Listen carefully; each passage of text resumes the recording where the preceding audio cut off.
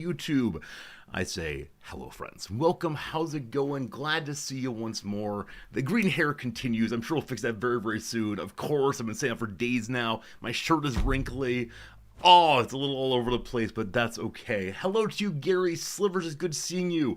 I'm sorry for being late today, folks. Only a couple minutes, but you know how it goes. I owe you a refund. All of you will get your Resorty refund checks in the mail very soon. Twitch certainly has a feature to do that. Unnamed comment, welcome. Hello, Jim. How's it going? Good seeing you, Foo Heart. Gary. Gary says cats. It is true. I have a cat down there. He very much wants to have more food. He wants more than his morning treats. He's smelling around. Pretty sure he's missed a piece somewhere, but he has not, in fact. Hello, Pepper. Hello, Rog. Hello, Marks. Welcome in Solitude. Look at Resorty Man, so inspirational. I don't understand what you mean. Is it that a man of my age can still like stand up all day? Is it a man of my advanced years somehow talking at length? I don't know. No inspiration here. Lots of respiration, some perspiration also, but not much past that. Folks, what's been up with you since last we were together? Have you been playing games? Has your day been full? What kind of information do you want to share with me so I may put together more of my database on each and every one of you? I shouldn't joke about that. It's not true, I swear. Maybe. I've got a file folder down there I've been recording for years. Friends, I should mention straight away that today is the last stream day of the week. We're ending on a Thursday this week instead of a Saturday, and then also the Monday stream will not be happening, so I'll be stealing 3 days from you this week, or next week also. I feel bad about that. I feel excited about the vacation. I'm glad we're going to go and have a good time in a more mountainous area of Japan that should be somewhat cooler, but with that said, it is the case I'm going to be not spending time here. So I hope you find ways to amuse yourself over this weekend. There's lots of old VODs you can watch, and as long as you ignore the way in which I talk about what's happening today in my life, I'm sure it's all fine. Shepard, good seeing you. You have some Rimworld VODs of me to catch up on. Awesome, exactly right. There's lots of things to watch. Now with the YouTube there is a nigh endless pile of VODs. I wish I would have started it earlier. I wish I would have done a better job of, I guess multi-streaming wasn't allowed before. It's not my fault, I'm not to blame. But yeah, back in the day, it was not allowed just multi-stream, so you have to download your VOD and re-upload it, and too much work for old Resorty. But I sometimes wonder how I've changed as a streamer from way back when. I think I'm similar enough because I am the same person, but at least the audio quality is better, if nothing else. Truthfully, when I started streaming, I had this little box I lived in. It was back before the green screen. There was a little box over here that I was always existing inside of, and it had like the last tip and last subscriber thing on it. And I think when I first started, it may have had like a little frame down here also, and the frame may have had flames on it. It may have said like twitch.tv/resorty in the middle, and then flames on both sides. I did that because I wanted to be cool. Definitely not my aesthetic, but nonetheless an aesthetic of some sort. Arid Mithrin, welcome in. Good day to you. I hope your Australian adventure is continuing apace nicely. Arid Mithrin, how much longer are you down there? I know you're hanging out and enjoying yourself and doing some work, but I hope you're being able to settle in well enough and not just fly off right away. But I think you do have family back home, so it's probably a little weird in that way. Toasted Cornets, did it work? You made my amazing initial stream setup. Somehow I got viewers. Somehow people came and watched me despite, or maybe because of the flames at the bottom of the screen. I don't know the story of how we started and how we got here, but somehow it's still here. Somehow it is still functioning, and that's a good time. Maybe the flames will return for next year's April Fool's Day surprise. Frankly, I'm not sure what we're going to do. We've broken the forbidden taboo of opening Magic the Gathering cards on stream, so I don't know. I've played World of Warcraft in the past year and stopped, thank goodness. What's there left to do on stream? I guess play a dating game. I guess I could play a dating game next April Fool's Day. Or hours and hours of solitaire, possibly. Arid Mython, you're here until the 22nd or so. All right, got it. I feel like you've been here for much longer. Yeah, you said it's not terribly well processed there, or things aren't put together in the best of ways. So I'm guessing you're having to do some archival digging and preparing before you can do your work. That's I don't really know what archivists do, except for this. Every single time I'm organizing my magic cards, as one does, I have a moment of alphabetization. I've got to say, okay, does K come before, after J, etc.? And I think, I know librarians. I know archivists. I bet they know their ABCs by heart. And I realize that basically any third grader does, maybe even younger, but I think of the archivists and librarians in the community and say, I'm glad they exist out there. Hello, Slivers. Spracked on you at the pub, and the closed captioning is working great. I'm so glad. At this point, the closed captioning is just one more thing that's functioning on the stream. One more thing for me to turn back after I restart the computer. Turn back on after I started the computer, but yeah, it's not been an issue. There were a few moments, a day or two of frustration of how does this closed captioning work, but I'm so glad it's working well now. Now I'm not exactly sure what my voice data is doing. I didn't read the terms and conditions closely. Are they making a resorty robot out there? AI talk to some professor guy, see how it goes, or is it just using my voice to give me closed captioning, which I do appreciate very much, because I know for some of you, you're in busy places. For some of you, your hearing doesn't work as well as it used to. And I know for myself, I spend more and more time watching closed captioning the older I get. But hopefully you continue enjoying the stream that way. Gary asks, am I giving up my crossword streak? No. So the activity I mentioned the other day, the yoga retreat my wife would like to go on, is not the vacation we're taking this weekend. That one would probably be in the late summer, early fall, probably right before the semester starts up. Or maybe just after the semester starts up, possibly. So no, this weekend is a totally normal, just hang out, just enjoy ourselves, do some onsen things, go for walks, see the mountains, that kind of thing. As opposed to being restricted from our devices, which is important. It's important because I want to watch the Wrexham football match 2 p.m. on Saturday. And the most exciting part of it is it's in New Zealand, which some people said was a very strange inclusion. Why is this Welsh football team going to Australia and going to New Zealand? And it turns out that Wrexham appear to be signing a player from an Italian football team who is from New Zealand. And so it looks like maybe part of hiring this guy on was the possibility for him to play with the team in front of his hometown football club. And I think it's a lovely, lovely thing. I think it'd be a very nice storyline for the documentary next season, of course. But this guy is so good. He's absolutely amazingly good. He dribbles so well. He moves so quickly. He's playing left back, which is the position that our current captain, James McLean, plays.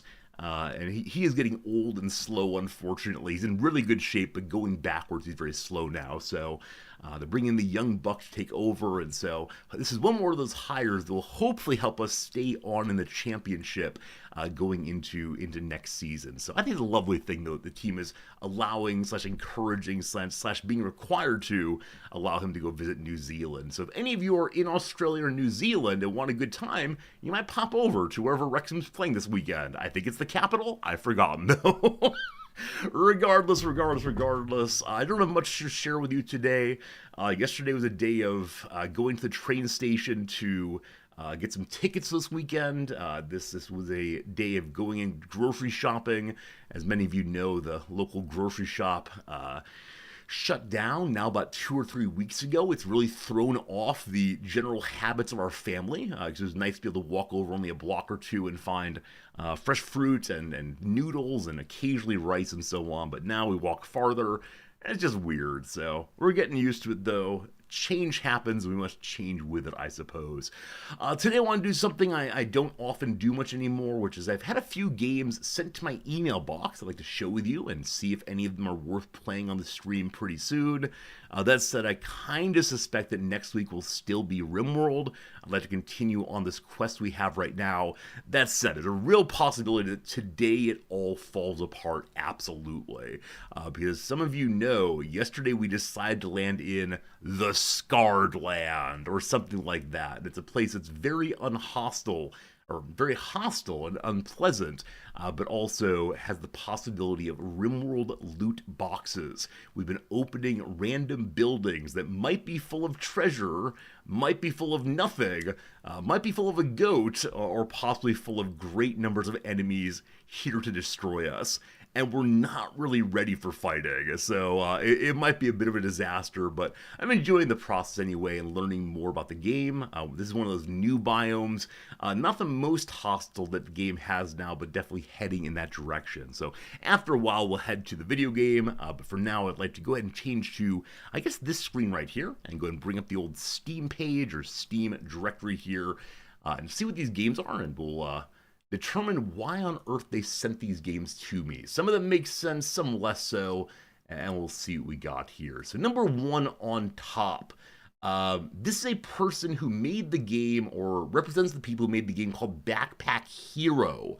This is not Backpack Battles. I honestly don't recall Backpack Hero. But let's see what the game they sent me is. Also, you look at the Automation Fest, I suppose. Many of us like automation. I'm kind of hit and miss on it. Depends on how well I can catch on. This game, though, says Metroidvania meets dinosaurs, Primal Planet. So I believe this is a game that I will not be playing. Metroidvania tends to be something I'm not terribly into. Looks pretty old school, first thing to say. Unveil a heartfelt story of family, dinosaurs, and UFOs. Three things that don't really fit together very well. Craft, upgrade, and survive in a realm of primeval predators, savage tribes, and ancient aliens. Alright, etc., etc., etc. They're calling it Metroidvania, but I'm not seeing much platforming, at least in these underwater ones. I see a little like hopping around. I guess this might be a boss battle of some sort. Looks similar to the Mega Man boss battle arenas. Definitely not a game for me, but cute in its way. I like the recent return to retro styling, because I think it allows a lot of publishers to do the indie thing, as they don't need to hire on amazing graphical artists. You can just kind of like put some pixels together and hope for the best.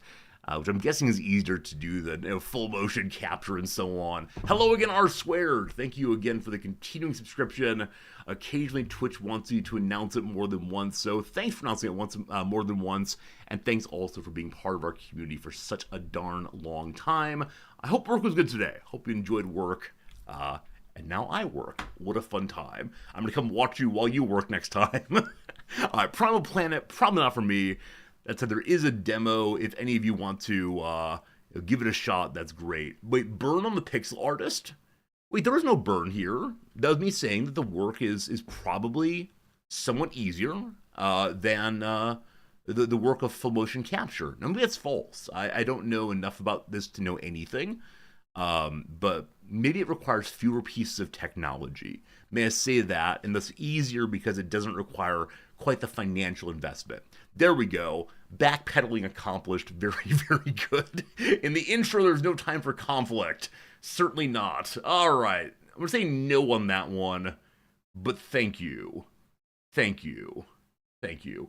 Game number 2. This one is more in the directory of our channel and automation and so on. This game is called Block Factory. Block Factory. If you like Factorio, Odd Sparks, and Satisfactory, all games I've streamed, this game will be right up your alley. I like that idiom, right up your alley. I wonder where it comes from, though. Does anyone know the origin of right up your alley? I don't have an alley. Do they assume that I'm full of pins?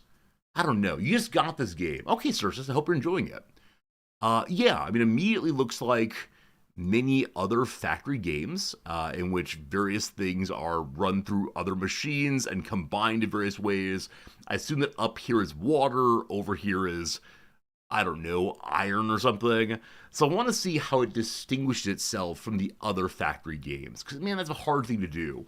Once you get combiners and conveyor belts, I think there's only so much going on. Now, Factorio has the mark against it for some people that it is a game with combat, and people just want to chill sometimes and put their little factories together. But then there's the Satisfactory with no combat, or much less combat. And there are other games with no combat at all, of course. You can make A ship. What are the things on? I keep clicking to zoom in. That's not how this works. I see maybe chips of some sort. I see, oh, Lego. Some pieces look kind of like Lego. The game feels like shapes and shapes too. So is it less creating functional items and more just combining pieces so it looks like X? Is that how this goes? Maybe. Up your alley means close to your home. Okay, it's the idea of I have an alley right next door. That makes sense. But the up your portion, I think the up your portion makes me feel like bowling more. Up your alley. We'll look in a moment because words matter more than games here, unfortunately. Lots of different levels to play, so you progress through levels instead of having just one map, I guess. You can make a race car. Oh, so do you have a goal? Like, oops, didn't mean to leave that. You have a goal of some sort, i.e., here I am in race car land.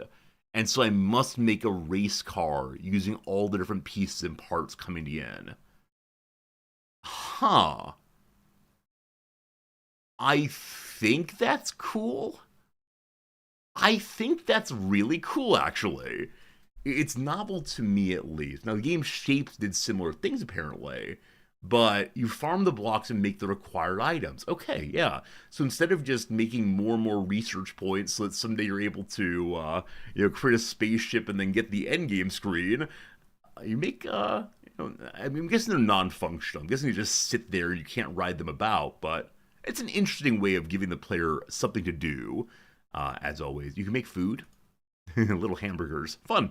It looks really cool. Looks interesting. Probably won't stream it, but during Automation Fest, I definitely see the appeal of that kind of game. They did not send me a key. How rude. We got 3 more games to look at. This one's called Control Alt Deal. I may have looked at this one already. Let's see. Did I actually see you previously? Control Alt Deal. Oh, we played this one. I wanted to like this game so badly.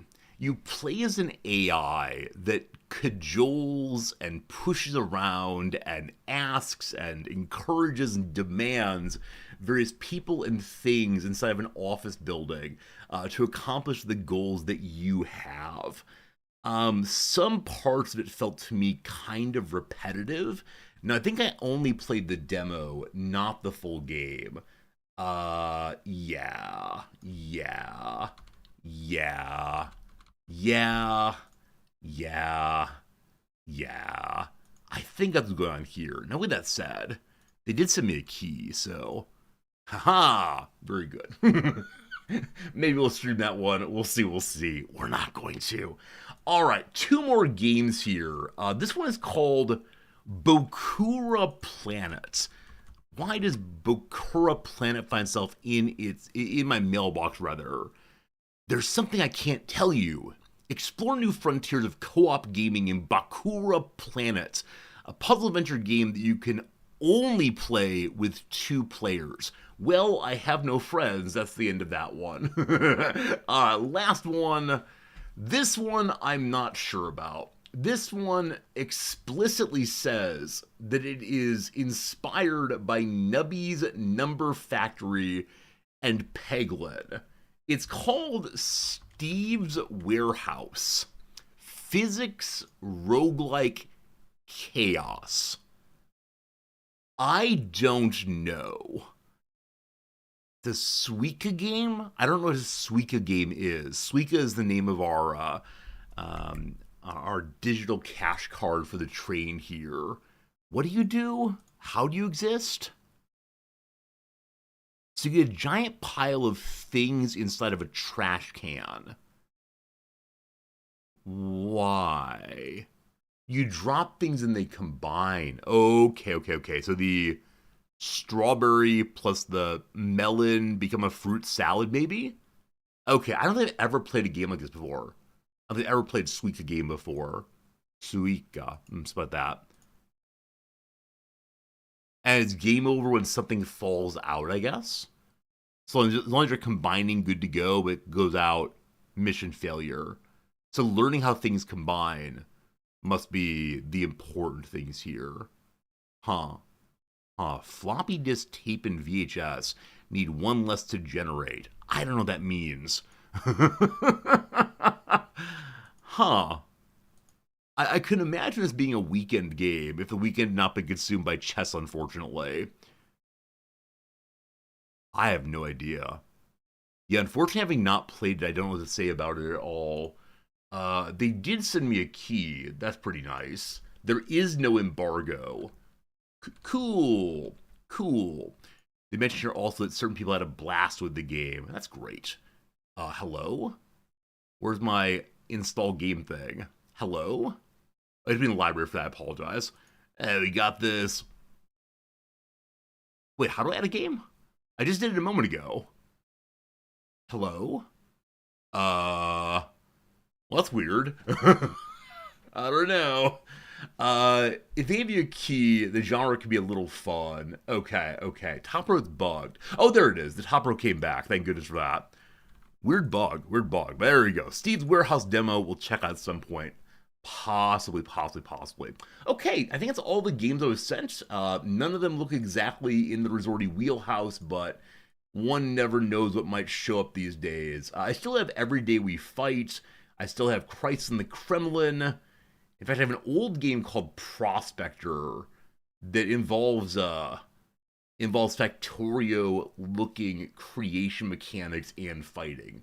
Prospector. I think it's probably also part of the automation adventure. I'm going to check out the automation festival just briefly. Any games I should be very much looking for here? Because Satisfactory I do own over on Epic, so that's good to go. I've never actually built a giant factory. I understand how one could do so, but I don't know how you do it quickly. I know how one can create a pile of machines outside, but the idea of putting them together is very, very strange. Why am I still in the unstable Rimworld branch? I have no idea. I didn't change it over, and I worry the game will break if I do. Potion Tycoon. I'm sorry, what? It's a management simulator with a witchy twist. Build and develop your very own magic shop. Manage resources, set up production lines, mix potions, and sell them smartly to stay ahead of the competition. Welcome to the potion business. There have been a number of other potion creation games. The graphics are adorably creepy, obviously. Definitely all about that. Reminds me a little bit of the Spellcaster University kind of game. But many other base goes up, not out kind of games come to mind here. Yeah, I imagine one could play it for the graphics and have a pretty good time. You have to collect a variety of ingredients and put them in, it looks like just right. Now, I do wonder if these additives, these plus signs, let you add in other kinds of things to see what changes. And eventually you become like a creator, an alchemist in Skyrim, and make potions that a single sip of will make your character infinitely powerful for the rest of the game. I really did enjoy Skyrim and games like that, allowing you to make your own potions and own spells and so on, but they did become overpowered very, very quickly. You can choose your own gems, choose your own flasks and so on, and that's absolutely wonderful. Very cool. Probably won't play it, but very cool anyway. Big Pharma. Big Pharma is a simulation. You can create life-saving cures. Production line, a car factory simulator. So a lot of the automation games, I think, are basically just here comes some conveyor belts, put things together, but the things differ. Factory outlet simulator. So you get clothes from lots of different companies and put them on racks. There's this one store here in Japan. Let me see if I can find it quickly. This story only works if it's a quick find. If not, it'd be kind of lame.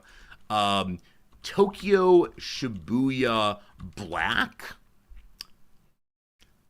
Is that it? Alice Black, possibly? Permanently closed? No.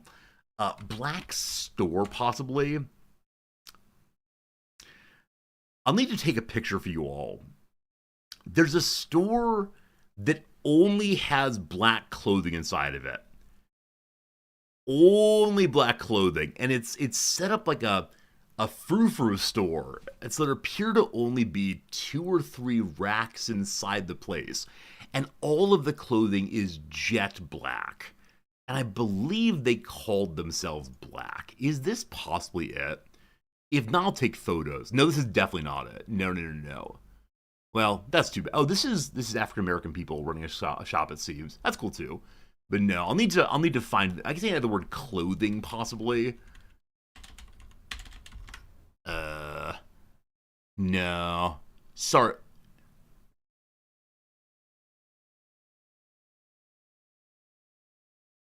Haha. Okay, this is in Sendagaya, so it's not the same store. But yeah, they sell only black shirts.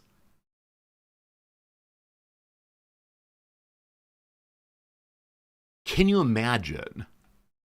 Now, is this the person's entire job?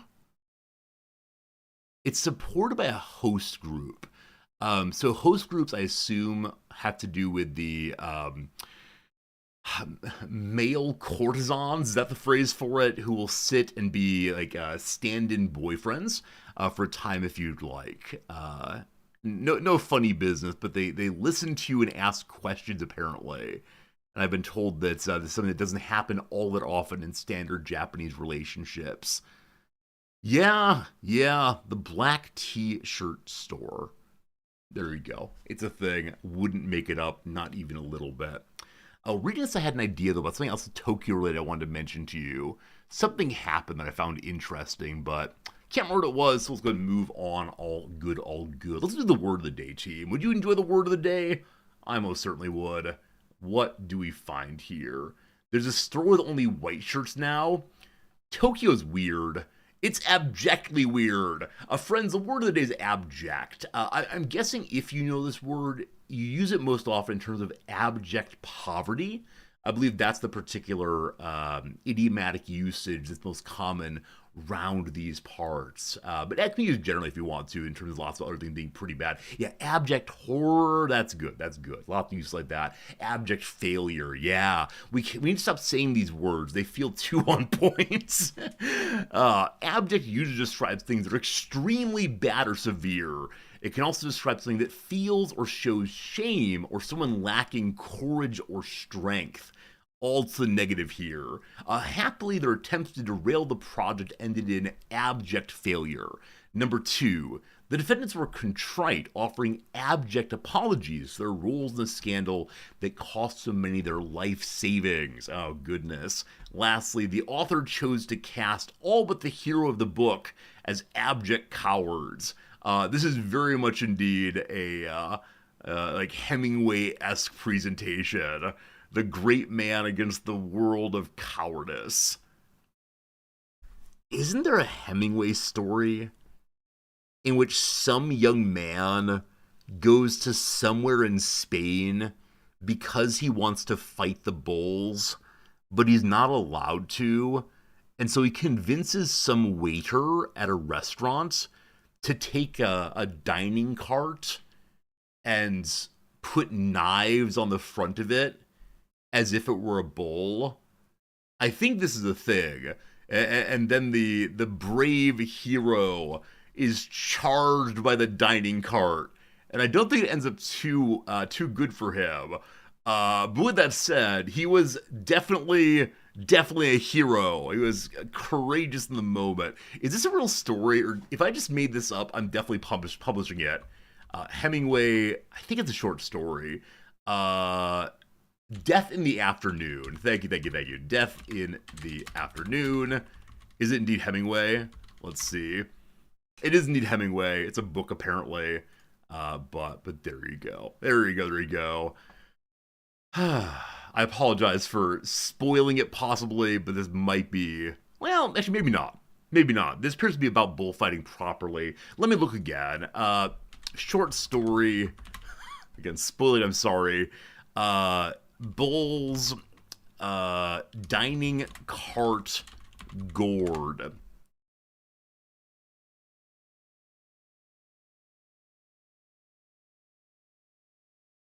Maybe not. Maybe not. Is it possible I've made up? It's not possible. I don't think about running the bulls at all. Is it in the Sun Also Rises? I mean, I read the Sun Also Rises years and years and years ago. I don't remember enough about it, unfortunately. I thought it was a short story. I'm going to add Hemingway and see if that helps. And if not, we'll move on, I promise. The Undefeated.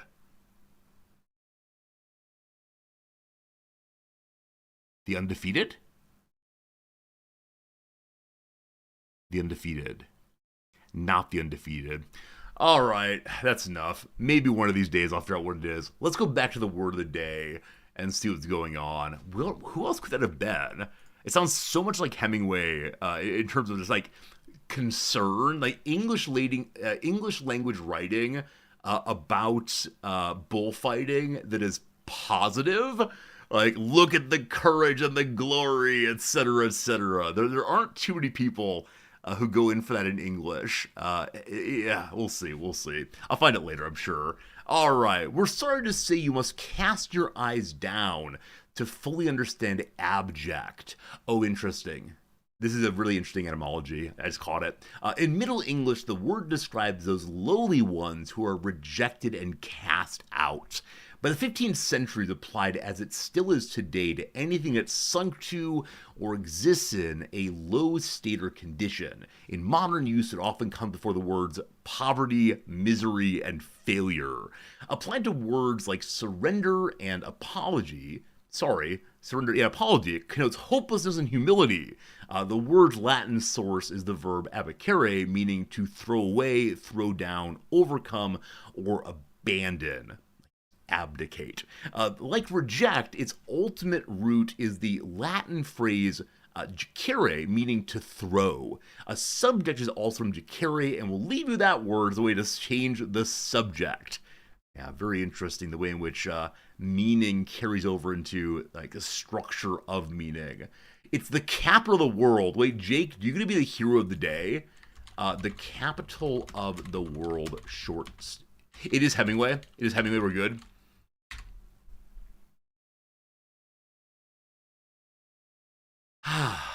Jake, the world feels better now because of you. Thank you for fighting this one. Takes place in Madrid and follows Paco, a young waiter apprentice, and his desire to become matador. It's off a little bit about who the hero is/was, but there you go. Like so much else in Hemingway, I felt simultaneously the call to be more aggressively masculine while reading it, but also the horror of his kind of masculinity. And I think, like, it's a weird thing, right? It's the conflicting values of one's culture, which it's good to be big and powerful, and I don't know, cut down trees or something. But also this leads to foolishness, aggressivity for the sake of aggressivity, and things I don't like that. It's very similar to when I'm walking on the sidewalk. I'll be curious if you have this experience also. When I'm walking on the sidewalk, almost always, I will give way to the person in front of me, especially older people, people who look like they need some help. If we're walking towards each other, I'll step aside a little bit, no problem. It's when it's larger young men, and we have this moment of eye contact that indicates we should both step aside, and they don't. They, in fact, move even more into my path. I have this great desire to get as big as I possibly can and ram them with my shoulder. Now, I don't do this, but I feel the call of doing so. Do you have this experience also? Or are there other cases in which you feel the desire to act in, prototypically masculine ways? Or am I alone in this?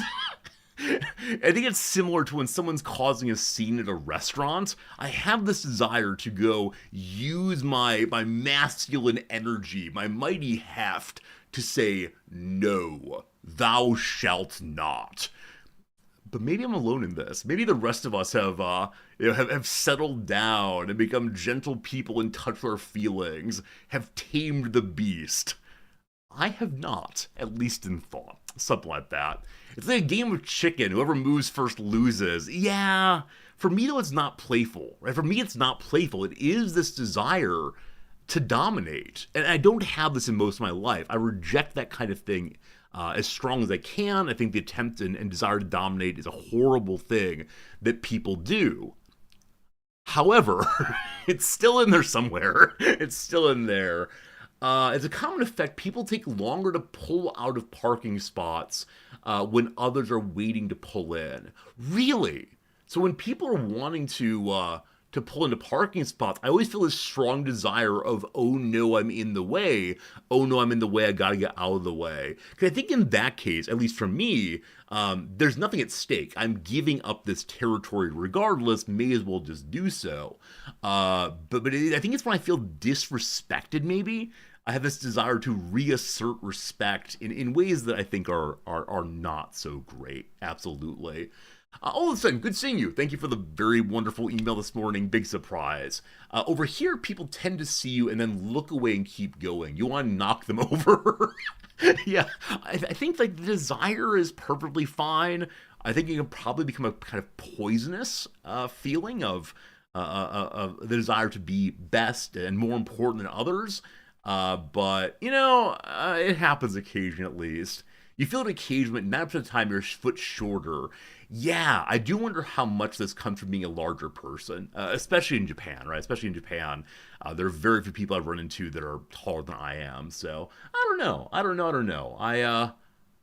Yeah, I'm admitting this. I'm confessing to this. It's not therapy time. It's just when I read Hemingway, I'm reminded of that part of myself that in academia we don't really use, right? In academia we use our words, not our fists, blah, blah, blah. But yeah, it's still in there somewhere, and I think people like Hemingway want to encourage it, want to suggest that in some ways modern society tames us, I guess. And that kind of tamedness, he thinks, is a great problem with human experience, and for him especially, men's experience. But I don't endorse it. I just feel it for sure. Something like that.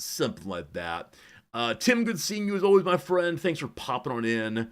A moment ago, Newt asked, do I play the game Dwarf Fortress? Irregularly. I like it. I just don't like streaming it, frankly. Something like that. Okay. Thank you again for finding this short story. My life is better for knowing it exists there. Wonderful. Back to the word of the day. Right, so we've learned that this word comes from a throwing away, a tossing to the side. Things are as bad as they can possibly be. You have to defend your thesis academically and physically. I mean, I was ready. The day I went in for my dissertation defense, I was so afraid, because this is the moment at which they call you doctor afterwards. They say back to the mines with you, and it's crushing if they say the latter one. But I was so afraid it was going to go poorly, and it came out in some way as a strong desire to take on all comers. Fear became, I don't know if I have the word for it. I guess I don't want to say overconfidence, because I was not confident at all. But it was a weird thing. Once the defense actually started, I realized that the people who were asking me questions did not know as much as I knew about the topic. And it led to a really nice conversation among, equals in some sense, which is what it's supposed to be. But that first moment, before the first question came in and I felt comfortable, if my dissertation director said, let's wrestle for your PhD, sure, sign me up. 100%, I'm in there for it. It's such a... There are only so many minutes or moments in life that are so crystallized as this determines a lot. I think things like marriage is a similar example. There are other things that happen that matter a lot, but you don't choose them. If you get run over by a bus, for example, you don't say today, I'll get run over by a bus. And so these moments are so emotionally laden, and there are probably better and worse ways to enter them. Fear is not ideal, of course, but I think it's probably very common. When one gets married, even if you're very excited and hopeful, you recognize potentially, this is one of those things that you can't easily undo. This is one of those things you actually can't undo, no matter what this moment will have happened. That's probably true for all of life. Existentialism, that's enough. Test your vocabulary. This is a fun word. Rearrange the letters to form a word referring to a servile, self-seeking flatterer. And the word is pony chats. I want the word to just be pony chats. I think I see it. I think I see it. Do you see it? I bet many of you do. It's the kind of word that I think is used in Lord of the Rings, but certainly would refer to a character in there.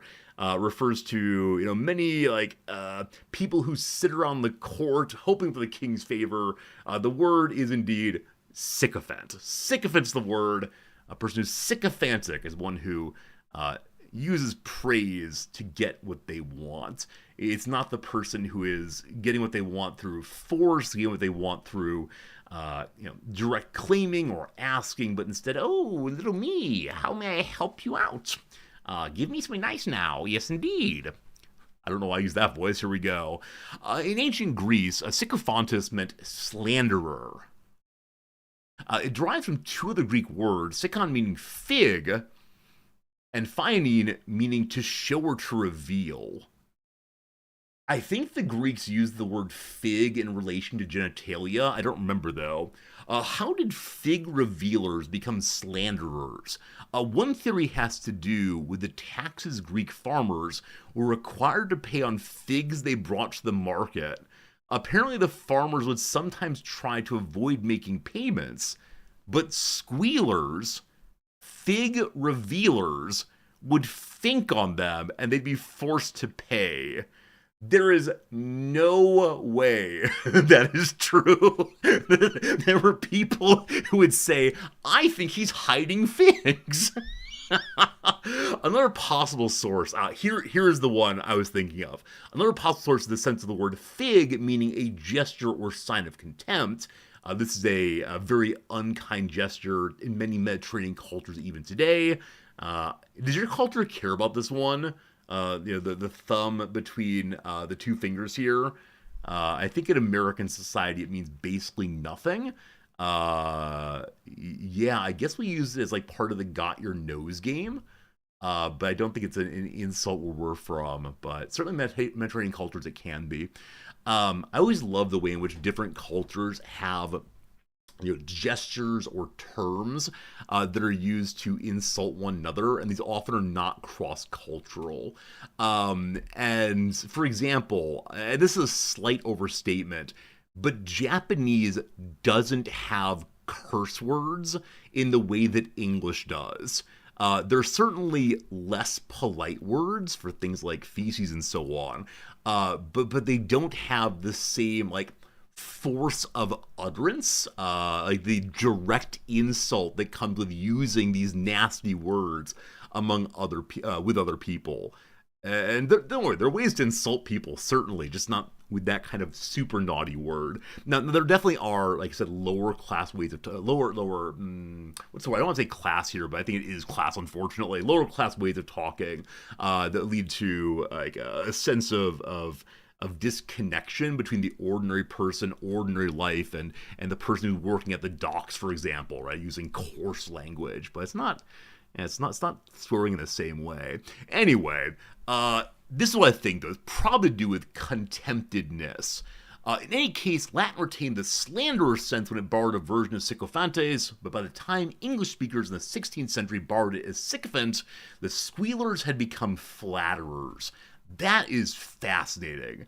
It's really interesting to me when a word that is used in a quasi-positive valence, like it's still not great to be a sycophant, of course, but it refers to a positive kind of behavior towards a person for questionable reasons. Yeah. It comes from a word that has a much more negative sense all the way through. Fig revealers. Love it. What do Japanese people say if they stub their toe? Yeah, I mean, there are various noises that are made. I haven't heard anyone shout anything out other than noises of pain or frustration or annoyance, as opposed to yelling a nasty word. Now, with that said, I've only run into so many people who have done these things. I can ask Noms tonight, because I'm guessing it's the case that she would know as she grew up in a Japanese household. But when so very early on in my language learning experience, I had this moment, and I felt like a 12-year-old in the moment. And I said, Noms, would you teach me all the Japanese dirty words? And she thought for a moment and said, I don't think I know any in the sense you're looking for. And she worried initially it was because she'd grown up with the language of a polite academic family. But she went to work and she asked around and found out there weren't dirty words in the sense I was looking for. So I don't know. I'll ask her tonight. I assume it's one of just the oh kind of words as opposed to anything stronger than that. But I'll see. I'll see. All right, word of the day done. What a delightful etymology we stumbled our way into. All the way. All right, next up then is You Know It. Nope, that's not true. You Know It, You Love It is time for thrice. Yesterday I was so unbelievably bad. It was a really hard one. I was in the top 48% of people in the world, which I'll take, but hopefully better than last time. Here we go. Right below carbon next to aluminium on the periodic table, what's the atomic number of silicon? I think that's round about 16. Is that possible? I know roughly where it is on the table. It's over near the noble gases, I believe, on the right-hand side. Is that true? 1 second. It's somewhere under 25, I'm fairly sure. I'm doing 16, but this is really a guess. Okay. Definitely not twice as drinkable as pure water. Sodium hydroxide does have double its pH measurement, top of the scale, in fact. So water is 7 in the pH scale. I think it's 14 then. I wasn't off by much if it's 14. I want to congratulate myself. I realize that I shouldn't be self-congratulatory, but that's not as far away as I should have been given what I know about the world. There you go. I'll take it on 2 points. The final one was the list of distinct semi-primes. All right. Can you figure out what number goes into the X? What fun. All right. Twice Told Tales and Young Goodman Brown are less known works by what author? Is this Tolkien? I think I know Twice Told Tales.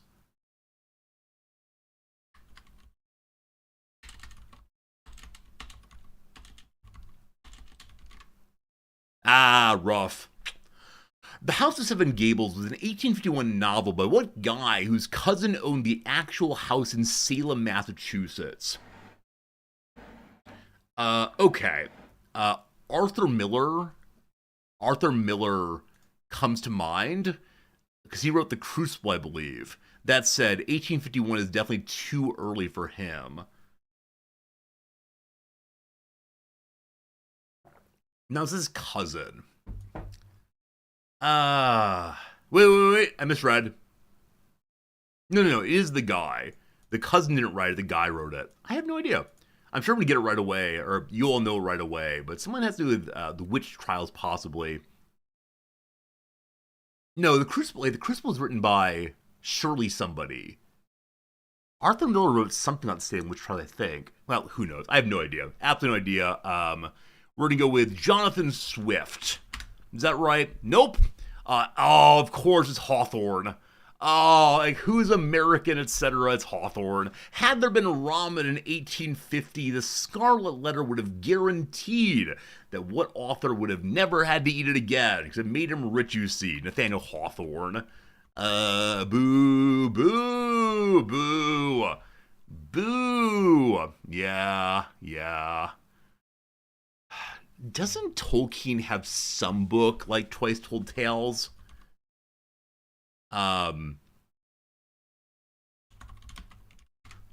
Is there a book similar to this? It's by Nathaniel Hawthorne, you dum-dum. Unfinished Tales. Thank you. Unfinished Tales is what I was thinking of. Yeah, the Tales word stuck out, but very good. John Ronald Reuel Tolkien. What a great name that is. All right, very good. All right, question number 3, here we go. Before Taylor Swift went and stole the honor, what Jessie J. Penn song was likely the highest charting ever to mention a cardigan?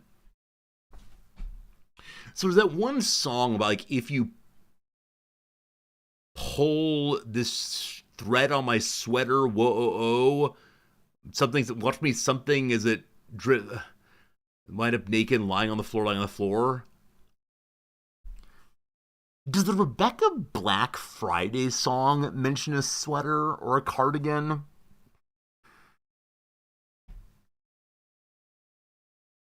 Does Call Me Maybe mention a cardigan? Is there some Avril Lavigne song that mentions a cardigan? Because I think the song I mentioned first just mentions a sweater, not a cardigan per se. Hey, I just met you. This is crazy. Here's my number, so call me maybe. Boom, boom, cardigan. Bum, bum, bum, bum. Okay, not that one. What's the one I said? It's Friday, Friday. Gotta get down on Friday. Weekend. Cardigan. Nah, I have no idea, team. I have absolutely no idea. I apologize for that interlude of half-remembered things. I'm gonna say, yeah, Friday by Rebecca Black. I'm wrong. So I got my handcuffs, my cyanide pill, my classified dossier. So saying Weird Al in a 2011 parody of what song?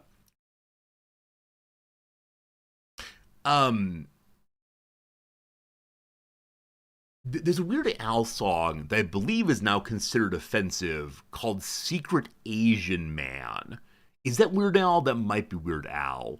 But that's a take on Secret Agent Man. But I can't imagine the song Secret Agent Man references a cardigan, unless it's a disguise possibly. But I don't think that Jesse J wrote that, whoever Jesse J is. My handcuffs, my cyanide pills, my classified dossier. Yeah, I have no idea. We're going to Call Me Maybe. This is getting dire now, team. Maybe we'll get 1 point. We'll see. Nope. Oh! It's a party in the USA. Ba-ba-da-bum by Cardigan. Ba-da-bum-da-da. Welcome to the land of Fagin MXS. Am I gonna fit in? Ba-da-dun-da-dun-da, etc. Oh, okay. I was right with it being some young woman. All right. Party in the USA. 1 point. 1 point. Wow. Wow. I knew it was a Weezer song, the first one. I'll take. What is the? Where's the cardigan? It's something like putting oneself into one's cardigan to feel better. I believe it's in the beginning of the song. I believe. All right, feeling lonely and kind of homesick. Something. Party in the USA lyrics. Hop for the planet LAX with a dream and my cardigan. Welcome to the land of fame excess. Whoa, am I gonna fit in? Jumped in the cab, here I am for the first time. Look at my right, I see the Hollywood sign. This is also crazy. Everybody seems so famous. Oh, good stuff. Why have I not done my karaoke stream yet? We need to do that. Also, one thing I loathe, and there's probably good reasons for it, is that one can't copy paste out of this page. I don't know why one can't copy paste off this page. I wonder if it's some agreement between the song's publishers and the Google that you may use the lyrics but not make them easily scrapable. But yeah, it's a weird thing for me. Like, I actually don't know in what form they're even posted here. Hit F12. Okay, so I can steal it from the like page source thing. Have to click through. Click through. Click through. No, pushing lyrics does not do it, unfortunately. Now, I'll tell you how I actually handle it.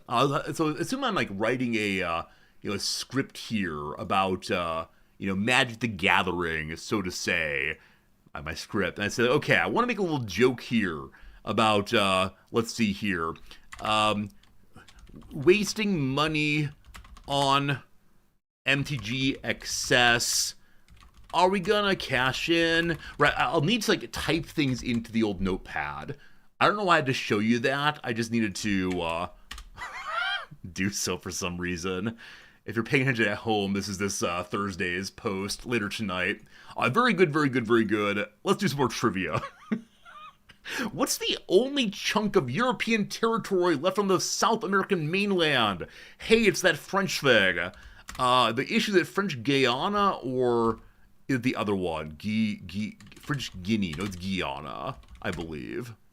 I misspelled it, but there you go.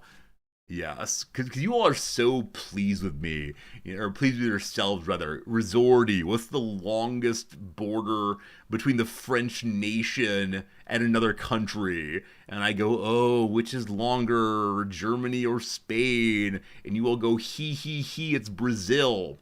I see your he, and I raise you a 3-point score. Last one here. In 1998, Lindt acquired what American chocolatier? So Hershey's is the big American chocolatier that comes to mind.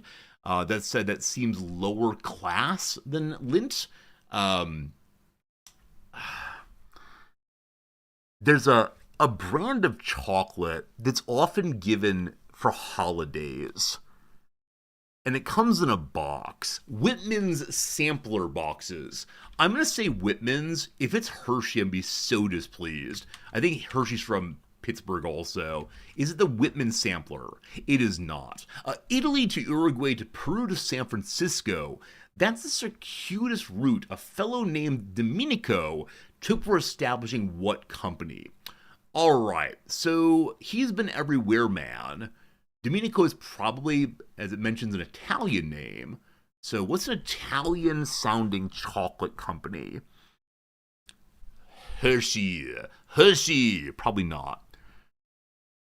Oh, man. I like the Whitman guess. I think I'm very good about that one. What kind of chocolate does Noms like? I think Nestle owns a bunch of chocolate companies these days. I think there's like a movement about Nestle using various kinds of non-paid as a slave labor throughout the world. I don't know. I honestly don't know here, unfortunately. We'll say Mama Lisa's spaghetti et. Did they say et still? I don't know if they do. Et chocolat. Unfortunately not. A Studio Ghibli has a J sound, which is wrong. What maker of... Oh, is it? No. What maker of dark chocolate squares pronounces the syllable, the hard G, like God intended? Godiva?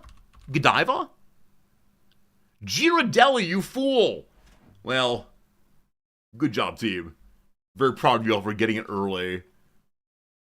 Yeah. As you might expect, I'm not really a chocolate buyer. Don't like chocolate very much, but... At least it's better than 5 points. That's pretty good, right? That's pretty good. I'll take it. I'll take 7 points for today. Now, most importantly, how did I do against other people in the world? Today, I was average. I was an average person today, friends. I don't know how you feel about watching an average streamer. Whew. I feel like I owe you some contrition, possibly. Ghirardelli is a quality chocolate. I'll look into it. I'll look into it at some point straight away. I thought it showed me my stats. Oh, here we go. That's all time. I'm still above average on arts and literature. This is the source of great bragging for me, certainly.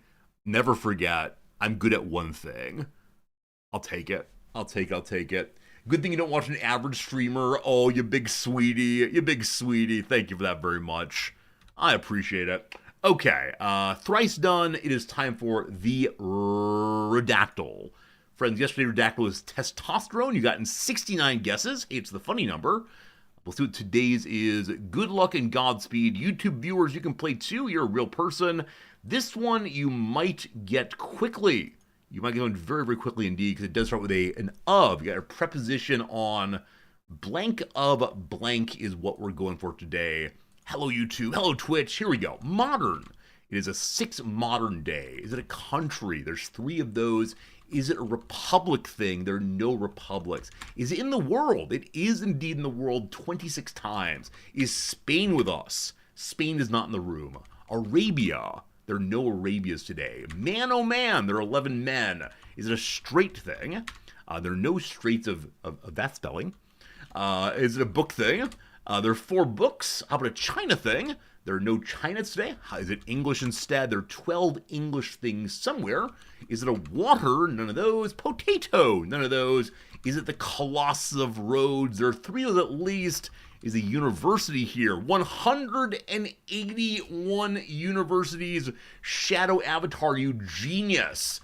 Is it a cathedral? It is not. Is it a kingdom? It is 2 times. Is it involved speaking? You got the English speaking. Well done. I have a guess. Do you have a guess? First one mentioned. Dr. Possible with Oxford. There you go. Dr. Possible with a 3rd successful win in the past week, I believe. Are we going to have to ban Dr. Possible from playing? Is this needed to happen, my friends? Because we got that one in 19 guesses. Now, University was incredibly sorry for being smart. Wait a minute. We've gone now from contrition to smarminess. Here we go. Should we let Dr. Possible play? No, smarminess is next to sin. Smarminess is sin. Or, yes, we are inclusive. Democracy is with you. A jury of your peers is now voting on the question of, are you allowed to play next time, or do you go into the naughty jail? We'll see. The University of Oxford is a collegiate research university in Oxford, England. There's evidence of teaching as early as 1096, making it the oldest university in the English-speaking world, the world's 2nd oldest university in continuous operation. It expanded rapidly from 1167, when Henry II prohibited English students from attending the University of Paris. I didn't know that. I didn't know that the antipathy between England and France led to no studying in Paris. Amazing. When disputes erupted between the students and the Oxford townspeople, some Oxford academics fled northeast to Cambridge, where they established the University of Cambridge in 1209. The 2 English ancient universities share many common features and are jointly referred to as Oxbridge. Oh my goodness. With 57% of the vote, Dr. Possible gets timed out for the next one. Oh, wow. We've never been exclusive before. That's pretty exciting. That one we got very, very quickly, friends. We're going to do another one. That's happening here. So we're going to go back a little bit more to time out Shadow Avatar also. I mean, University seems reasonable there. Blank of blank, University is reasonable. And Shadow Avatar didn't say, I'm smarter than all of the rest of you. Right? This is the place where it went from being acceptable to unacceptable. Friends, I'm now putting you into slow mode again. I'm putting you in slow mode, and Dr. Possible, I am indeed going to time you out for 5 minutes. It's a bit. Please don't leave the community forever. Thank you. Let's see here. You know, you're at 3 minutes. If it's still going in 3 minutes, that's 2 minutes. Enjoy. Friends, put any word you want to in there. We'll see if we can get for Dr. Possible's back. World, there are 15 of those. A good start. The blank, blank, blank is the world. How about modern? There are none of those. Nation, none of those. Grand, none of those. Country, got country here, no countries. How about oldest? There are 3 oldest things. Is it a university? 1 university. Is the thing large? There are 12 large things. A united thing, there are none. Island, there are 30. Is it big? There's 1 big. Is it a people? There's 6 of those. Is it ancient? There's 1 ancient today. Does it involve a system? There are 13 systems. How about a reef? Holy moly. All the eyes gets the reef. Huh. How about population? I'm gonna need to have a theory of how you got to reef so fast. Self, none. Coral, 68. A volcano thing, 2 of those. Is it a great thing? 120 greats. Is it a barrier thing? 117 barriers. Well done. Farinanthus, good to see you. Dr. Possible, welcome back again. All right, the people who got today were All the Eyes, Marks, and Dogberry.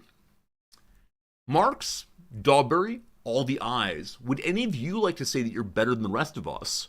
Or is this a community effort in which we try our best together?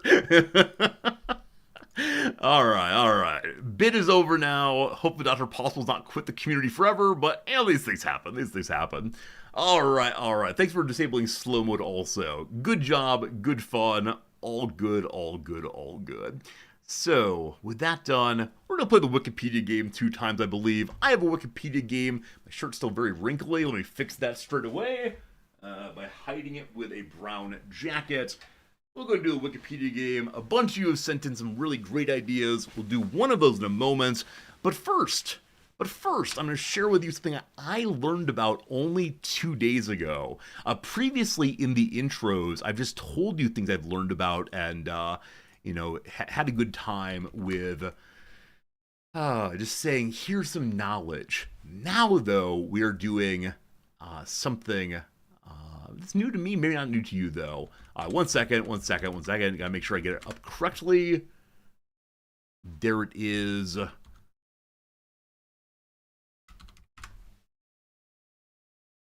Okay.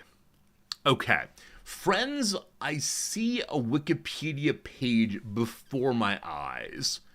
You thought I was gonna iron my shirt real quick? Any yes or no questions you want to, all good. So I do have a steam iron upstairs. While we're playing this game, I could go ahead and get the steam iron and remedy the issue. Or I just hide it under a jacket, it'll all be fine, I'm sure. What questions do you have on this thing? It's a fascinating thing I only learned about yesterday. Am I going to iron my shirt? No, absolutely not. Any questions? Are you feeling the game today or no? Is it a place? No. Would it burn when exposed to flame? I don't know. I guess so. Yeah. I guess it burns when exposed to flame. Yes. Can you expose to your flame? Yep. Is it a blue whale? No. Is it a person? No. Is it something that only incredibly smart people would know? I don't think so. I think there's a population of, we'll call them average people, who know all about this. Is it fictional? No. Is it a tangible object? Yes. Is it bigger than a bread box? I don't think so. Let's see here. Has it ever been alive, or is it alive? I'll say yes, it's alive. Is it meant to be edible? No. Is it unique? No. Is it used for entertainment? No. Would it sink in water? No. Is it a tool?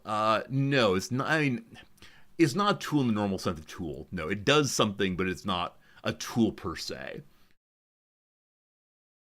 What do we learn out of all that? Is it an animal? It's not an animal. No. Is it a mammal? It's not a mammal. No. Is it a plant? It's not a plant. No.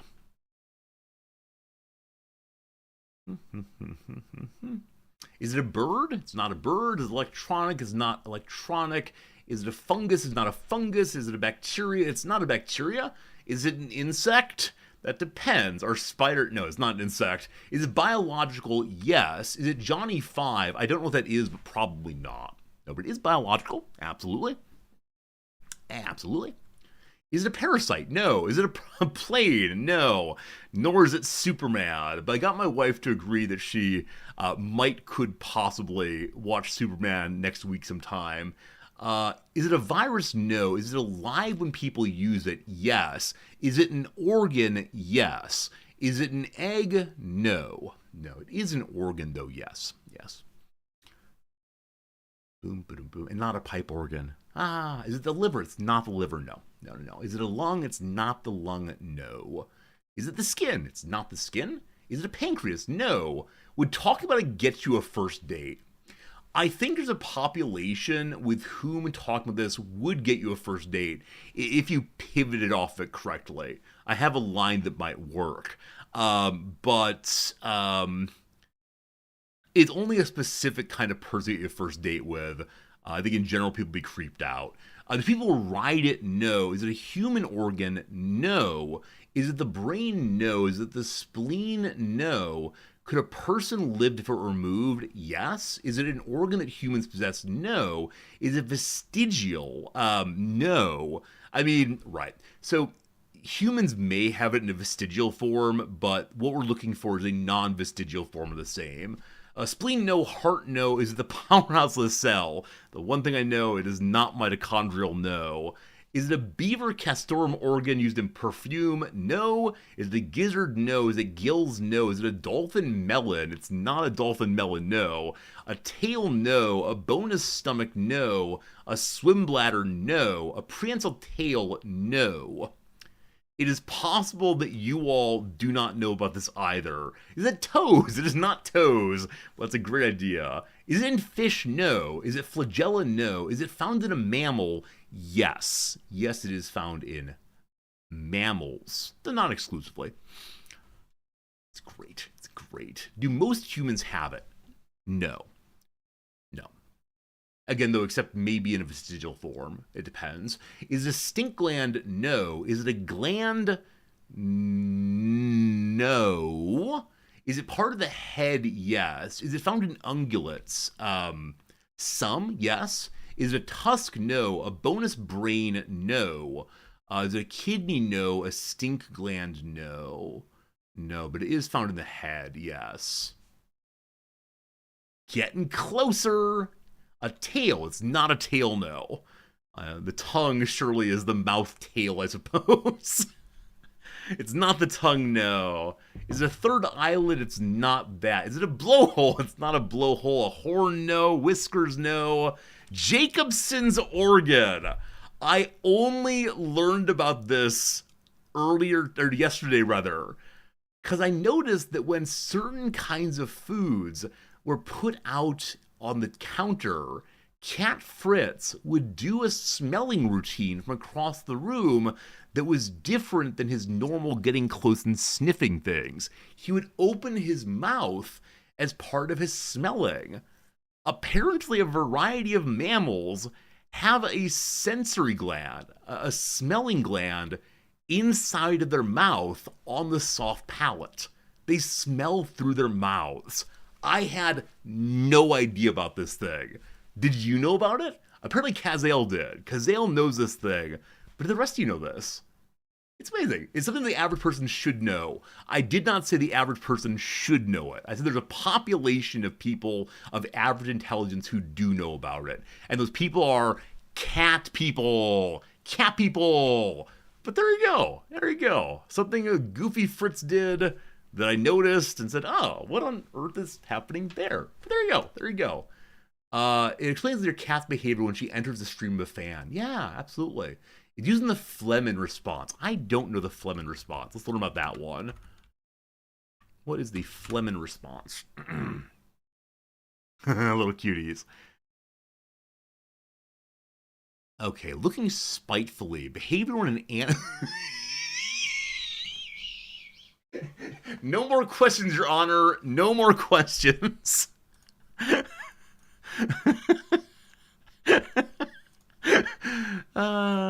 Behavior in which an animal curls back its upper lip, exposing its front teeth, inhales with the nostrils closed, and then holds this for several seconds.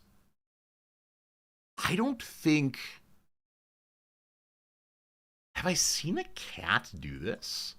Yeah, snakes have this particular organ also.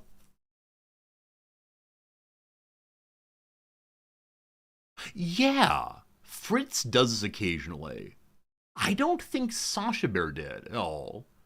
But Fritz certainly does in a way that's really quite expressive.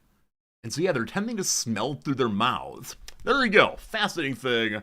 All very good. Now you know about the vomer-nasal organ, at least in some creatures. We're going to do one more of these and then get on with our lives doing other things. So, what did you send me recently? What's the old Discord here? Thank you for all your messages. There's so many of you. What's the oldest one I have? Radicus, I'm going to go ahead and do your other one. I think your other one's good for now. We'll see how it goes. Friends, You want to hear the first date line I came up about the smelling through your mouth? No. I will save that one for another time, thank you. What is... I almost read it aloud. I almost said, so, what is the question you have about blank, name of the Wikipedia page here? No, what questions do you have about this Wikipedia page here? Sent in from Radicus. We'll see. What you got? Did it burn when exposed to a flame? I'm gonna say no on that one. Is it PG friendly? My line? No. This thing? Yes. Is it a concept? No. Again, it's one of these weird things that's both physical and not. It's not a general concept though. Never mind. Is it a person? No. Is it a place? No. Is it a physical object? Sort of. It's one of these in-between things. I struggle with layers of tokens and types here. Is it man-made? Yes. A person did make it. Absolutely. Is it a living thing? It is not alive. No. Is it related to entertainment? From one perspective, yes. I'm going to say no, it's not. Though from one perspective, it is. Yeah, a perspective that some of you will take for sure. Is it the same size as a bread box? No. Is it a calendar? No. I mean, I know when I'm bored, I start flipping through the calendar. Is it wet? No. Is it mostly an American thing? Yes. I realize this only after I picked it. It is Amerocentric in some sense. Is it also found in nature? No, it's not found in nature. Is it wet? No. Is it a weapon? No. Is it wet? It could be, but no, not normally. Not a weapon, not found in non-human nature. It is an American thing, absolutely. Not a calendar, bread box size, irrelevant. What else could it possibly be out there? Does it contain metal? I'm going to say no on that one, but interesting question. Would it cause explosions to happen? There are no explosions involved. Can you eat it? If you want to, you could. I would discourage it, though. Is it an ism? It is not an ism, no. Is it a flag? It's not a flag, no. Nope. What else could possibly be there that's both a type and a token? The thing you talk about in general, but you see things of it in the world. It's kind of entertaining, but not really. Is it a place? No. Is it a dollar bill, y'all? No. I bet the dollar bill, y'all, is gone out of place. Is it fusion? No. Is it made of cloth or fiber? It can be, but not primarily, no. Is it ranch symbology? It is not any kind of symbology. Oh, when you say that, do you mean like marking cattle with, the crossed bars or the, three-line ranch? Initially, I thought you meant ranch dressing, which is disgusting, but I know what you mean now. Is this thing considered inspiring for most people? Yeah, this thing is meant to be inspiring indeed. Is the average American exposed to it daily? They are not. No. It is an inspiring thing, though. Yeah, absolutely. Delicious. I'll say the concept is a unique thing. Is it musical? It is not musical, no. Here's a hint for you nerds out there. We would not consider it musical, but some earlier people would consider it musical. Is it a political speech? It is not a speech. No. Is it considered propaganda? Maybe today, but at the time it was coming into being, it was not considered propaganda. Interesting question, though. Is it an item of clothing? It is not an item of clothing. Is it a political speech? No. Is it military? No. Is it found in a kitchen? No. Is it a poem? Yes. Daigle, thank you for the resubscription. Is it financial help? It's not, but yours is. Thank you so much, Daigle, for your very generous resubscription for how many months is it? 32 months. Thank you very much indeed on that one. Always cool seeing you. Is it a pledge? No. Is it beatboxing? I kind of want to do some beatboxing now, but I'll save you. It's not that. Is it developed in the 20th century? It's not, no. Could you buy it at a gas station? I mean, some gas stations have really weird things for sale. When going across the country, I've always been amazed by the variety of gas station sales. Is it Yankee Doodle? It is not. Is it a psalm? It is not a psalm, no. Did I say yes, it's a poem? I did say yes, it's a poem. It is indeed a poem all the way. You're getting really close. Is it a limerick? It is not a limerick, nor is it a dirty poem in general. It's also not from Limerick, if that's a further question. Yeah. Is it from the 19th century? It is from the 19th century, Dogberry. Is the author male? The author is not male, no. Not male. What do we got? Poem, 19th century. Woman written, inspiring. Is it propaganda? Gosh, I hope not. Is it a haiku? It's not a haiku. Was it written during the War of 1812? It was not. Is it Civil War era? It is not. You know no poem beyond the ones from elementary school. You got some Frere Jacques going, Daigle? Is English the original language? It is indeed in English. Emily Dickinson, no. Multiple authors, no. Written by Maya Angelou, no. Is it America the Beautiful? It is not. It is not. I'll give you all a hint in a second here. Also, the earlier comment about we wouldn't consider it music, but earlier people would. Do you recall for the Greeks, music is that which relates to the muses, including poetry. Is the Pledge of Allegiance? No. Is it written on the Statue of Liberty? It is. It is written on the Statue of Liberty. Is it the tree poem? No. Is it the New Colossus? Blue Link, a South American gets there before any of the North Americans. Blue Link, you absolute hero, good job. It's a sonnet by American poet Emma Lazarus. She wrote the poem in 1883 to raise money for the construction of a pedestal for the Statue of Liberty. There you go. There you go. It's the, give me your tired, your poor, your huddled masses yearning to breathe free. It's about the Statue of Liberty welcoming people into the United States. A good poem for a perhaps dark time. There you go. There you go. You've actually been to the statue? All right, Blue Link. In that case, you're in good shape. But yep, this big poem presented there back in the 1880s. There you go. It's the name of the immigration event in Victoria 3. Oh, that's right. That's right, Radicus. Yeah, getting immigration to go in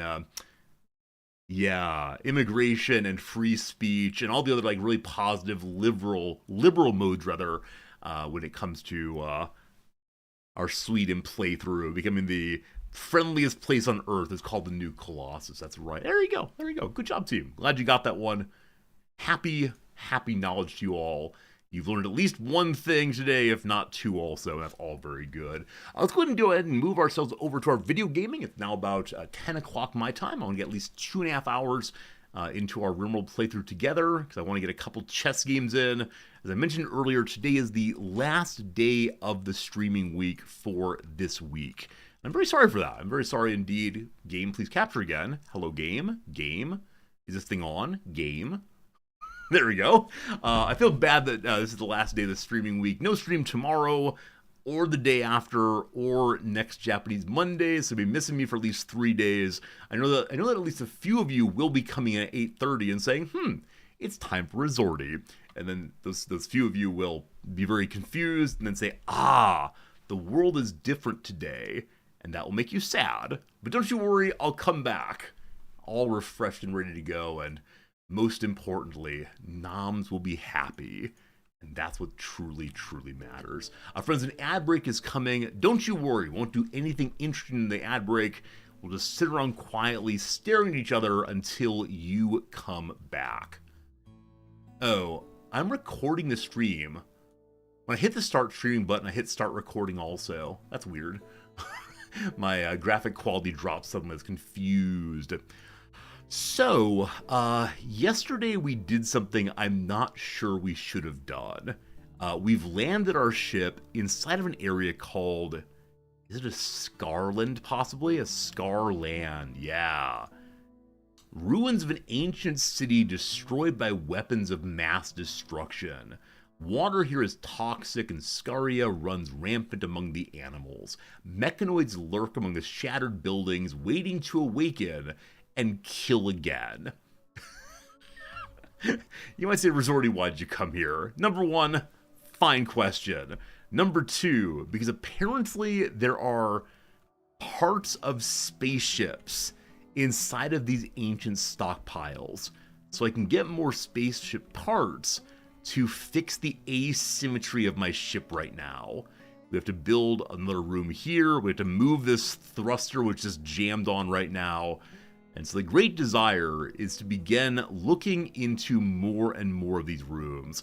Yesterday we played Rimworld Loot Box twice in a row.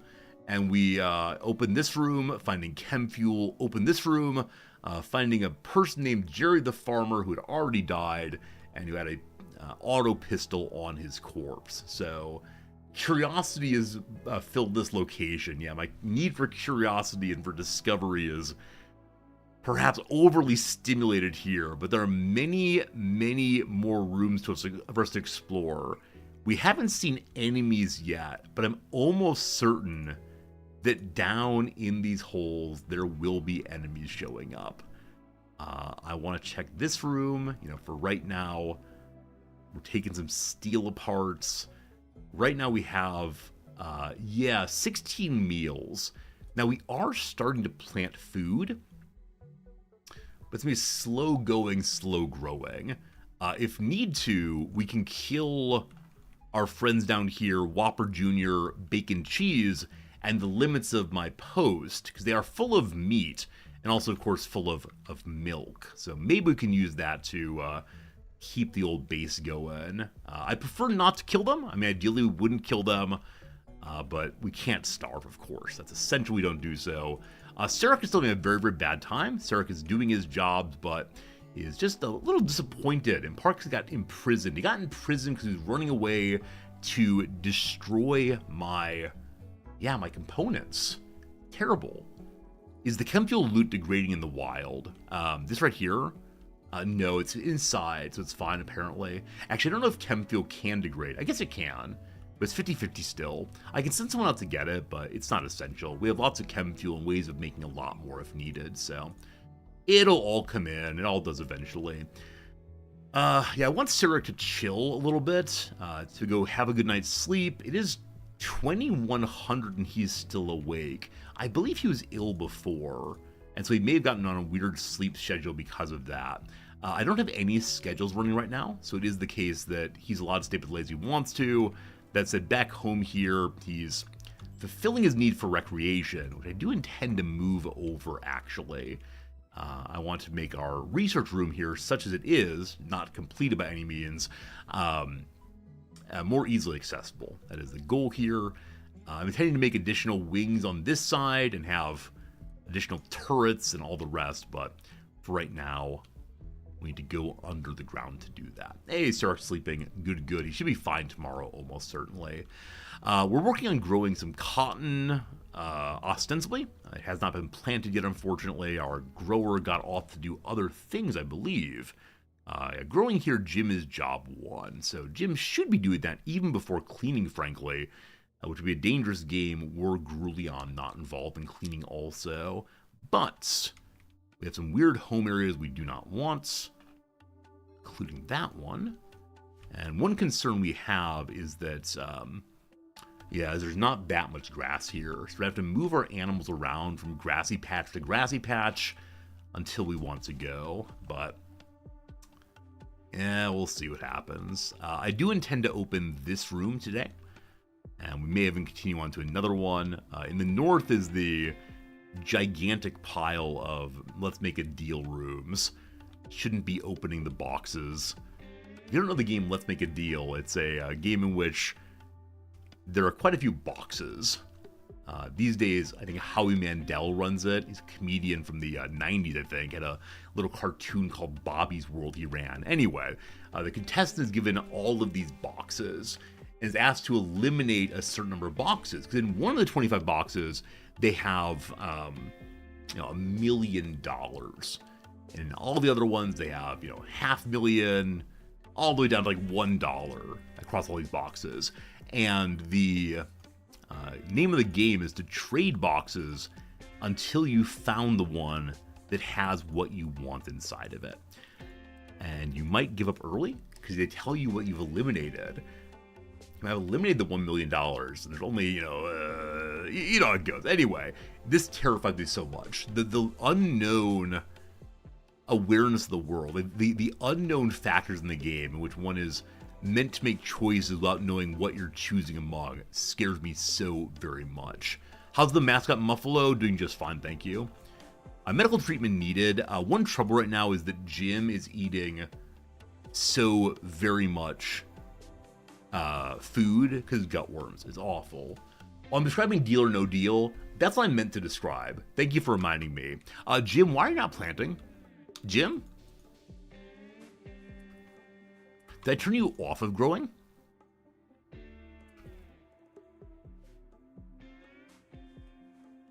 Can't grow, bad seasonal temperature. It's 0 degrees outside, that's why. Sorry, I meant deal or no deal. Like, there might be $1 million here, might be death. Anyway, everyone's in good mood now. Let's get ready to possibly have a very bad experience. Yeah, we know that there are mechs here. I should move or destroy these rubble piles, I guess. We can have people stand there a little better. I can destroy some trees and make some traps right here and move them from place to place consistently. But, I don't know. The excitement and the nervousness all together at once. You can't do this. There we go. Hey, Black Point, good seeing you. How's Ben? Always a pleasure to see people popping back in to play some Rimworld again. Alright, Grulion, you are going to open the door. This might go very, very poorly. Actually, no, you're very slow. Jim, you will be opening the door. Oh, category. I'm in just chatting still. My apologies. Thanks for catching that. I got so excited about playing Rimworld, I forgot to say we're playing Rimworld. 11,000 people are watching Rimworld, and now you all are also. Not the Iliad is today's possible, or today's title rather. It was funny last time, funny this time also. The more time you repeat a joke, the funnier it gets, certainly. Alright. Alright. Should destroy these also. Okay, so we don't want... Wait, we do want those? No, we don't want this. We can use the wall as a place to hide. Destroy that. Destroy that. Then we go. Explain the joke every time, single time? Absolutely. That is the way to make it as funny as possible. 100%. Okay, how bad could this be? Grulion, open the door. Okay. There are old cardboard boxes in here and ancient beds. We can deconstruct the cardboard boxes, which I assume means there's nothing inside. Oh, very slow to open them. Very, very slow. The old beds, what are you made of? Do we know? Rusty frame. Does rusty frame mean it's made of usable bits of metal, possibly?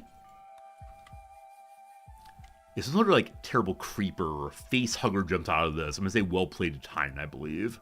Nothing! This room is nothing but a profound disappointment. Like my relationship with my parents, it's okay.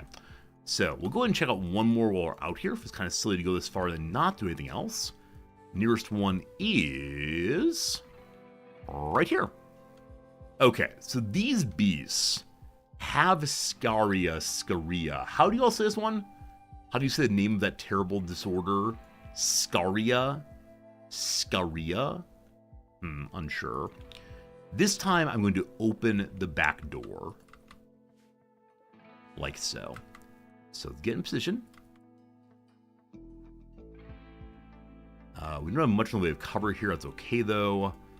Because surely we're going to run away. Now, of course, the issue is, if we open this and there's enemies inside, running away just means we have a little bit of time until the enemy gets us, right? They don't go back to being, like, peaceful, friendly people.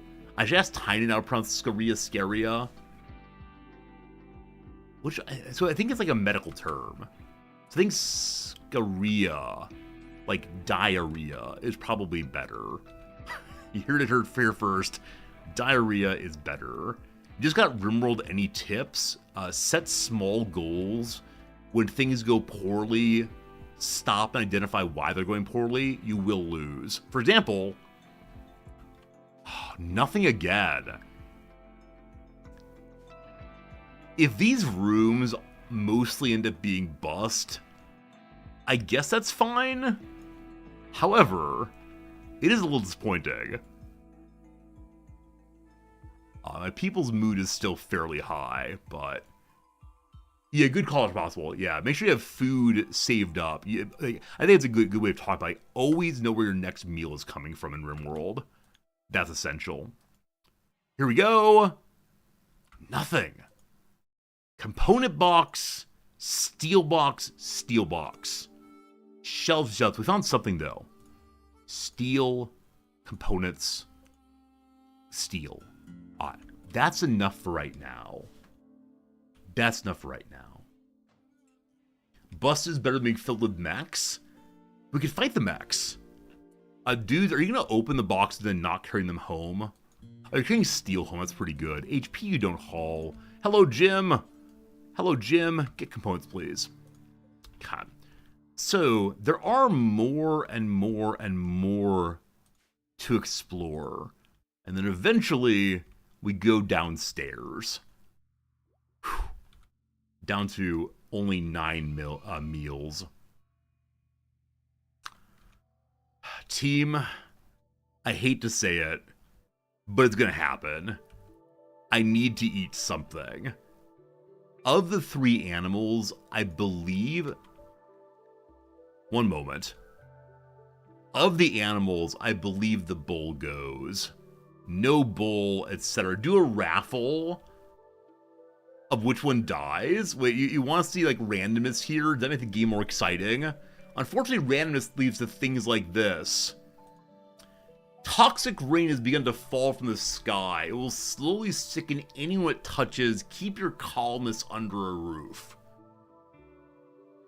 The cows can mate and make more food. I mean, while this is true, it also leads to me killing the mascot. If I kill the mascot, I'll be very, very sad. So, exactly. The cow does make milk also. Am I allowed to blast off right now? 2 more days of cooldown. 2 days of cooldown. We could mad dash check out the stockpile. I suspect it's full of so many enemies. We need to hack it.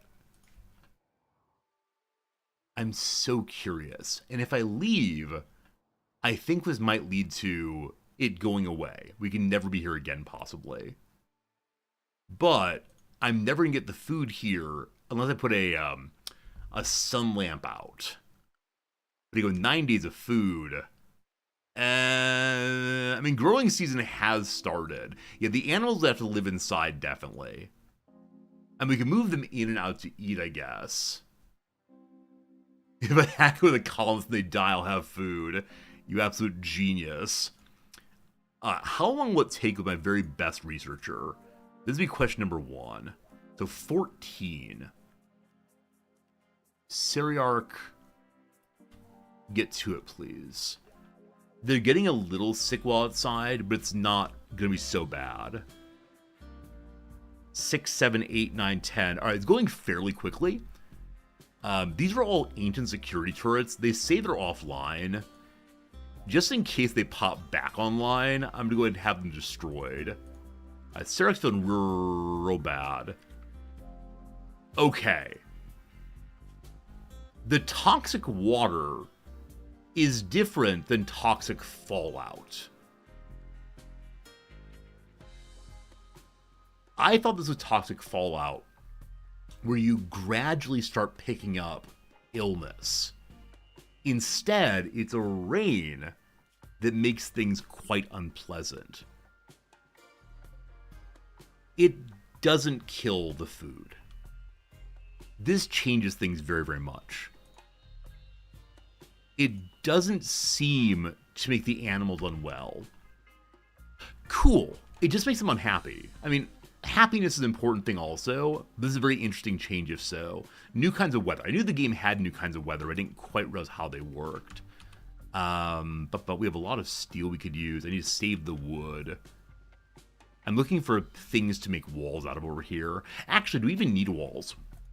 actually, we just build a roof over top of Brother Man. Sure. Nalphine, go do it, please. Cool. We'll watch to see if they get sick. And obviously, like, 8 mood down is pretty bad. But Brother should be fine now. Brother, you fine? Brother is still soaked. Uh-oh! Cyriac's hacking has been detected. He's been locked out for 8 hours. 8 hours of being locked out. Does that lock out all the doors? It does not. But each door has a different progress bar. What else can happen if you're detected? Also, what determines speed of detection, I wonder? You're going to need at least one wall. I suspect that intellectual is the determination of your determination if you're detected, rather. I don't know. But again, the crops are happy. We must imagine the crops happy. Jim, why aren't you planting? Your job 1 all the way, correct? Yeah, he'll do planting first. A major break risk is indeed Cyriac. Are you still soaked? So, toxic water goes away in 2 hours as he dries out. You'll be fine. No, stand underneath the... Wait, what are they building on? How are they building a roof?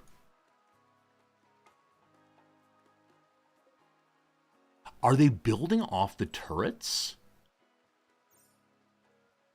I guess the turrets must be tall enough to support a roof. So don't destroy the turrets until that wall gets built, but still, that's bizarre.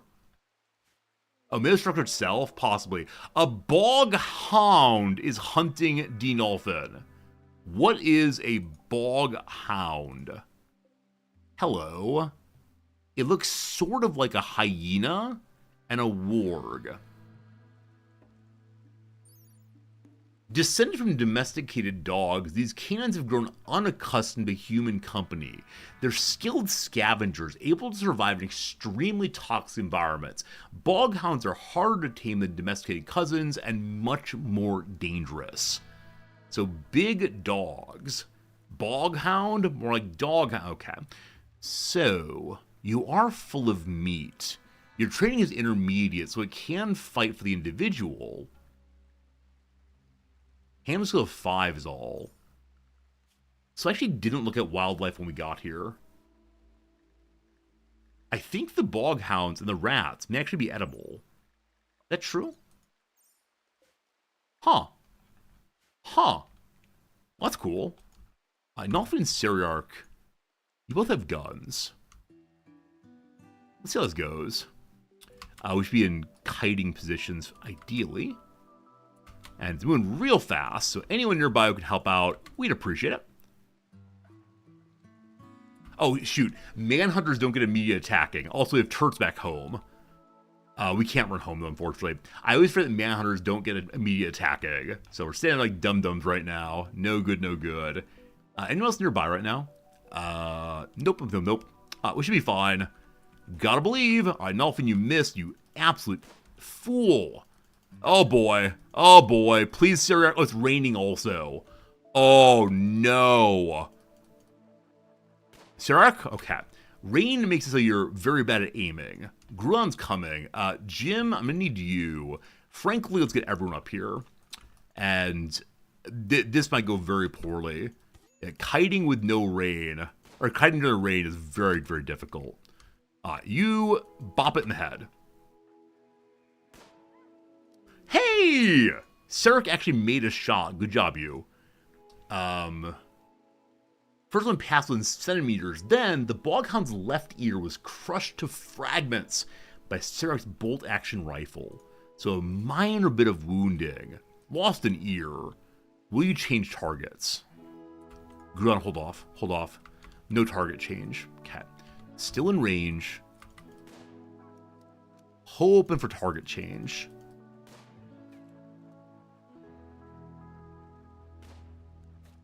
hoping for target check. Okay, it's not going to happen. People are still coming ostensibly. So, Grulan, it's time for you to step in. Stunned, awesome. I probably should start to stun earlier. Toxic buildup does show up. So, Toxic Rain now has, or perhaps always had, not sure, the combination of it's unpleasant being wet, and then also it is like Toxic Fallout. So we're gonna get out of here soon. A second Bog Hound is now hunting Denalfine. Delphine, still not say your name. That's no good. Hello. Okay, D, turn and fire also. Other people are coming. We have a moment here, but not long. It's downed. It's down, fantastic. And that's actual factual food. Okay, we gotta get home team to clear the illness. So this one we did notice is coming. And you're gonna run away again. We're gonna get ready to hopefully stun. Phones are here, good. Jim has a big old weapon also. All right, both of you go in and stun. Bring you on down. Nolfien's being attacked now! No! You're fine. Okay, so successful damage here.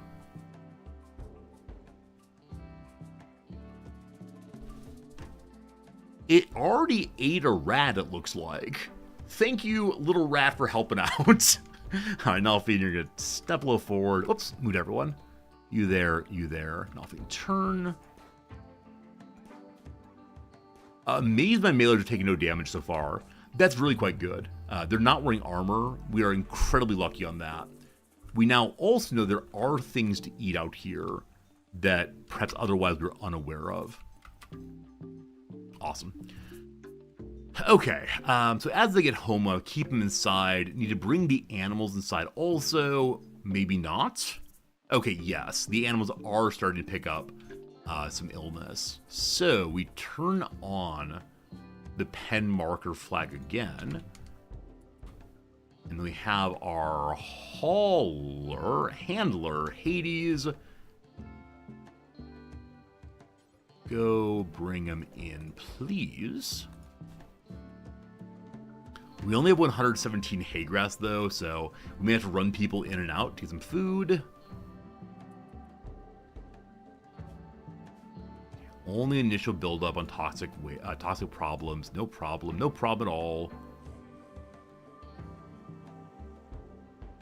Awesome. We will have enough food for now. There is another bog hound nearby. He's having a little sleepy time. We need to make sure we kill it before it gets huge toxic buildup if we want to.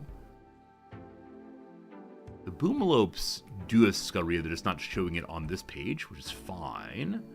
I know the pig's in bad shape. A monitor lizard. It's unwell also.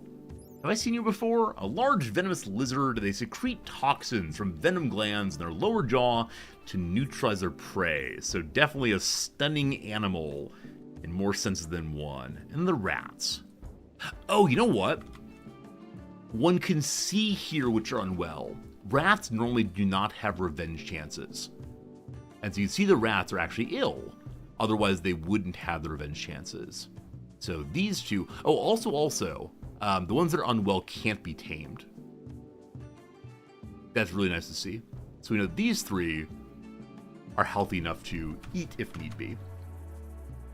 Great. So Nolfien, you need to find a bed real quick, friend. Yeah, you're bleeding all over everything, and in fact, your bleeding is a bit of a problem. So go find bed, please. The doctor will be right with you, of course. All the animals are inside. Fantastic. So it's now time to restrict everyone except for Jim into our house. We need to make it a little bigger. Also, the ancient stockpile may be hacked once more. It's only off for 4 hours, I believe. So the ship got bigger, and so your allowed area will be also. We have this corner also, and this corner as well. Neat. Okay, the doctor is sleeping. HP is a good enough doctor for this. Just a matter of jamming up some wounds, all fine. And so now everyone goes into this building, including the bird. You stay inside. And everyone except for Jim, to hope that more planting happens rather.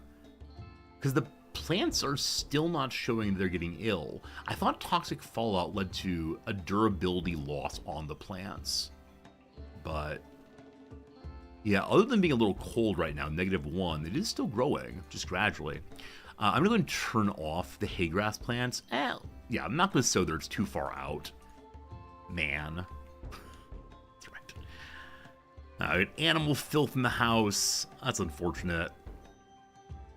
Good night, HP. Altogether an okay day. Tomorrow we get a big old pile of food. We clear up that blood. We continue researching. Other than that, I'm not sure what we're going to do. Also, I wonder if the solar panels work at lower levels here. Because it is a dark area in general. Also, I don't know if I like this corner right here. Oh, this corner is not supposed to exist. It exists only because of the jammed on thruster in a very awkward position. It's not supposed to be that way at all, I promise. Alright, we have planted a little cotton. It's 0% grown right now, so we need some nice days to help out with that one. Oh, you can fill in craters. Designate the crater to be filled in. A column assigned to construction will fill it in. What's the crater do? It lowers beauty, and it can't be painted. But someone can do the work. Do you, like, drag rocks around? I want to see the graphics on this thing. It's outside, of course, so Nolfin can't go out there right now. At some point, though, I want to see what it is to fill in a crater. It looks very large indeed. Now, without Z levels, maybe it just is painted there. Did the rain stop? Oh, Thula, thanks for having eyes. We didn't get a pop-up to say it said stop, but it did indeed stop. Fantastic. Really great, thank you. Animals. Back outside you go. First bit of eating the hay, how much did you eat? Wow. From 117 to 85, insert your own math here. That's quite a bit, isn't it? Everyone, freedom! Freedom, all of you! Also, someone has not set up schedules at all since the very beginning of the game. Good. I know we should do staggered work and overnight shifts and so on, especially on a plane like this one. That's right, we're in a plane. We're not in a spaceship. Jim's planting, awesome. With the planting being important, we could deputize someone to help for a little bit. And Jim doing that means Jim is not doing cleaning first. But yeah, no one is right now. Oh, Grulan is actually. A bog hound is hunting Oda-Toda. No more desire for rats. Only desire for poor old colonists trying to get to work on building roofs. You're a swordsman. You're a mace person. That's why we had very good luck rather in melee. I doubt that should continue. Seriarch, you're still very unhappy, man. 8-lot table. Again, that was your choice. There are 5 chairs and 6 of you. There are tables here also. Wait, why are people eating out tables then? 5 seats, 2 seats. Weird. I'll need to watch him like a hawk. I think I recognize. He's a malingerer. He engages in mendacious behavior. I can't have that. I think he just shoots me though, please. HP, what are you up to? You're researching, not cooking. The cooking is all done. Alright. We have enough food for a day or two, but not nearly enough time, unfortunately. Alright. Run, little buddies. And some bionic legs here. Grulion, you may have started studying, possibly.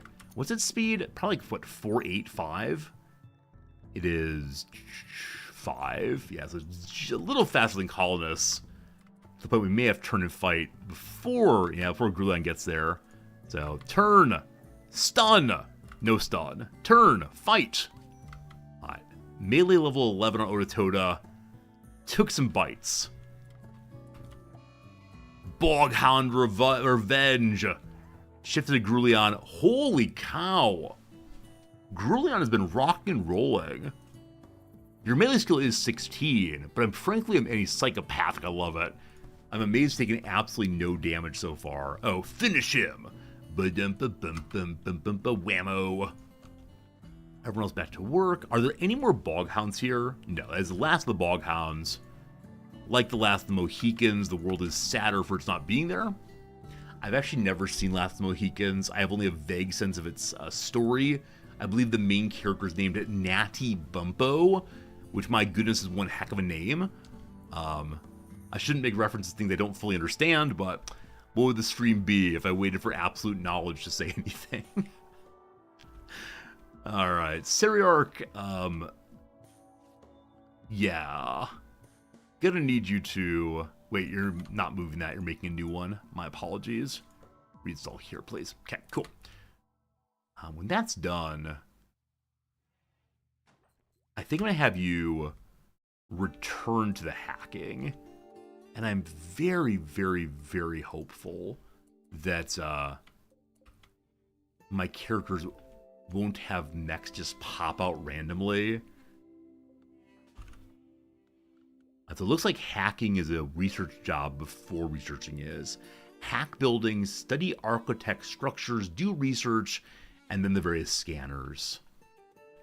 Well, if mechs pop out, we'll learn something important, interesting, and valuable. And that will be lovely. Now, why it's so ugly over here, other than it's outside, is the Scarland extra ugly, I wonder? The Scarland's -5. Isn't it the case that ordinary ground is only -1? Wow. So it's an altogether unpleasant place to be. The ground is called Thorn Vine. So the Thorn Vine grower, there's the problem. I wonder then, may we cut that down? Is there finally a use for the cut down everything mechanic? There might be. Jim, you have a job now. So plant cutting for me tends to only happen, for harvesting, obviously, but then for like fire breaks. Really cool if there's a way to actually use a technology that's almost never used, or an interaction in the game that's almost never used. Going to harvest. The poor Seriarch is still standing here working. Hacking speed of 93%. There's nothing stated here about chances of revenge, chances of failures. Only speed is indicated. We're about, what, a third of the way there. A little under a third of the way there. Cool. Jim's on the way. So far away. We'd be much faster if I mined through here. Yeah? Huh. I mean, there's a door right here. Now, will Jim be horrified by cutting these down? Also, are there pots nearby we can move over to Delight? Old Seriarch there. And the ruins to the south. Detected again, locked out for 9 hours. I don't know how I feel about this. The locking out mechanic. I think all it does is make it slower to get to the treasure. Huh.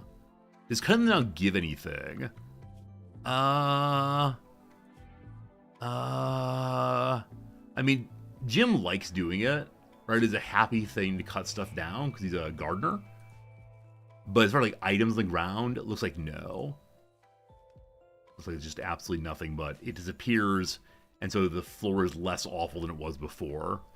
That seems nice. There's some around my ship also we could cut down, but it seems less than essential. We'll see. Right, that's nice though.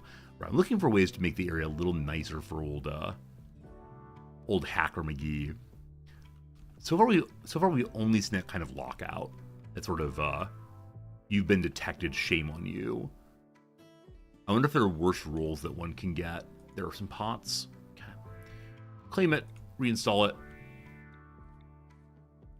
Over here. Probably still nearby. I wouldn't doubt it.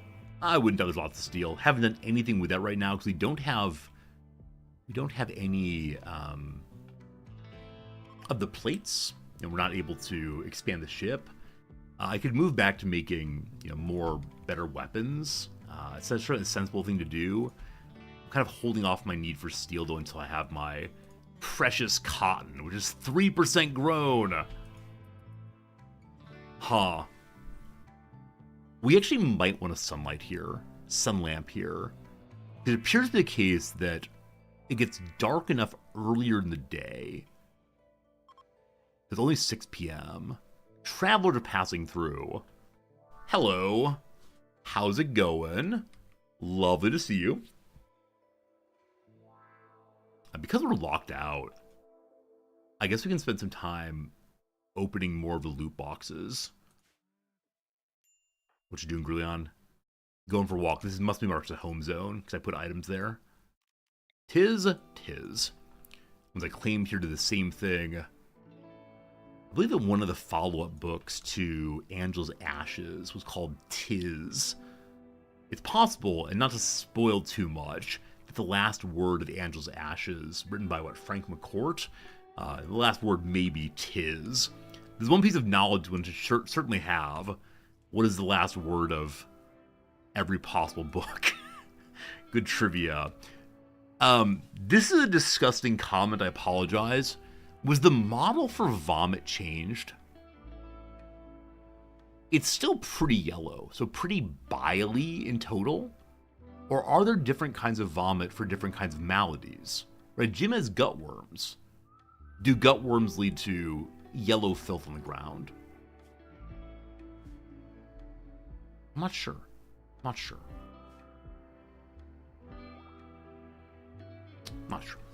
We can hack again if we want to. We can leave our friends behind. If our friends don't hack, and if they don't hack, they're, well, no friends of mine. We can hack. Before we do that, I want to, play some more opening of boxes. There's some right here. That's not one. Actually, there's one. Very, very large. Okay. So the Ancient Danger will not have doors on it, right? In principle, Ancient Dangers do not have doors. So I can walk in here if I want to. Men Without Hacks. How did you come up with that so fast? That's amazing, because the band is Men Without Hats. You are the extreme hero of the day with that joke. But more importantly, Oda Toda proposed marriage to Jim Iconius. Jim said yes. Jim will change your last name to Sokolov. More marriage, more good. Setting up the eventual divorce. This is a horrible place for marriage. I guess we'll have a little bright moment. Yeah. A bright moment in this horrible, horrible place. But where? I guess we could prepare a room for the happy couple, or as usual, we'll celebrate the turret that defends us. Oh, mighty turrets! Ooh, you are so big! Lovely. Lovely, lovely. I want to move these out of the way. They're offending me. They offend my gaze. Dump stockpile right here. Yeah, components here. When I want to go ahead and mine all these things before we get out of here, but I guess I'll go make another rifle or two. Already marked one there. Cool. Yeah, make vests. Oh, I'd love to. Smoke launchers. I've never really used the smoke launcher that much. And I recognize it is a very powerful weapon, but its particular usage confuses me. Like, I get the basic storyline, something, something, block shooting, something, something, bad accuracy. But I just never learned how to use it. And the ongoing story of my relationship with anything in the game that was, installed before, or installed after 1985 or so. The newer technology makes no sense to me. Oda total of 15 in technology and hacking. So good. Basically, the turrets can't see you. Absolutely, Von Ruger. These are all very good usages. It's the same things I never really learned how to use all the magic spells in Royalty. I'm aware of them, but they make me uncomfortable. So maybe it'd be good for me to go through and play all of the new DLCs with a spirit of let's discover what the, when I say new DLC, I mean all the DLCs, with a spirit of let's actually use the mechanics as opposed to playing the same game we always do. But yeah, I think when like the mech encampment started, like the, hey, you suddenly have a giant mortar on your map, and hey, the mortar's protected by something that'll kill everybody at once, is a little overwhelming. But I've been doing a good job, I think, of exploring the mechanics of the new DLC here with the spaceship and so on, but yeah, if I truly want to be the Rimworld master, I need to find a way to learn things I haven't learned much of, I suppose. Hey, Conrad, thanks for that resub. 15 months! Thank you for being with us for all those months. I appreciate it. Hope you're having a good day out there in Viewerland.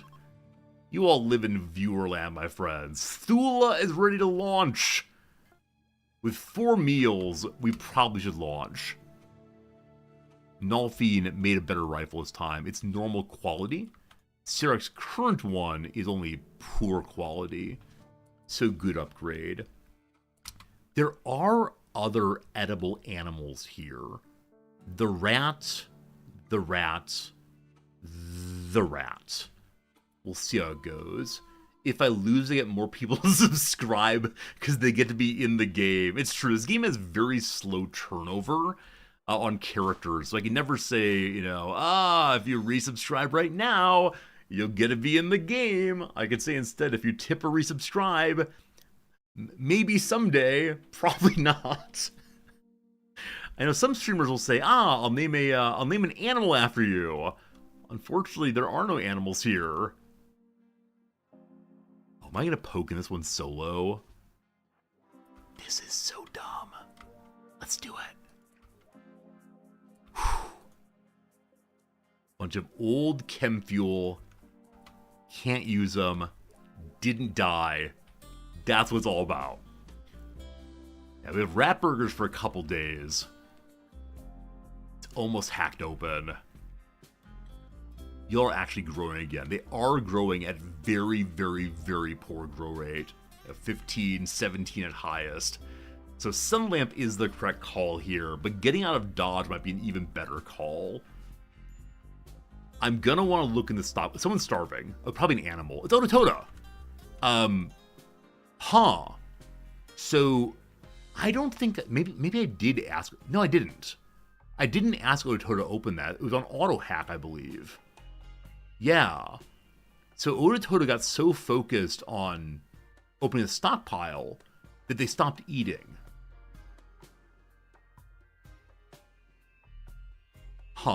If that's the case, that's definitely a bug. It is on auto. And I know earlier I asked Grulion to open it. So something interesting may be happening there. I'm not sure. Not sure at all. You've been there with coding? Yeah, I don't want to say that, you know, the game should be perfect in all respects. After all, just released, etc. But seeing that starvation pop up before we have no food was very striking. Traveler passing through. Oh, so here's the moment when horrible ideas flash to mind. You have food. You have 6 food. I need food. May we come to some arrangement here in which you give me your life and I give you freedom from the world as it is constituted. 45 points. And we get there. 2 meals were made. There are still rats. There is one more rat out there. Nalfine's trying to get it. Oh no. This is going to take forever. Sending Jim out to hit it in the head would probably be better. Friends, I'm intending to eat the bowl, just so you know. That is my current thinking. Grulion's hacking detected locked out for 15 hours. We had only, 26 points more. And yet. Blue ones are good if I'm shooting from a distance. The boom ones, unfortunately, all have Scaria. So I can't eat them. Yeah, everything's left other than that rat. No, everything's left now. I cannot eat it all. It's all full of yuck. So much yuck, unfortunately. I should have brought more food. Now, I'm guessing they have food in their pockets. I'm guessing some of them must have food in their pockets. This person has 2 meals. Greedy, greedy, greedy. Greedy, greedy. Okay, we're fine for right now. 15 hours to open it. What time of day is it? Did I have milk as an ingredient for meals? Oh, I probably didn't, actually. Well, I could be consuming it, but yeah, I didn't make that modification. Which one can do? Tasty milk. Oh, that's actually already added. Yeah, we're good. They're grabbing the milk when they can. Oh, cow. I don't have a... Oh, I want to go look. I know it's bedtime. But I need to slake my curiosity. Slake. That's not a word we use every day. Might be smarter to go in from the backside, actually. I'm going to do the little room first. And then the big one. Surely someone has saved food here. Jim, why aren't you moving? Oh, I had to stop to vomit. That's how it goes. We're all jammed in here. We'll give our shooters a little bit of range to work with. How bad could it be, team? Okay, an army of meleeers just in case. And then wild shooting into their backs if need be. Jim, I gift you hope.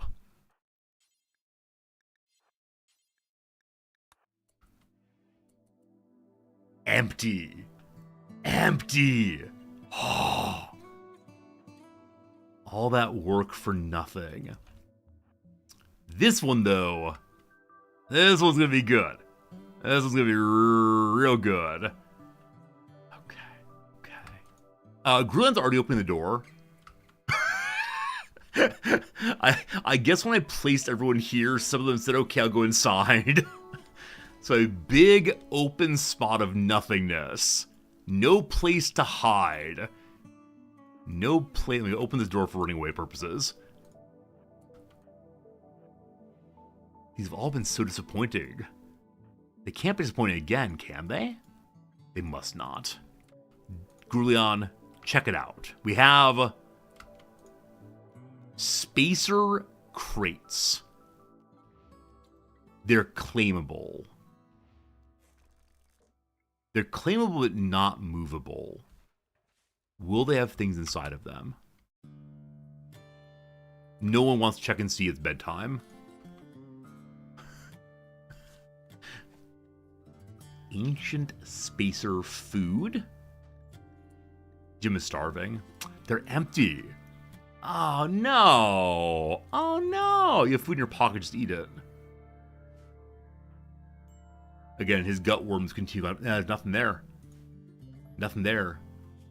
Yeah, claiming them but not being able to move them, I think, is kind of unfortunate. Because most things you can't move, you can't claim also, I'm fairly sure. Like, you can't claim the rubble pile, for example. Alright, sadness and emptiness. It wouldn't be great if one of these containers something inside of them. The one that's listed as a, open container, maybe not. But the sealed container, I don't know. Even for, boxes of trinkets, children's toys from the biotech. I would love that. Totally cool, no problems. But just not to be. Okay, how many hours till you're ready again? 9 hours. If we all starve in a pit, that's going to be kind of unfortunate.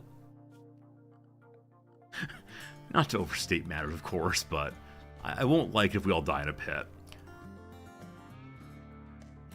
Okay, looking for other components right now.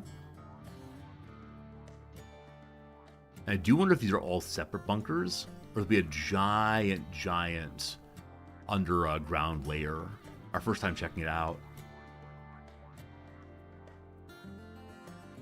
All right. No way this is 23% grown. So if we had a couple more days, these actually no, I think we planted this corner first. We've been here for 5-6 days with 23%. So we're gonna need 7 or 8 days for that. It is a tough map indeed. We will leave. We can leave anytime we want to. Just want to get the door open first. And hope the door doesn't collapse behind us. Can you even imagine? Does Mr. Cow make it out of here?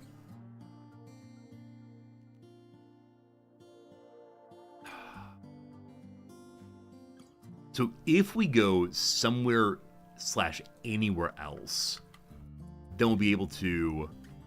Oh, the bird's probably eating my food. Bird? Bird? Bird? I did forget that the bird can eat my food. That's no good. Bird, as punishment, you go live over here for a while. Thank you. Thank you. Yeah, so we could drop somewhere and grab just random animals for a little bit if we need to. But just want to know, where does this hole go? I can rewrite a version of the Grateful Dead's Uncle John's Band off of that one. Oh, I want to know, where does that hole go? Come hear Uncle Riz's story. It's a terrible song. Oh, it's good. It's coming together. We'll have to workshop that a bit, but still. 4 hours to go. Grulion, what's wrong? What's wrong, my friend? You're hungry. You have food in your pocket. Just eat the food. Good. Hey, Thrumbo, thank you for the kind words about my vacation. If you didn't see yet or didn't hear yet, today is the last day of the streaming week. I will be gone for the next few days for our once a year or so vacation. A defoliator ship is here. That doesn't exactly matter. Give me a second on that one. Also, we don't want animal corpses here that are fresh. We have a rat we're eating still. A large piece of an ancient ship has crashed nearby. Its mysterious influence will soon kill all plants in an expanding circle around itself. Destroy it as soon as possible. Beware, though, it'll defend itself. Whammo. I wouldn't mind fighting these mechs. Lancer, Pikeman, definitely handleable with the team we have. We lock all three in melee. The pikemen are very susceptible to damage from maces in particular. But they won't give us food. So I kind of want to ignore it. 1 hour to go. Also, I'm amazed that no one has touched this food yet. Surely someone will grab it eventually. DD, good. 0.3 hours. 5 seconds. Back online. Syriarch, get to it. I think I have 2 people of more than 15 research, yeah? 15 and 14, in fact. Cargo pods. Is this the day when I say I'm glad that I support this game? Is the day when the game gives me streamer luck and I receive food? It is, in fact, that day. I'd like to now sing for you a little bit of the American canon. A little song called Glory, Glory, Hallelujah. His food is marching in. My eyes have seen the glory of the coming of the food. It is not very good, you might call it basic and rude. We'll eat it in our stomachs till we're feeling nice and full. The song is now over. Every year I do a survey at the end of the year of what are things you like, what are things you don't like about the stream. Help me think about the next year ahead and so on. And maybe this year I'll ask, how do you feel about the random singing? Does it enliven you or does it horrify you? Please be honest. Because man, it enlivens me. I have a real good time with that one. It is open. It is open. Gives you life, honestly. A+, yes. The problem, of course, is attempting to pen a functional song in the middle of singing it. It's a tough skill. It's a tough skill. What do we get? Food in the north. Yeah, we definitely got some pemmican up north. We're fine for a little while on pemmican. It's not all been hauled in. Jim's going to get it. Jim's going to eat the pemmican. Wait, are you all on don't eat the fancy food? You are. Oh. Okay. You're allowed to eat the fancy food, I'm sorry. Definitely an error there for me. You'll be eating the pemmican also, but... Fine. Are you going to eat it? No, you are hauling it indeed.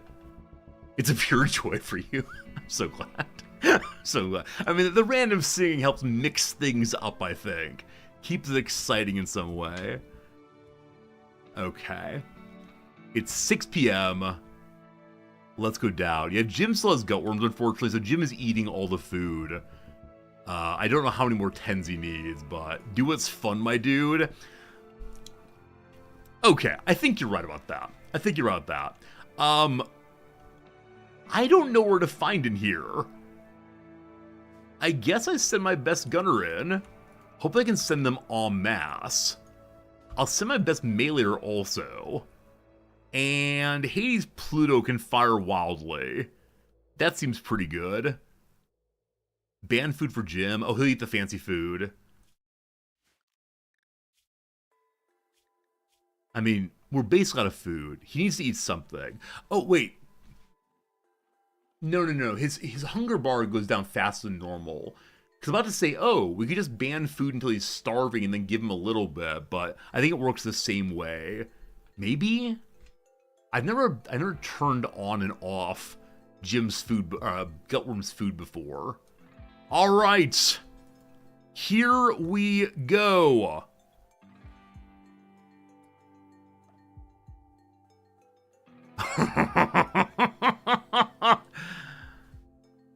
Oh, man. That's a pretty big area. Are we guessing this is not a good place to be? Okay, we'll only be here for a little bit. Seriarch, get to it. Meleeer ready. No light. No power. Is it Z levels? It's the closest approximation of Z levels we do. New colonies. New colony means new subs. Yes. A pen is needed. That's not true. That's not true at all. Maybe in the ancient structure, we'll find a bunch of food down here. I shouldn't be holding my breath, and yet I am. I'm gonna look through one room right now. Hopefully mechs don't know how to climb ladders. Here we go. And open. The blast door is open.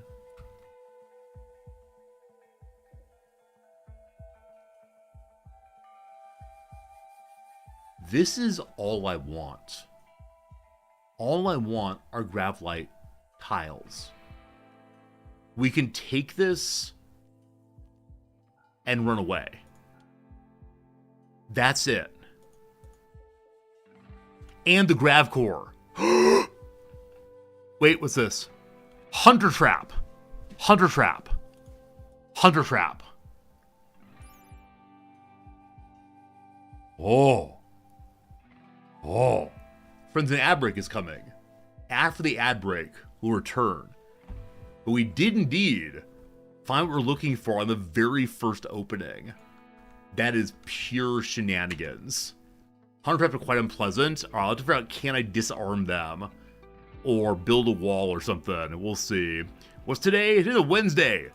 Good luck on the crossword, friends. It's by Robin Weintraub, my favorite. I say it every time. We'll see how it goes. Oops. It logged us out again. Where's my, always stay logged in thing? I am resorty@gmail.com. That's true. Weird. It's weird. I don't think it's even on a regular schedule of when it locks down. Some fluffy lapdog. I'm guessing are Pomeranians, thus Poms. Headwear for a Serengeti excursion. They're pith. How about a safari hat? I like it. Hey, Jack Blades, thanks for the resubscription. Jack heard that ads are coming and said, no, none for me. You say, beep blorp, hi, resorty@gmail.com. Hello to you, JackBlades07 at resorty. Wait, never mind. Your email is not resorty also. If you wanna email me, you're welcome to do so. Some of you send me nice emails occasionally. I always love it. It's always very nice. So thanks for hanging out with us. Blank shalt not steal. Probably thou. If you send me an email at resorty@gmail.com, I will respond. Absolutely. Kitchen tools and disaster prep kitchens. Disaster prep kitchens. I have no idea what tool they'd use. I mean, they need to have, like, can openers. How about that? Ha-ha! Good. A condescending type. Resorty doesn't fit. A snob, probably. Stability enhancing part of some sandals. Like, the ankle part. Ankle strap? Maybe. Stay quiet. Don't talk. Don't speak, probably. Maybe. Parsley, sage, rosemary, and thyme. They're herbs. There we go. 1 of 5 in a limerick. It's a line, I believe. Ha! Good May. Maybe lol. We'll see. Alice in Wonderland character who's late for a very important date. This is the rabbit at the beginning. It's not the March Hare. Is it just the white rabbit, maybe? Maybe. Mai Tai, a tiki cocktail, Mai Tai, rather, I said it right away. A rank that required at least 21 merit badges. So it's some flavor of Scout. I think it's the Eagle Scout, but I'm not sure on that one. We'll see. Runs at a leisurely pace. Trots. How about jogs? I'm not condescending. That's very kind of you. 19th century anesthetic. Like ether, possibly? What's the down? Tearful is weepy, so probably ether. Surgery sites, there's the ORs. Student. 2T, possibly. Student, a learner. I'm put 2T in. We'll see what's right. Cockatiels and parakeets for some people. Maybe just pets, possibly. Complimentary taste at a grocery store. A free sample! My wife missed Costco so much for that reason. Distance used units on football fields briefly. How about the yards? A sticky fall treat served on Trick. How about caramel apples? Wait, that's not gonna fit. What else is sticky? I mean, marshmallows, possibly? They're often made in the fall. That's wrong. What's the down here? Something squirreled about a squirrel. An acorn, indeed. Like someone yawning during a lecture. They're bored. Or is being very rude to me. A candy apple, we call it. Candy apple instead. Income blank. Income gap, maybe? We'll see that. Group that provides reliable support for a political party. One's base. One's Benaz. Alright, the ad break is over. Let's see if we can finish this one on the first time through, though. Baby bird of prey. A falconette. Are owls considered birds of prey? Maybe, I'm not sure. England's first permanent settlement in North America. Something Bay. It went very, very poorly there. No, it's not Bay. It's a Native American word, I believe. Oh, come on. We don't know what happened to the people there. Roanoke. No. Maybe not. Maybe not. What's the down here? Mamas and the Papas. A pupil instead of 2T. Alright, we didn't get to first time through, so it's not Roanoke at all. There's something Canadian, possibly. Let's see. Revive the dead batteries to jump start. Fencing swords are sabers. I don't know what spelling they want. It could be R-E or E-R. I don't know. We'll get to the next ad break for sure. Very good. Roanoke wasn't permanent. Nothing's permanent, comma, man. Alright. So what do we do with hunter traps? How do you work again? Dormant hunter drone that activates when it detects a threat. The hunter drone closes with the closes with the target and detonates. It's hidden this front train. It cannot be placed adjacent to other traps. Okay. So.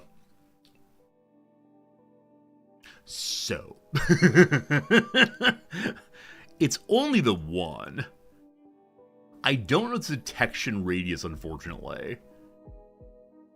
I have no one who runs especially quickly. I'm curious what would happen if we put our trap of our own right here. Also want to forbid that door so no one goes in and grabs those things. But yeah, as I understand it, this is what we're looking for.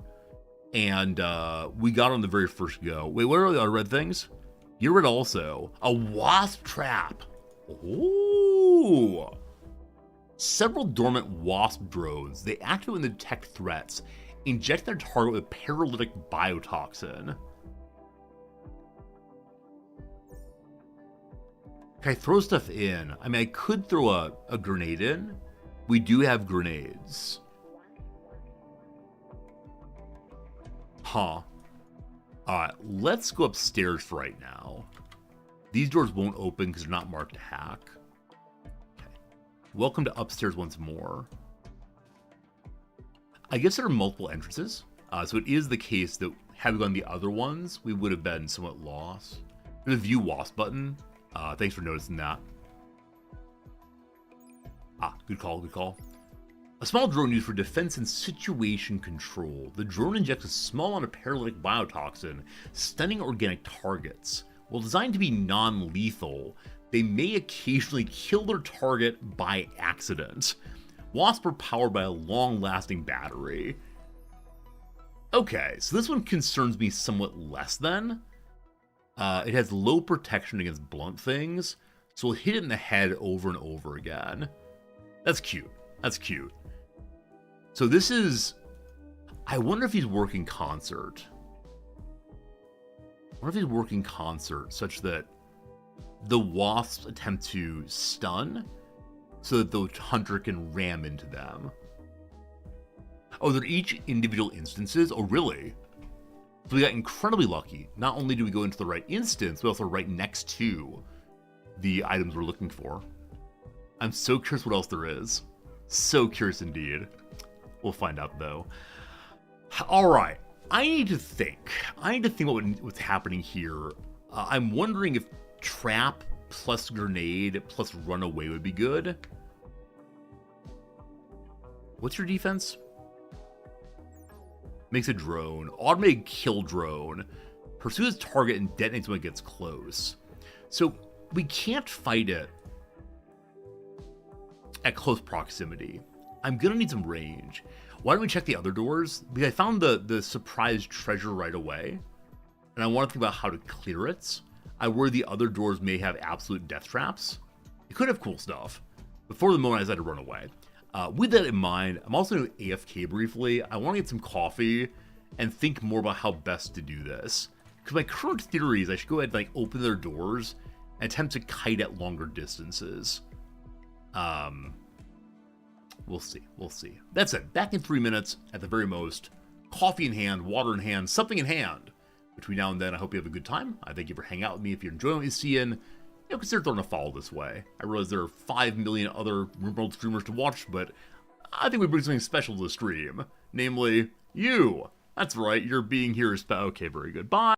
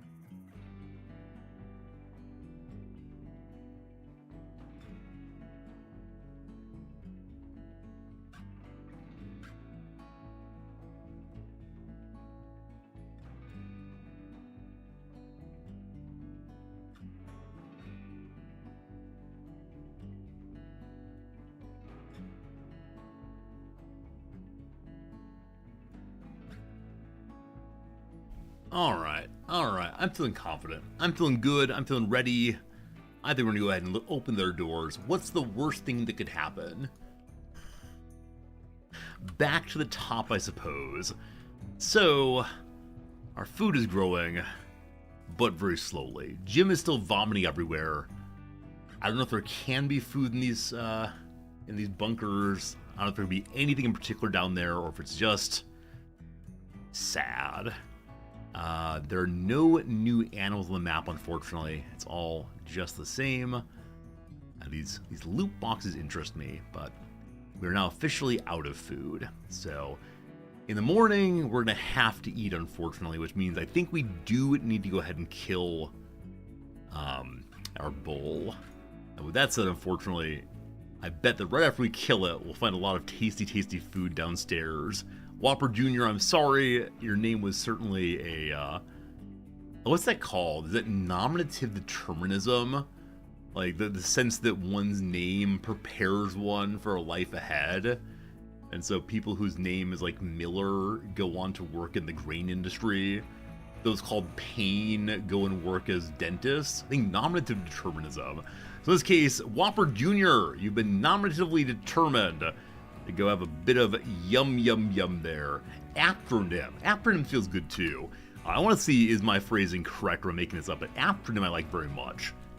Yesterday we learned about, person names regarded as amusingly appropriate. We learned about what was it? Aptograms, I believe, which are, no, not EP programs. Aptograms. Aptograms, where anagrams seem closely related. We learn about moon starer and astronomer. Notes and tones, vile and evil. There we go. But nominative determinism. Someone else used it before.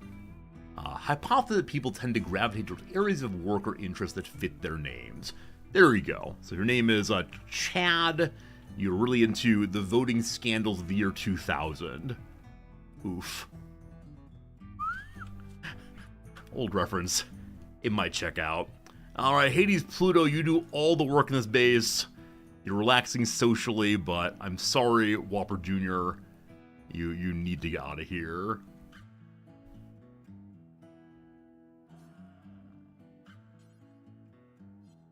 We'll never do hauling. HP, how tired are you right now? Oh, you're fine. Let's get slaughtering, please. As usual, HP will not do any hauling, except this is not hauling, don't worry. Lovely. Lovely, lovely. That'll give us enough meals for a day or so, I believe. It's gonna be a huge explosion of meat. Ooh-wee. And so, we're still just eating meaty meals, unfortunately. An exotic goods trader's shown up. I have absolutely no idea we have to sell them. Like, random small bits of old weapon, possibly. But other than that, there's just not terribly much going on here. They won't buy my clothes, unfortunately. Best social character, I believe, might be HP also. It's Seriarch. Seriarch, how sad are you right now? Alright, you got enough sleep, you're good. You're good, let's do some trading. Hello. Hello. Alright. Alright. They do not have any food for us, unfortunately. They'll buy my animals, or my components, or my gold. Nothing I really need right now, unfortunately. 96 bucks. 96 bucks. I can sell them more gold if I want to. Buying components is usually where it's at this point. Construction 3, teaches heavy bridges. The Thoughtful Studies, more construction XP. Town Guard's Bomb gives recreation for reading it. The Best of Geology and Herbs. More mining and plant XP. I do like books very much. In this case, they're a little bit pricey, I'm afraid, so I don't know. Hello, Miguel. How's it going? Interesting. It sounds like possibly propaganda in my channel. If you want to be a propagandist, we are now enemies. As I tell my students who are studying marketing, you and I are enemies. And oh, they laugh. Not meant to be funny, but they laugh. Yeah, I need to keep at least some of this gold for making my various tools later on. I think I need only 50, or maybe 60. You all know, but I'm going to sell 24 of them. And with that, I'm able to afford one book. Construction is bridges. That's very boring. Construction XP. This is the recreation book at 314. I can keep selling them gold or components. Huh. I love that they have new cows to give me if I want to get rid of the old ones. How many components would it be? 4. I have 60 of them. I keep mining more. Fine. We have our first book, and they gave us a quest. That's amazing. I didn't realize that you could talk to people and get quests now. I love it. There's infested settlement. Has valuable resources and a variety of threats. It is on the coast there in the Boreal Forest. Until of toxicity, apparently. All right, more places to explore. Why are none of the lost settlements friendly? Like, the people all died out, but don't you worry, you're fine with your modern immune systems and so on. You're gonna get some sleep. Very good, very good. Lots of meals now, no problem. If people wake up, we'll head in the floor here. Do I teach political philosophy and philosophy? Yep, absolutely, absolutely. Part of philosophy is trying to find truth and goodness.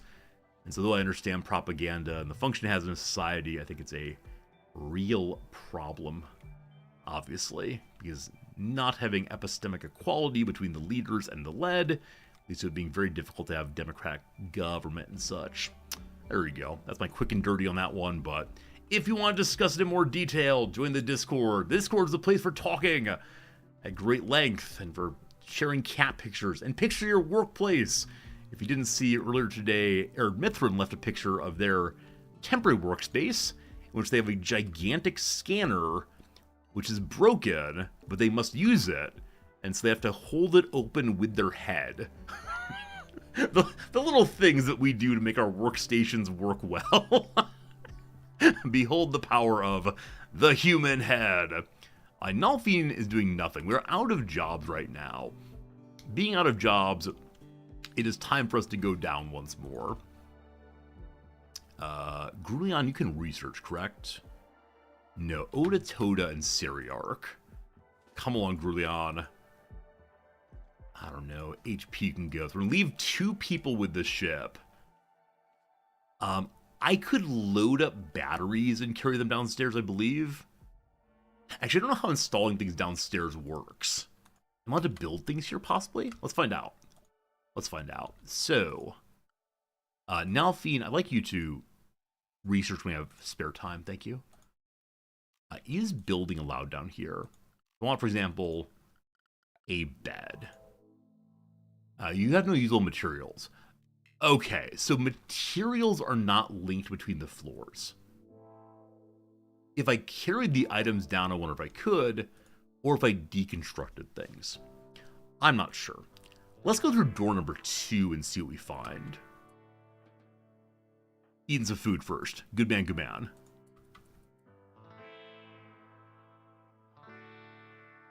Alright, speed it up. Speed it up, buddy. Don't have all day.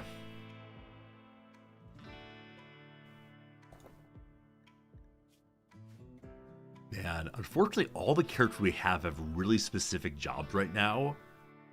So HP, for example, is my... Actually, HP is my jack of all trades. Backup in a lot of ways. They're one of my first characters. And so Hades Pluto consistently did so much important work. Jim, my grower. Grulion, my cook. Seriarch, one of my researchers. It's rough. It's rough. Hello, says Seriarch. Hello to the door, they say. Okay, Seriarch. It is time. Grulion. Let's see what's in there. Door number 2. I can zoom out and see if I see traps. I certainly do not. But there's a smaller room inside and another blast door. And behind that blast door, I see a bit of greenness. Oh, man. Oh, man. Tiny room. I'm going to send a shooter and a mailer to each side. We're going to open them simultaneously and yell Shazam, the name of that movie with the Shaquille O'Neal, I believe, played somebody. Alright, Grulion, show me what you got. Jim, let's go. Oh, 2 separate rooms, actually. An ancient ammo box. A number of beds. Okay, I want you to take apart the bed so I can learn if we can build with it. Now, does the ancient ammo box have anything inside of it? Or does it be like another sad, there's nothing here. All looks attractive, but actually kind of empty. We find nothing. The ammo has all decayed, I guess. Syriarch attacking this door also. Shazam's a super. I'm thinking of Kazam. Oh, I apologize. I apologize. Names are similar, not the same. Also found no items, unfortunately. Okay. This little spot's will be harder for us all to fight in simultaneously. Probably after this door we go back upstairs. We don't have that much food down here. Yeah, we only have 2 meals left for the 4 people.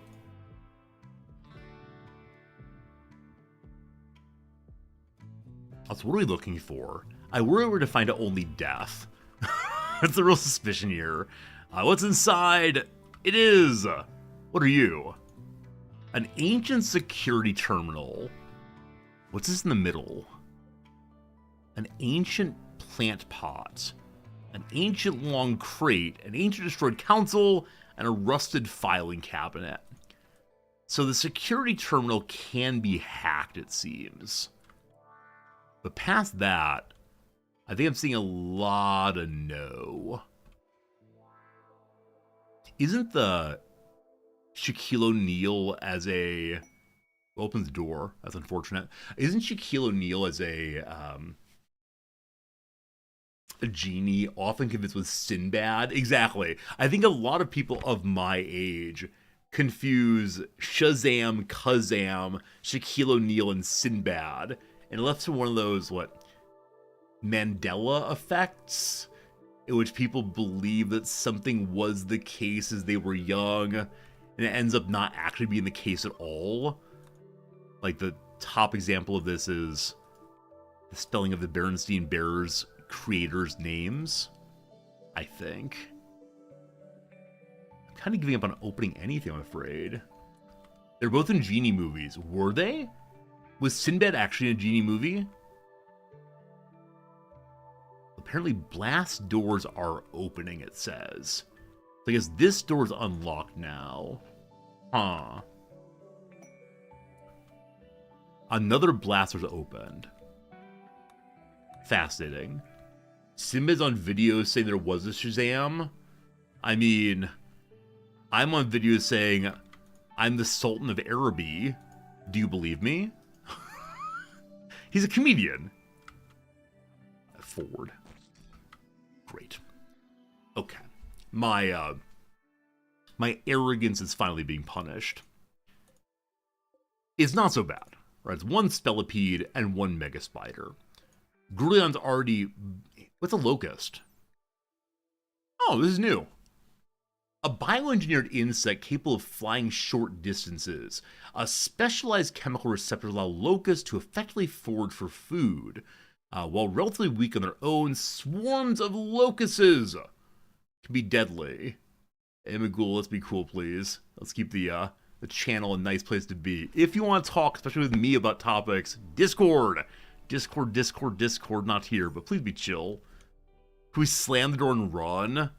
I mean, it's an interesting question. They are activated now. We're not getting out, are we? We're not getting out. So we should have moved Grulion back so far, because this is the correct way to deal with them. It's only 1 at a time. Now that said, we have no armor. Okay. Buddies, I want you to shoot the one in back, please. You got this, Grulion? I think you actually do. You have incredibly high melee stats. You're at half health now. You haven't lost any body parts yet, and you die in 12 hours. A stun, that's great. Okay, the Mega Spider's at half health. This is good. This is good. We win. Grulion, you're a hero. Were you not subscribed, I would now subscribe you, just so you know. Okay, I have a doctor down here, I believe. HP, you have in your pocket some medicine. We're gonna destroy this, and then we're gonna go away. That would be a good thing. I'd like that. That'd be wonderful. Okay, so you, medical bed. Grulion, let's not die, thank you. HP, let's get to doctoring, you hero. Jim is cleaning it up. It counts as being a, it counts as being home zone. Okay, we place the bed. Can you tell me something about Odyssey that's kind of backseating, but I don't know it kills the runs? How about this? You may allude to it. Don't tell me exactly what it is, but say like, Resorti, do you know something about... And that's enough. And I'll say no or yes. That's fine. You don't need to know everything. It's all good, all good. I like that very much. We could eat spider meat if we want to, but we ought not do that. Everyone is joyful, for we have destroyed an insect. What's the phrase they use? Defeated an insect hive, +4. Do I know about the tribal village quest thingy? Oh, is it like, if you have a mission to go to a tribal village, don't land on top of it, go next door instead? Yeah, I think a number of people have tried to use their spaceships as let them to visit friendly colonies. And if you visit friendly people, they immediately become hostile and try to destroy you because they don't understand spaceships. They understand them as only visitors of war. It's unfortunate because, yeah, the mechanic seems to imply that you can fly into friendly territories with no problems. This, though, is false. Alright, I think we leave for now. There's a lot more to explore, but other than experience points for fighting, I'm not sure we've done anything down here that was especially good for us. Here's a question, team. Here's a question for you all. Is it possible to find items down here that are useful and good? Like, do those exist? Or will we find down here only fighting and then this stuff? There are useful and good items, okay. Okay, there are useful and good items. That makes me happy. I'm glad we won that fight, but we haven't found anything useful and good yet. We'll keep looking. We'll keep looking until the food runs out. Which may be soon. But again, the big thing is I need to figure out what I'm going to do with this room. I need, the whole reason we came to the map is this room right here. So like I said,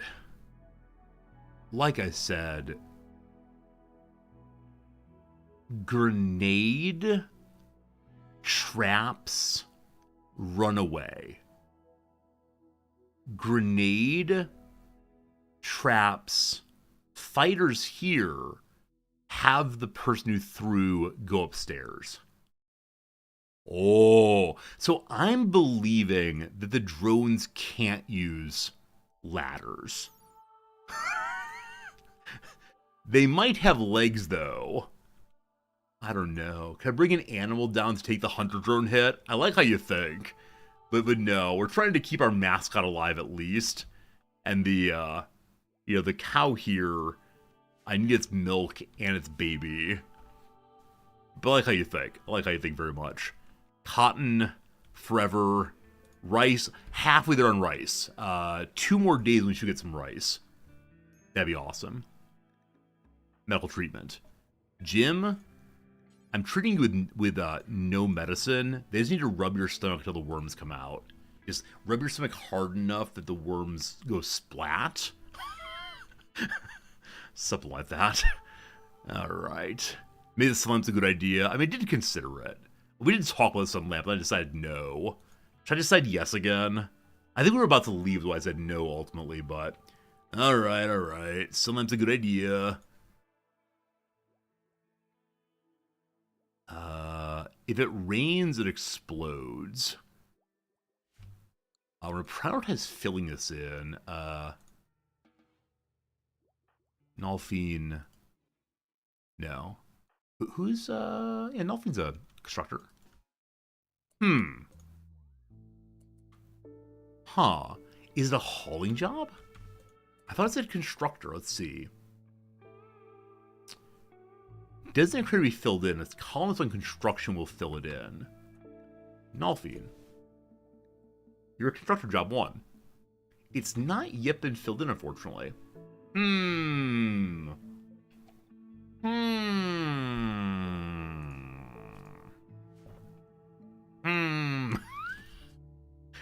And Nalfine didn't go downstairs, so that should have gotten done. But I can't directly order them to do so, unfortunately. Right click does nothing. Maybe zoning. Yeah, I mean, they're all unrestricted. No garden, crater pond. Anra, great seeing you. If I could fill it in with water, I'd absolutely keep it there. It's in the way, though, unfortunately. That's the big issue. The big issue is in the way, but for right now, fine, whatever. Inspired trading. Wait, what's the outer zone here? Is this new? So is the close range the light it gives? And, like, I've never seen the outer penumbra. Is that the word? I've never seen the penumbra of this thing previously. So is that new? Does that give light of the sort that is used for, like, looking at stuff as opposed to growing? But whichever way. We don't really care how much is covered, as long as some is covered. It is new. So tell me, team, is this one has, like, less growing out there? Or is it non-growing light? Also, can I run 3 of them off my current generators? Probably not. I'm going to try anyway, though. Alright. Plug it in. If you're Rin Tin Tin or Anne Boleyn, something about winning. I don't remember the rest of the song, unfortunately. Alright. Gonna be good. It's just normal light outside the growing zone? Okay, fine. As long as they have some of it covered, I'm okay. Probably have the most ideal placement still. Check the item description. You mean like a hero? Does not say. Does not say exactly, unfortunately. Just mentions it consumes 3,000 power. That's not going to happen. That's not going to happen. I mean, that's this is nighttime. It might happen. I don't know. So each one produces how much power? 1,200, I believe? 1,700. So we need more than a solar panel at full optimization to run one of those. These each run 1,000. I can turn this off to save some power. Does the piloting require power? It does not. I can turn off the stove, turn off a tailoring bench, turn off everything. As always, I'm not sure if they consume power just when being used. I don't think so, but we'll see. Dubber, I agree with you on that one. Yeah, I think any song for any patter song, any song that requires very fast singing of the form I am, the very modern Major General, is one that is grand for karaoke. Very impressed we can get through them. A good call is to turn off the forward turtle also. The other ones are off, but yeah, we can do that. But these ones are on switches. Just the front one isn't because the wiring is very awkward, and I don't want to. I mean, this is not that awkward. Right, given they have the cross here, maybe in the future. Food is low again. We have 16 meals. What you talking about, Willis? Very old reference. I apologize for making it. Have any animals repopped? Yes, the new rat lives. The new rat can be dealt with presently. That'll be great. And then maybe we'll go splunking again. So highest priority for me is probably the rice, in fact. And I mean, potatoes will be very, very good. I could replant half of one of these fields as potatoes. I need the cotton pretty badly for armor. I will not feel safe downstairs until I have at least chess pieces. But It's a really inhospitable place to be, isn't it? The answer is yes. Yes, in fact, it is. In case you were curious, happy to answer the questions for you. I guess they call those rhetorical questions. When I say something like, oh, here's a question, but no, there's only one right answer. How dare you answer that question? Occasionally students worry that I ask rhetorical questions. They'll recognize a possible answer to a question I give, but they worry that I'm trying to trick them somehow. And I'll say, no, I'm trying to build an argument. Let's do it together. Give me an example. They'll be very timid, because they want to say, bammo, wrong you are. But I'm trying to, like, bammo, wrong you are anyone. Instead, I'm just trying to say, like, hey, let's think together. Maybe you're wrong. Here's some thoughts about it. Yeah, trying to convince my students early on that I'm not trying to trick them is always a bit of a trouble. Because I swear I'm not trying to trick them. I wouldn't dare do so. If we're building these, we should go ahead and get rid of that one, actually. Go ahead and make a small wall to have roofs atop it. Right. Structure. The wall thing. Only 2 slate. Think of the subs. I don't think people subscribe to have their name potentially in the game. Right? I have to say something like, if you subscribe right now, then this thing will happen. If you do that, then sure, people will subscribe. But on the vague hope of maybe being in the game someday, I don't think so. As I said before, it's probably much more cash money of me if I were to say anyone here can join a giveaway and then maybe get into the game. People like that more. People Kickstart for that reason. It's true. I've never had a Kickstarter though. I don't know what I'd do with that. Son of a gun! Okay, so other than researching what can be done right now in the old base, are we really kind of waiting? I mean, we can explore things. Oh no, the whole world's on fire. Well, this one will die on its own. There's not much grass in there. I guess go down underground again. I think that's the thing to do. Berlin, did you light yourself on fire? Oh, you're still dealing with the wages of your earlier battling. Yeah, I've never set up a Kickstarter kind of thing because I've never had the thought that I had good rewards. So it'd be one of these like, Kickstarter, why? Because you want to give Resorty more money. Or maybe I should do that. Maybe like early access to my Magic the Gathering videos. Or the Kickstarters get to vote on what kind of cards I open next. And every week people vote the most expensive ones. I don't know. I have nothing worthy to give people. I can't draw anything. Maybe that's actually, I should draw a stick figure drawing for any tier 3 subscriber. Anything you want, I'll try my best. No guarantees on quality though. Alright, let's go inside again. People are saying they have nothing to do. Here we go. Open an alpha starter deck. I mean, I'm currently negotiating to get a, revised edition? The 3rd edition one? That's about as rich as I am right now. That's about all the money I feel comfortable spending, given the plan for the future of the channel. But yeah, I mean, right. If someday I hit the big bucks, then sure, I'll try to open ridiculous ones. Right now, no, though. I think the revised are around $200-ish, which is quite a bit of money for a video, obviously. This is already unlocked, actually. We unlocked that with the security terminal down there. Yeah, so I don't know, team.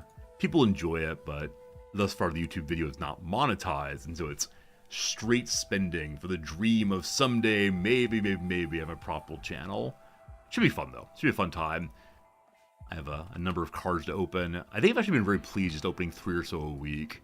For a while there, I was buying more contemporary pieces to open, but older ones are fun. Oh, not a booster pack, a starter deck. How much are those? I expect a lot. All right, door opening time. We find these long crates. I assume have nothing in them. They cost even more. Well, I look forward to your PayPal tip for this one. Maybe as a community, the Magic people can come together and we'll all give $5 and we'll open something ridiculous. When I say we will, I mean I will. Alright. I'm feeling very unsafe, friends. Like, I want to be very, very clear with this. This does not feel like the thing I ought to be doing right now. I feel like I ought to be upstairs and like safely growing and flying away and so on. But instead, here we are. I'm going to say this is the last door for right now, and then we will go upstairs and hide for a while. I saw it's possible to go down here if one is, if one is, so you're able to caravan down here, rather. And so the caravanning would let you bring more items downstairs. Revised starter deck is 950. No, it's a revised booster pack that's around 250 or so. There's a guy who lives fairly near to me who is trying to sell off a collection after like 25 years of collecting. And if I buy enough pieces, he's willing to give me a bit of a deal. So we're talking through that right now and figuring out what's fair and right to him and to me also. Alright, team. Lord Rargasm, good seeing you. What's unsafe about exploring an ancient ruin full with traps? It's true. Don't be a coward, Resorty. Forward! A sealed crate. I believe this could have something of value inside of it.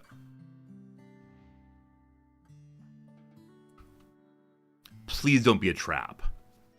We find a reinforced barrel. We're able to make one mortar, possibly. A very Bob Dole-like there. One, possibly. You've gotten great weapons out of these things. I'm guessing you've also gotten great death, possibly. Why am I doing this? Alright, team. I said only one more door, but I've gotten greedy again. So one more door. 1 second. Is it possible that steel doors give you enemy rooms and that blast doors do not? Because currently, the one room that had enemies inside of it were steel doors. Here's a steel door. Are there other steel doors I can see? No. Every other door we've gone through that had nothing in it, or good things, has been a non-problematic room. It's random. I don't know, I'm seeing patterns. Hello, Wibble. Am I simply walking into more doors? One does not do that. Oh, you. Wandering to more doors. Also, Wibble, Saturday, I'll be watching your country as Wrexham go to New Zealand to play. And I don't know if you heard, Wrexham have probably signed Kiwi left back, who's currently playing in Italy. Very exciting news. Alright, team, last one, and I don't think it's random. I think you all have misunderstood what's happening in the world. The theory has been proven. QED, etc. What's this thing? A medicine pallet. Ooh. But first, there appear to be 3 enemies in there.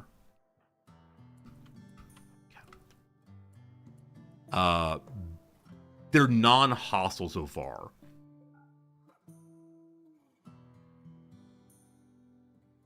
Small sample size, what's 2?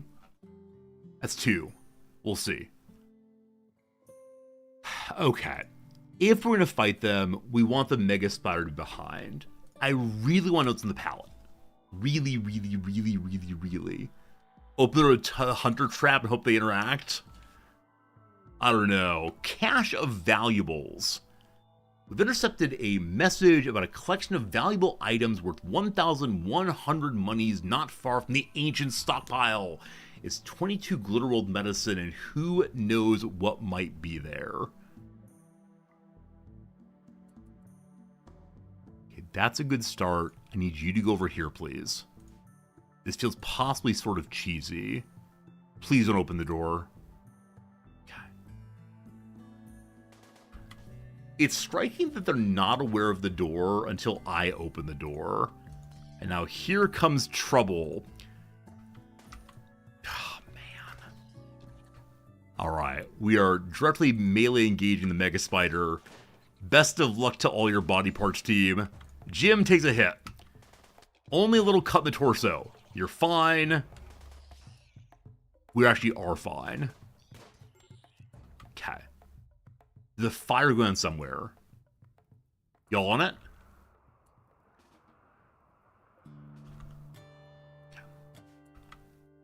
And clear. Whew, okay. Jim, you were hit twice. You die in 1 day.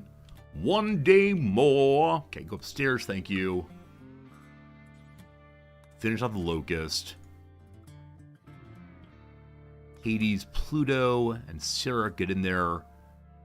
Please destroy. Awesome, thank you. I know people eat locusts.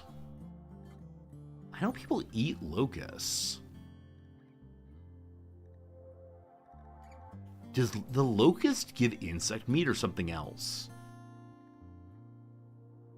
I guess people don't eat mega spiders because they don't exist in the real world. I bet it still gives insect meat, which is better than nothing, but...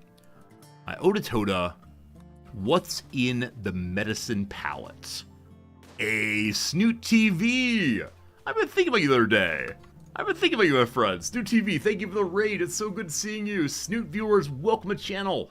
I'm Resorty. We're playing a little game called Rimworld. Not sure if you've heard it before. If you have, I hope you enjoy it. I'm guessing you have. Snoot was probably playing it also. Snoot, how's your playthrough going? I'm guessing you're doing some Odyssey content just like me. Hope you're having a great time building a spaceship and so on. Hello, HPG, who's cheating on me. Huh. I see how it is. Joking, just teasing, hee hee ha ha. Snoot, thank you for the resubscription. You haven't started Odyssey at all. You haven't played it at all yet. Really? I'm a little surprised, honestly. It's really, really, really fun. Dang Newbie, hello. Selvoxry, hello. All you lovely Rimworld viewers coming on by, I appreciate that. Hello to Trendane, he haunt you also. Are you a donkey? It's possibly your donkey. You're not allowed to finish your current run. Should I hide these things?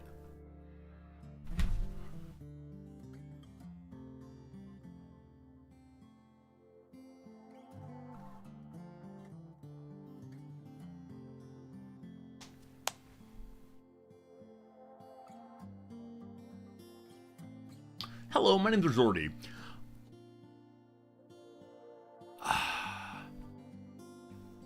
So this ancient door was locked. And then someone, as I always say, it's very dangerous in here, we're all gonna die. This ancient door was locked. And then someone started pushing buttons over here on these ancient security terminals. And they opened what seemed to me to be random blast doors. Unfortunately, the random blast door they opened is here, and somehow the colonists knew. And so they got curious. I hadn't forbidden the door because I didn't realize it unlocked. They walked in there. This is called a hunter drone. The hunter drone runs towards enemy and runs towards its target and explodes. This is the first time ever seeing one. Someone had a really clever idea of how to deal with these at some point later. I do not have a clever idea to deal with them when we're standing literally on top of them. It has 5 hours of battery power. Cool. Alright, Hades, Pluto, I don't know. I don't know, team. I guess we spread out. It's blowing up there. Run! Why are you meleeing it, you fool? Okay. Sarek is not dead. Sarek is not missing any body parts. I don't know why he got locked in melee. I should have turned to like flee more fully. But no body parts missing.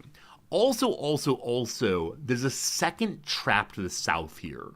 This is a wasp trap. The wasp traps allegedly are non-lethal, but they occasionally kill their targets. Infrequently, these things happen. This is fine. We're all going to be good. HP. Do you have medicine in your pocket? You do. Not good medicine, but it is medicine. Operation Save Syriarch is on. My best doctor may be Syriarch. Is this true? Oda Toda, who's down here also. Do you have The medicine palette had medicine on it.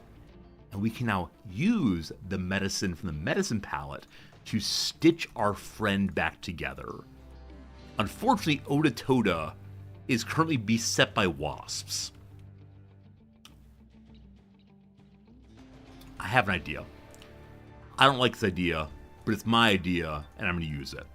That idea is, we're going to have Hades Pluto evacuate Syriarch, who possibly can still crawl away.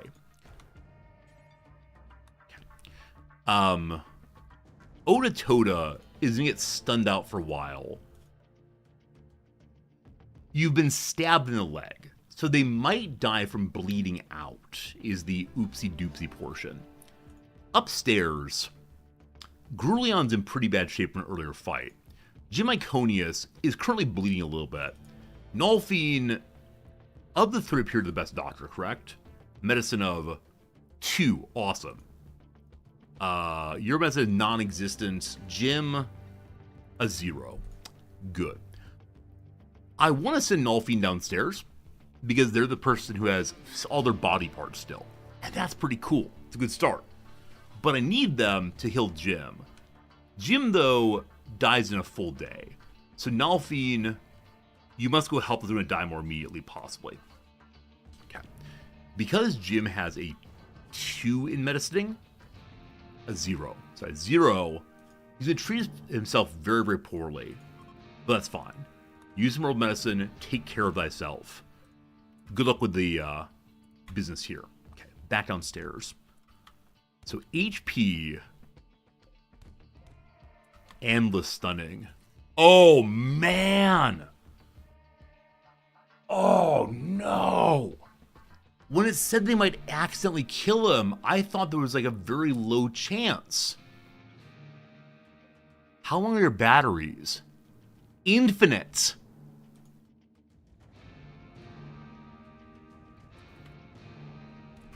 Okay. Well, 10 hours is longer than 4 hours.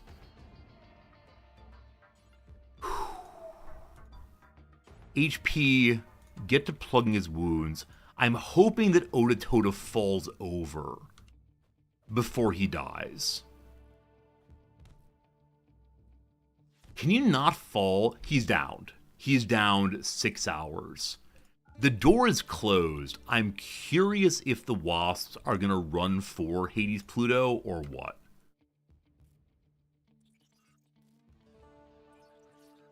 Looking like a yes. Looking like a yes. Syriarch's been healed once.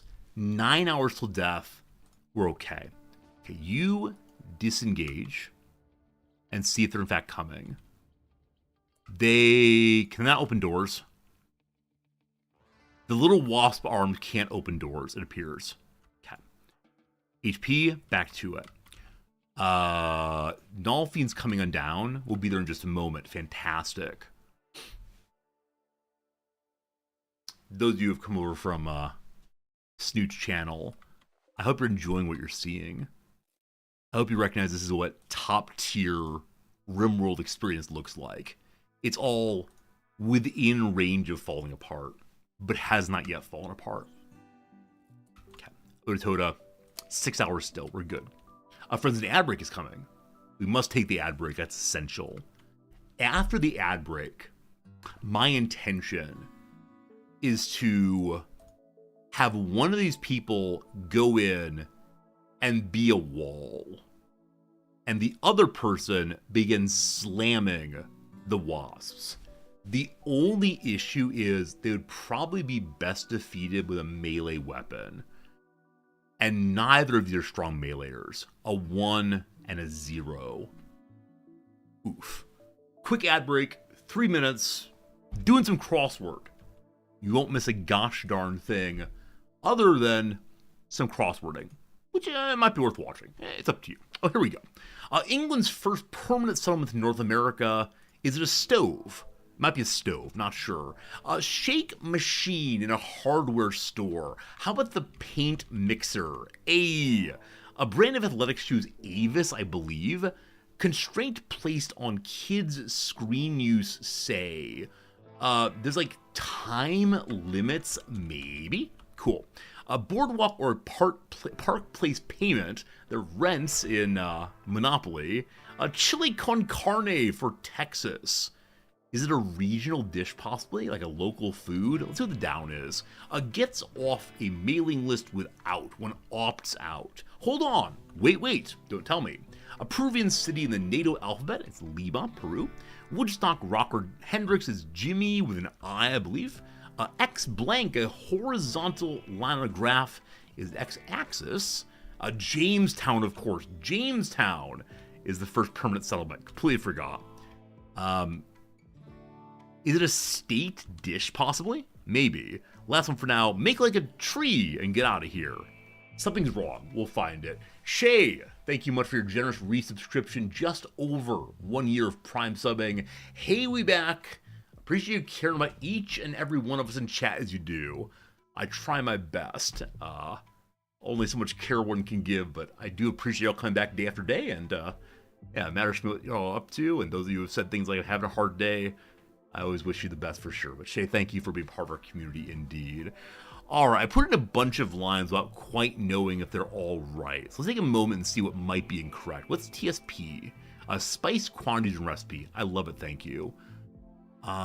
There may have been one I put in. What's this? Stand-up comedian Bargatze. It's a V, isn't it? No, maybe not. Lady Hades Pluto. Another day, another gift sub. RJ Finchy, enjoy your freedom from the ads. LHP, that's really kind of you. I thank you very much for your generosity and, yeah, just keeping the stream going and bringing people in the community. It's all really great. Very kind to you. You gotta go to bed, please don't kill you. I'll try my best. Sleep well, my friend. And thank you much for your generosity. Then put a little yay inside of the chat there, because yes, indeed, I'm very grateful for that. So, Avia seems right. Those are wines, Riesling's a wine. Topple over for Jenga blocks. Yeah, jumpstart a car, great. Meth is a drug from Breaking Bad, fantastic. Looking for any non-words right now. PTSD, a condition at VA patients, seems right. Paul Anka, very good. In just one moment, I'll ask, do you see the mistake? Jimi Hendrix is indeed an I. Okay. Gary Busey? Yep, Gary Busey indeed. All right, team. Don't tell me where it is, but do you see the mistake? Do you see the mistake? Hair there for Mr. Munich? Sure. United Arab Emirates? Indeed. You do see mistake. All right, give me just 1 second. I'll see if I can find it, and then you will tell me what I've done incorrectly. So Sabres is the ER spelling, fine. FAP? Ah, we found it.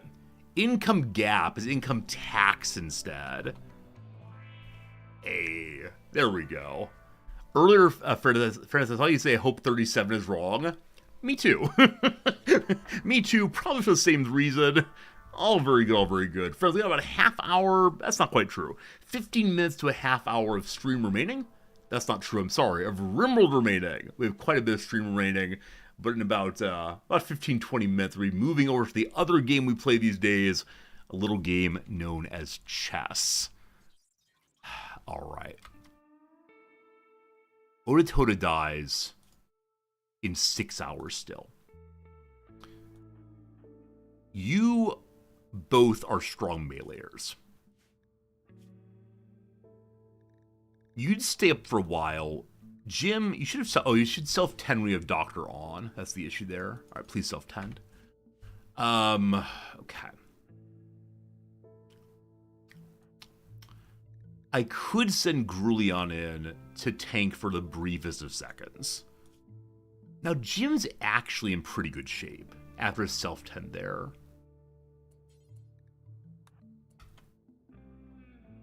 Six hours. We can do this, right? Oh, that's very slow tending, my friend. Very slow tending. I can't wait. But going with only 2 characters. I haven't fought a wasp before, but knowing someone's gonna get like totally locked out of fighting is a little rough. You know what? Everyone in there. Everyone in there. Jim, tend one of them. You're not bleeding out anymore, are you? With one finished? You actually are totally fine. The torso and the arm are all taken care of as one. That's a terrible tend. We'll deal with infections later. Everybody get in there. Hades, Pluto, you fool! Someone opened the door. Why? Why would you open the door? Well, okay. HP has not been stung yet. They have very low HP. HP has now been stunned. Oda is trying to move out of here. While grounded, you can't self-tend, correct? Yeah. I think he just moves around his own. Where are you? Oda. Yeah, no self-tending, just runs around. Man. Heading to safety. Okay, actually, it might be better for us to use that pistol as melee weapon. Yeah, their blunt resistance is the lowest. So, one is downed. Go hit the other one, please. Level 1 melee. Maybe only one left? I can't quite tell. I think only one left. Melee attack you. Hello, more friends. Are they all dead? They're all dead. They're all dead. They're all dead. Okay. Operation Save a Life. Isn't there a song about that? Like, it's high-pitched singing, so I can't really do it. But like, how to save a life. I apologize. Never again, chat, never again. Best doctor on the field. But the Fray, thank you. The Fray. Best doctor on the field is HP with a 5. Who's also bleeding just a little bit. 19 hours, kind of rough. Oda, 4 hours. Seriarch, in good shape. Grulion will be here in a moment. Grulion, no medical. Alright, Grulion, get back to work up here. You're fine. Okay. Jim, go upstairs and take care of yourself, please. Thank you. Okay. So, HP, you're tending. We want to move everyone to using more better medicine. Good. You get the medicine? Alright, getting the medicine, great. Nalfine. I'm moving it. We start hauling out of here, I guess. That seems fun. We got the special items now. Sarah, do you know how to walk right now? Not really. Not really. People potentially starve down here. Or possibly up there also. But I kind of want to clean out this room. When I say clean out the room, I don't mean literally clean. They're currently cleaning up an area that belongs to no one. Please stop, thank you. Okay. I can ask you to pick things up, correct? They are doing so already. Now, the grav core is what I'm most curious about. Allows bigger ship making. An Ultratech device that generates an unstructured graviton field. It's useless by itself, but can be installed in the grav engine to increase lift capacity. Neat, neat, neat. I don't know how much they can carry here. I believe the answer is quite a lot when they're allegedly caravanning. More? You got more pockets here? No, they are full up now. Alright, Nalfine, up you go. 18 hours, 10 hours. We didn't lose any body parts permanently, and that frankly amazes me. I need to make sure every other door is forbidden. Or I think that they all are forbidden now. So we shouldn't have any more surprise you've walked in the wrong area moments, and thank goodness for that. Sarah, can you walk? And you really can't? Okay. That puts you back in bed again. We'll want to carry these people upstairs, I'm guessing, for access to food. Okay, HP has gone to bed here. Friend, it's time for you to self-tend, unfortunately. And I know you all want to go home. Wait, tell me about medicine. Why? Oh, we used up all the fancy medicine on Odyssey. Okay, instead, do we have basic medicine here still? Wait, no, there's fancy medicine there. Here, pick it up, thank you. And then, 10 level medicine. Oh, yeah, just wrong level medicine hooked up there. Okay. 10 now. There we go. There we go. Okay. And I think we might carry Sirach out of here. Everyone lives. Great. Okay, get as much as you can, my friend. Then we'll go upstairs. There are weapons on the floor also. We'll want to grab those once these people come back into being. Carry Syriarch. Odyssey has developed an infection. Tend that also, please. And definitely having a hospital on literally the floor down here is not ideal. Nalfine, you need a little bit more sleep, and then you'll go save your friends down here. Okay. HP, carry Odyssey. Can you climb the ladder while holding a friend? It seems you can. Go, go, go. Awesome. Okay, HP. Rescue, please. Oh, we'll see if anybody dies. So far, so okay. We now have brought them up to a nicer place where people should be tended more safely. A lot more medicine up here. A lot more dirt right now also. We have 8 meals left. We have enough to make one more meal right now, it looks like. There are no animals to eat safely here. If I get all the items out of there, I'll be absolutely happy to...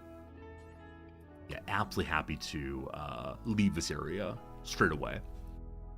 Alright, Syrac's in a really bad way right now.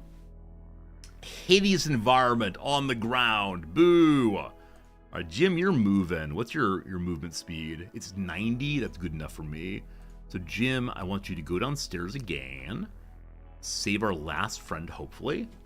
You hate the extension cords? You want me to plug things in a little bit more nicely? Wait, is there no longer a button for change the plugin thing? This one has one. Another infection.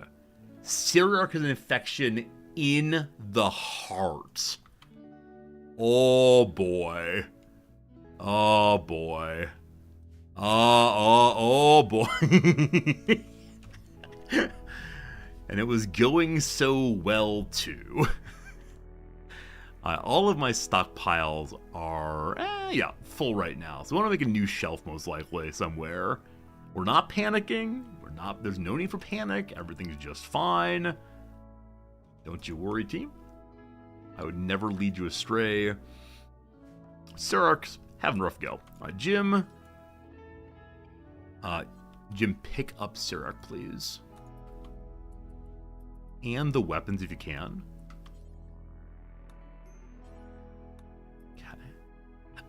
So you need both hands available to pick up things. And then you can grab Syrarch last. Good. Okay. Heart infection, real bad. Especially when I have a great doctor right now. Okay, Jim. Can I tell you to take Syrarch directly to bed? Yes, good. We're gonna be fine. Even if Syrarch dies, we're okay. Not gonna panic. Syrarch, of course, is the father of Nalfine. So if there's a death there, it'll be very hard for them all. We have industrial medicine up here. For right now, I'm going to put absolutely everyone in industrial medicine, just to ensure that if someone's ill and needs to be treated, they'll get the best quality of medicine. Up here, our best doctor is Odyssey, who appears to be functional. The question is always, would self-tending that illness, that infection, be better than anybody else doing it? Our next best available doctor is a 5. So 5 versus 9. We can actually use the information panel to figure this one out. So Odyssey, when it comes to your skills, medical 10 quality is 42 currently. Okay. HP, you're a little bit injured. We can work on that. But HP, your medical 10 quality is 64. So because HP does not have an infection, this is the best we can do. HP, it is time to tend to Cyriarch. Please. Please. Moods are pretty bad. Yeah, everything's kind of rough right now. Hopefully they all live. A 50-10 is not ideal, but that's okay enough. It's under control. We've done what we can do. Cyriarch's in a terrible mood. It's not a happy room to be in. Their clothes have been damaged, unfortunately. So I can help with their clothing, probably. It's their shirt. And we do have a better shirt. So I want you to take off your shirt while you still can do so. Thanks. Back into bed you go.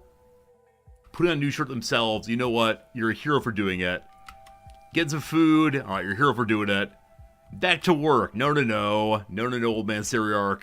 I appreciate your boomer-esque commitment to work.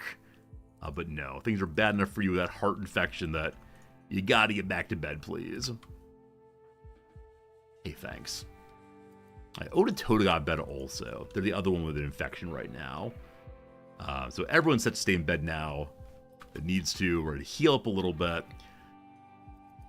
We have enough food to make one more meal. Eggs? I don't know where we got an egg. For some reason, we have an egg in this trying time. So I'm going to allow eggs to be cooked. It's a fertilized egg. How do we get a fertilized egg? Oh, we have a bird. We have a bird. Its name is the Word.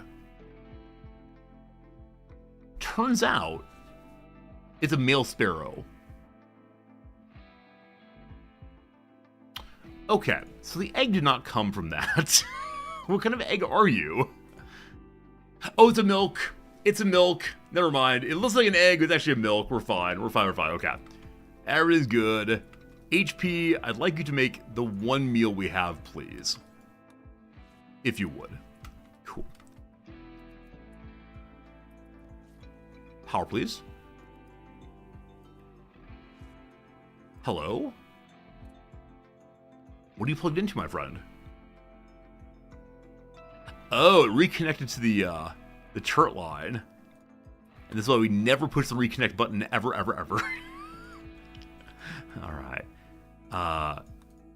Can't cook that food. Oh, Grullion's gone already. Grullion's got it. Great.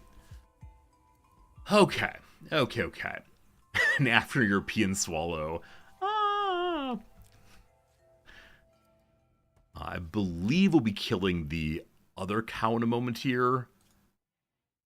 It was malnourished in pregnancy. That's no good. We got to move you all over here. HP. And they got other things to do. Oh, they immediately go and find food, don't they? Yeah. Good job, buddies. We could leave them freely running around, but then they might leave the map. I'm very sad about that. Okay. How long till next tend on each of these characters? Odyssey, 43 immunity, 33 infection can be tended right now. Cyriarch's already doing the job. Now, Cyriarch's my other injured person. What is your tend quality? You are the best doctor I have. Is it better than, like, what, 50? It is 39. Nope, you gotta stop this, friend. I know doctor is important for you, but more important is stay in bed. You have an infection in your heart. This feels like it's definitely a moment of like Dr. House, isn't it? Where Dr. House is always trying to tend himself, etc. Hey, we have rice. We can early harvest rice, friends. Awesome. So making the sun lamp was such a good decision. Now my little power system that could is barely hanging on. And just about to go out of power, so it's not staying on constantly with the two of them. We can see. Why is the bird so far from base? Because it ate some of my food, and so now it's being put in timeout. That's the fact. All right, Sarah can be tended again when? 3 hours to go, 40 immunity on 35 infection. So as of right now, both characters will live. And that's an altogether good thing. I believe I'm going to turn off this sun lamp right now. Though I want cotton, it's not essential we have it. Okay. And I'm going to mark the first bit of rice here for early harvest. Maybe my ship looks so cool, made you feel bad about your lumpy saucer. Fruit bats, I'm sorry. And we just got more Gravite panels. And so I can make it look symmetrical again. But thank you. I mean, I know a lot of people make their ships in different ways. I like mine very, very much, though it has some issues, I suppose. Word thrusters. I think I'm going to have my second thrusters right next door. But thank you for the comment, Fruit Bats. I appreciate that.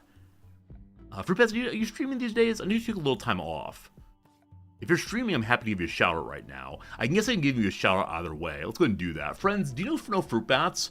Fruit Bats has a law degree. Fruit Bats is intelligent. Fruit Bats is the first streamer I ever watched years and years and years ago. Whether Fruit Bats is streaming these days or no, please throw a follow to my longtime stream friend. Very smart person, very like morally good person. If I had to say like where on the Dungeons and Dragons chart they are, I think neutral good. I think neutral respect to lawfulness, but a good person through and through. Not to say they'd ever violate an order of the court or anything, but still. Treatment needed on Jim. Jim will self-tend. It's not a ring endorsement, you don't know what it is. Oh yeah, I mean, I give a lot of shout out here, and I mean all of them, but I can't say enough good things about FB, just in respect to, yeah, how they approach streaming either way. Yeah, really cool person for sure. So please do throw a follow when you can. We're now literally out of food. Now, luckily, we do have scads here. You stream fewer days, but you do still occasionally. Yeah, it's awesome. I'm glad you still stream. The platform is better with you here, I'll say. Do you ever still do your Zelda speedruns, Link to the Past? Because that is the one I first watched you play, and the way in which you made me feel so bad about my abilities in the game. This game I thought about with nostalgia and glee, and I saw you play it, and like, let's watch someone play through this game. Maybe we can enjoy the story. Oh, my what have you done to my video game? It's so impressive, though. So good. Man, speedrunning's amazing. This is a slight issue. A slight issue that Seriarch here is on an insulting spree. Because they're walking around to make everyone else sad as they, question people's choices in life, question the look of their nose and so on. And the worst problem, though, is that Seriarch will not be able to be tended while they're walking about insulting everyone. And luckily, there was just recently a tend, so things might be just fine. Friends, with that said, I gotta say, it is a little after 12:30 my time, so it's time to make the pivot. It's time to say thank you, Rimworld, for giving us some fun today. Thank you for Let's Explore down below for the first time ever. And I'm so glad we found some items to build up our ship. That will be the goal next time we play a little bit of Rimworld. I can't wait for it. But this is the part of the stream where we now move from this game to another game. And you might say, Resorty, what game is that? What kind of game could beat the strategic necessity, the acumen of strategy needed, sure that works, the strategic possibilities, there we go, of this game, the thrilling storylines that happen as one plays. And to that, friends, I say, we're playing a little game called chess. Have you heard of the game Chess? Is that one you're aware of? It just recently released into early access. If you're here only for the Rimworld, we will get back to it in but a few days. My vacation starts tomorrow, and so I will be gone for a little bit, but Rimworld will return as always. That said, friends, I am now over 360 ELO. This is such an improvement from even a week ago. We've had some pretty good matches recently, and are excited for some more. Did you miss the chess game for today? It's happening right now. It's starting right now, nobody. Don't you worry. And I opened chess crates. If they give me like different looks for my king, I'm all over it. Absolutely. Just show me like the king with the hat on. Oh, King Hat Simulator, absolutely. Now, you know what? I could find an image. I have an idea, team. I have an idea.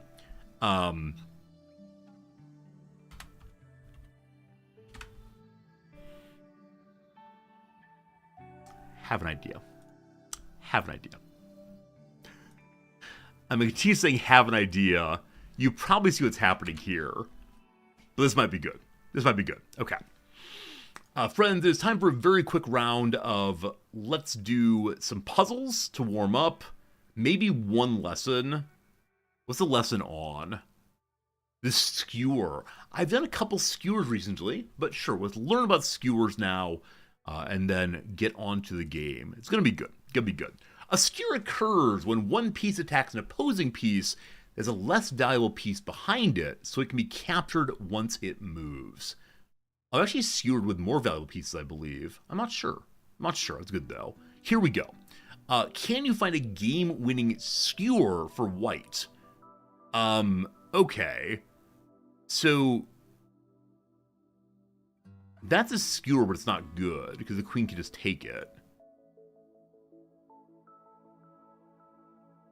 Oh, other way, sorry. So here, the king must move, and then woo! Oh, there you go, very good. Number 2, how can white win material? Hey, beer lover, how's it hanging? No hanging pieces, thank you. How can white win material? So once again, it's like upset the king and see what happens, right? So we can just go here, and then surprise. Rook. What fun. More skewers. Can I find white's best position to skewer this, white's best skewer in this position? Okay, wait. I'm about to say we don't see a let's attack the king. This is protected by the bishop. So this gives me a rook, yeah? Whee! Cool. Alright. We have one more to go, I believe. White's down material, but can you find a capture that leads to a skewer? So capture into a skewer. This will not do it, because that point is not protected by anybody, unfortunately. Other possible skewers. So the bishop... Oh, interesting. The bishop goes to here. The rook moves away because it can't stop the bishop. And I guess it's that bishop. Yeah? No, you fool! The bishop tried to win material, but it fails due to the check.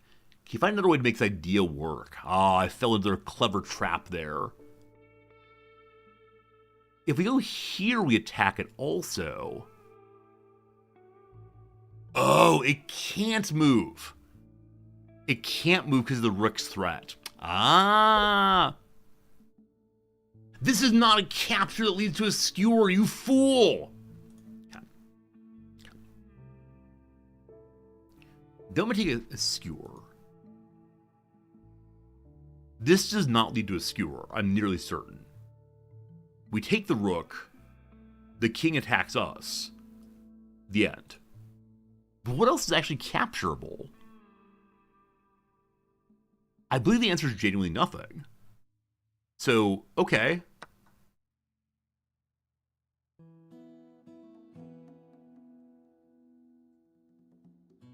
Oh, okay. I thought it led to an immediate skewer. I was looking for an immediate skewer, but I see now. Now we can do this. Now we can do that. I understand. Now it's the kind of planning that I don't know how to do yet, I suspect. But I just wasn't sure what they're asking for, honestly. So I want to blame the text. I want to blame the teacher. Make better PowerPoint presentations. Black just promoted queen on a1 is threatening. Queen h1 checkmate. I found a skewer that saves the game for me. How about this? No, if I do this, then rook will come over and cause problems. So that's not it. If we go here, the king has to move. And we take a pawn.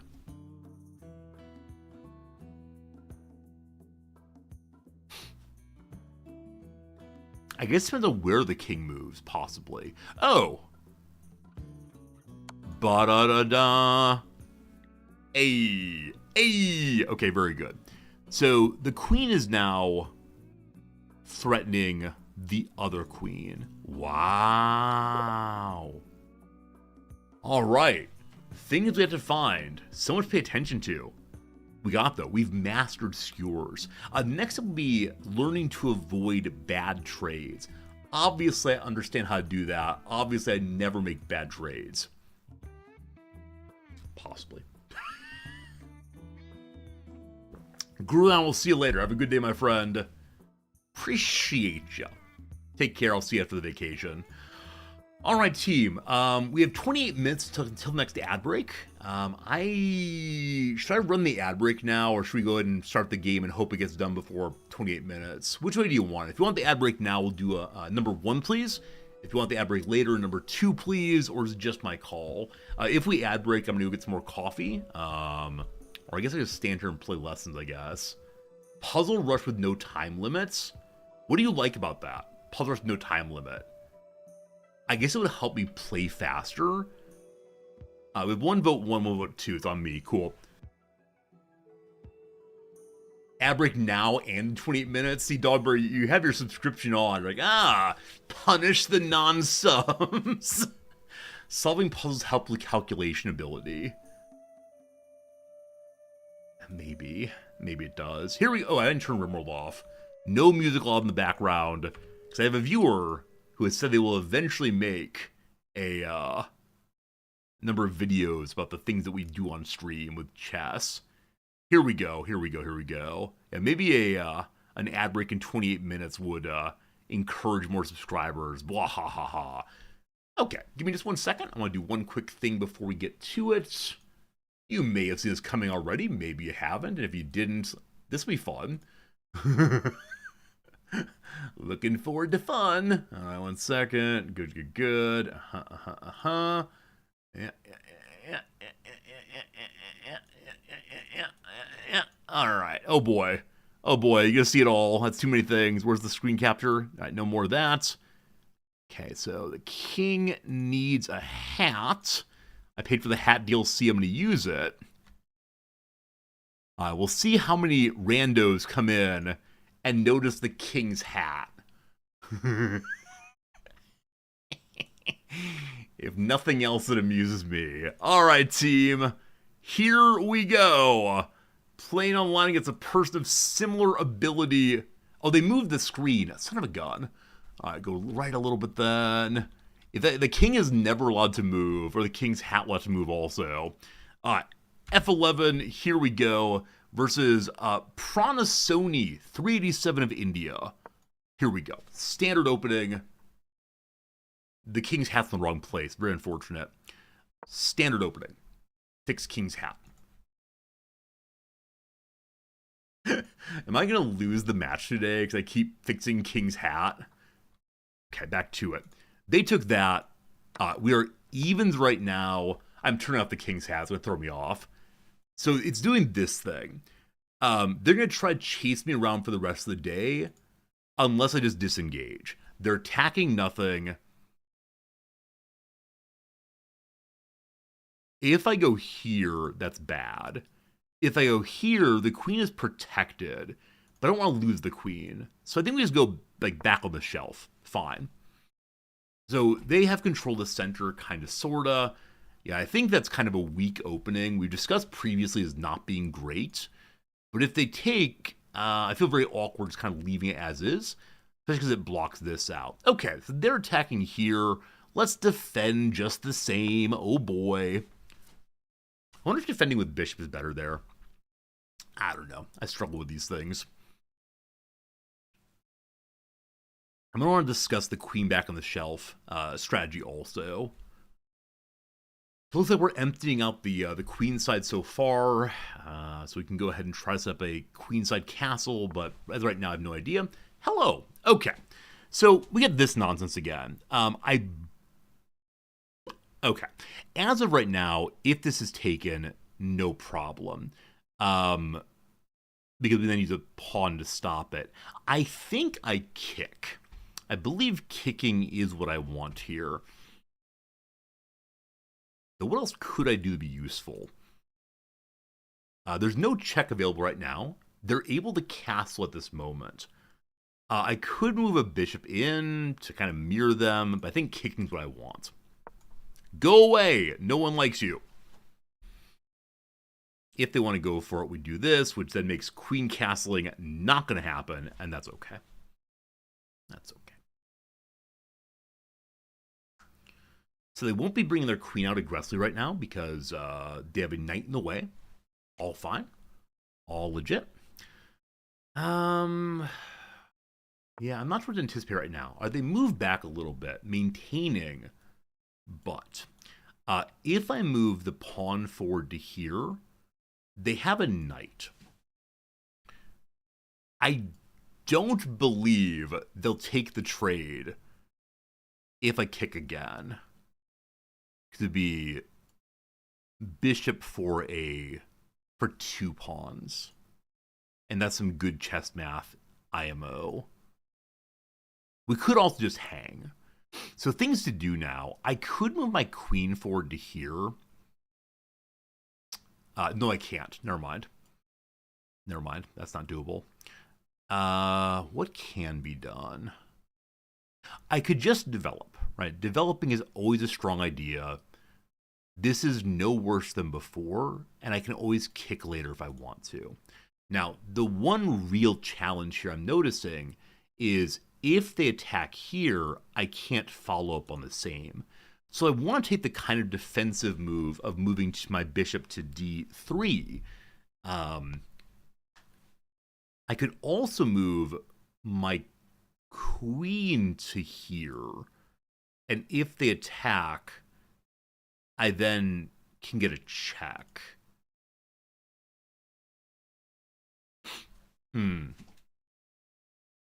So do you move bishop forward or queen forward? If the bishop goes forward, the queen is then kind of stuck, unfortunately.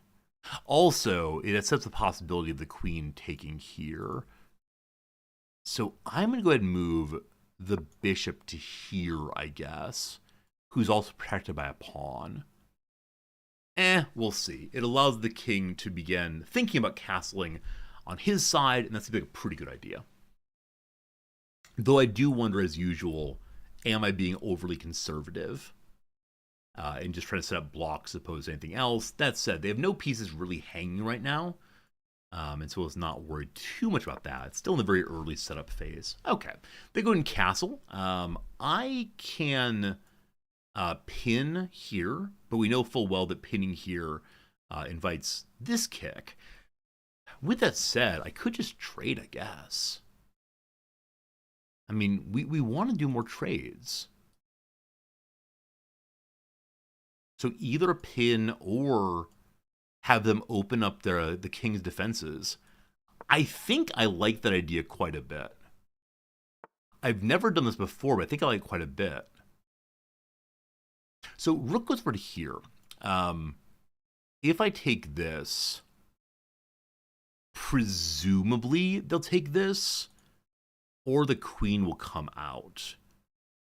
In either case, I'm not especially worried. And if they take that, I'm actually very pleased with the trade. If the rook comes forward, we catch it, no problems. Sure. This is the most aggressive I've ever been. Okay, fine. So the queen's on the F line. No one likes that at all. Totally fine, though. The queen is threatening the knight here, which would potentially set up queen attacking into bishop. But if that happens, we then have this. So I want to protect the F pawn. Knight to here does that. Now, if I go knight to there and they go queen to here, yeah, I don't mind losing my knight for the sake of a queen, of course. Now, if I don't do that, we move to here. I don't think that does anything for me. So though we have the general rule of let's not go on the outside, let's go on the outside this time and see what comes of it. Okay, pawn forward.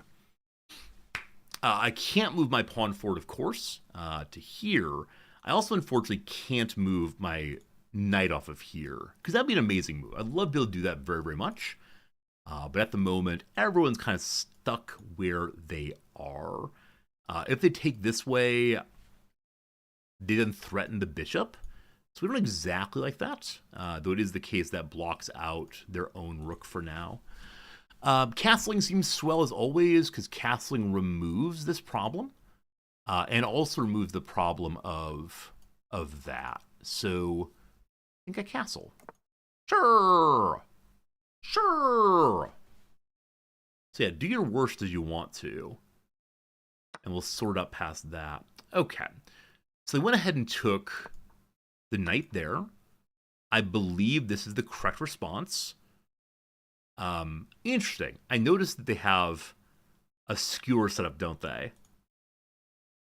They have a skewer setup, kind of, sort of. I'll need to think through this.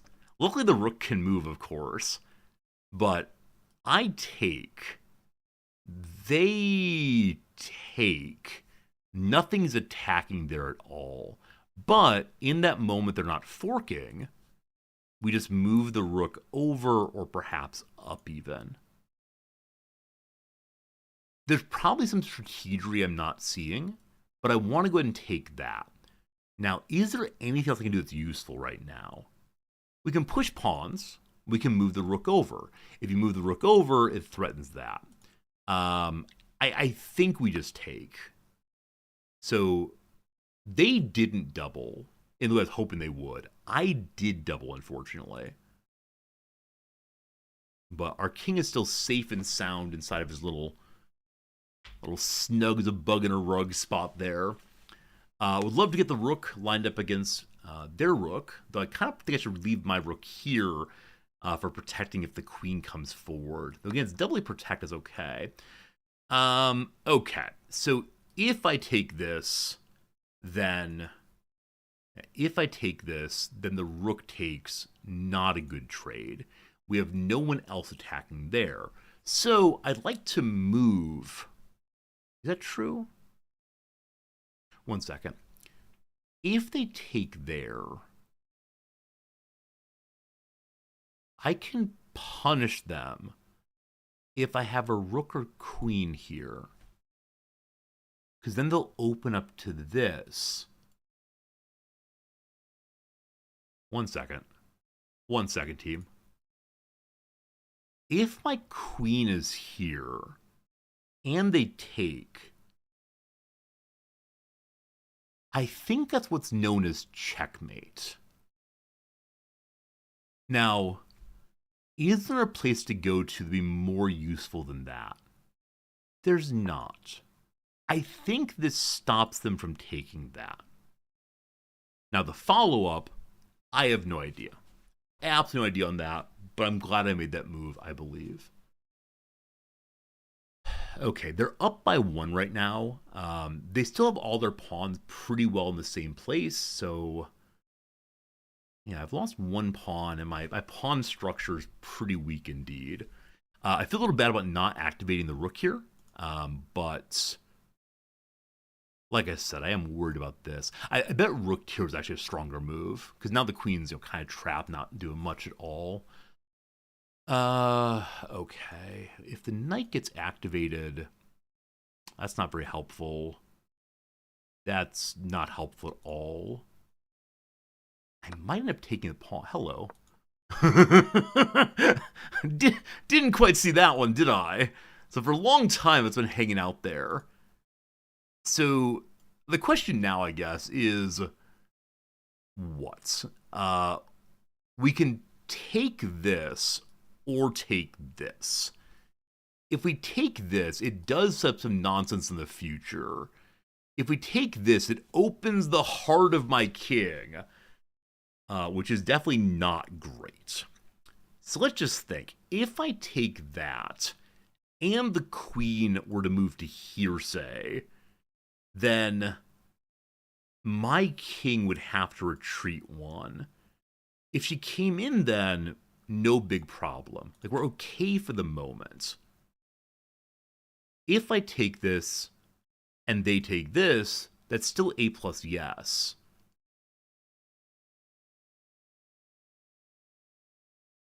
I think I have to. I don't like doing that by any means. It's not checkmate. Oh, the rook! The rook! The rook! Oh, no! Oh, no! Oh, no! Oh, no! Oh, no! Someone got ahead of himself. Someone got a little ahead of himself. That's okay. That's just fine. No problems. All good, all good. That's unfortunate. That's a little unfortunate, team. This is the part where I should resign, I know. At least I was confident. At least I did something. We are sinning boldly today, my friends, unfortunately. And, you know, that's how it happens, unfortunately. Occasionally things don't go so well, do they? Unfortunately. Well, that's too bad, isn't it? That's a little too bad. Okay, that's a bad trade. I mean, it's all bad trades from here, correct? We're not getting good trades anymore. we had our possibility of good trades a while ago. They are now non-existent. I mean, that said, God, that said,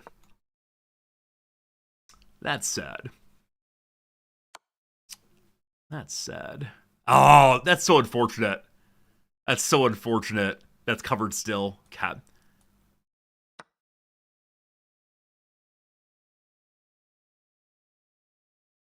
That's sad. The king is still kind of stuck there. Now, if he moves over one, I got problems. I believe if he moves over one, that's going to be a big problem. Oh, it's a check. Buh. Buh, checks. Buh.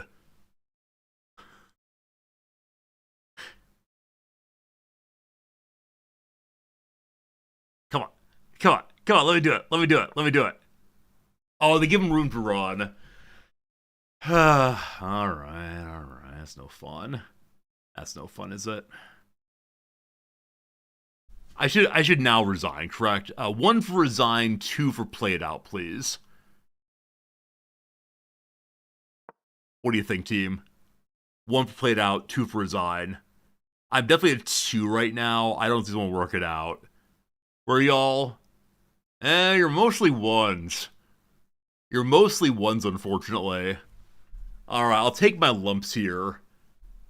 Hello.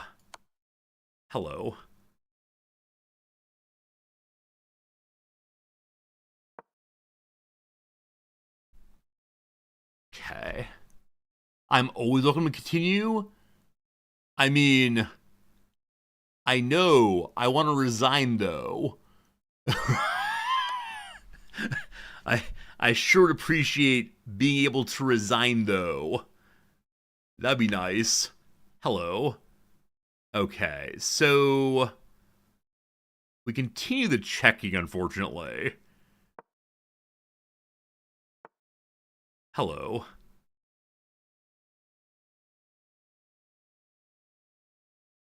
Let's see. So you're going to go there, probably. I can take that.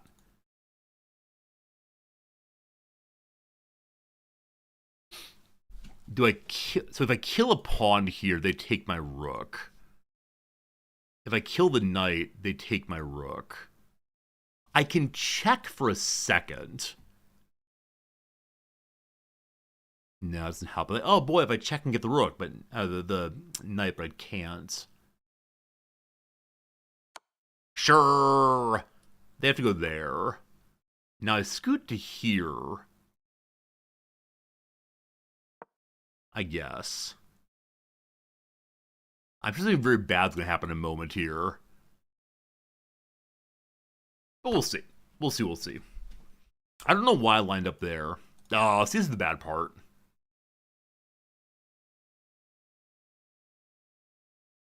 I shouldn't. No, I shouldn't. I shouldn't, of course. Yeah, I think I should resign here. Like, there's no reason not to resign, correct? I'm helping their pieces move forward. Isn't that sweet? I'm a big sweetie there. Big old sweetie. Playing poorly, but big old sweetie anyway. Well, it was a good run. We had a nice time here. All pretty pleasant. Well, let's play Angry Person. I don't know who that is, but hello. Hope we're doing well. Hope we're doing well today. I'm gonna resign, team. That's enough fun. Alright, very good, very good, very good. My apologies, team.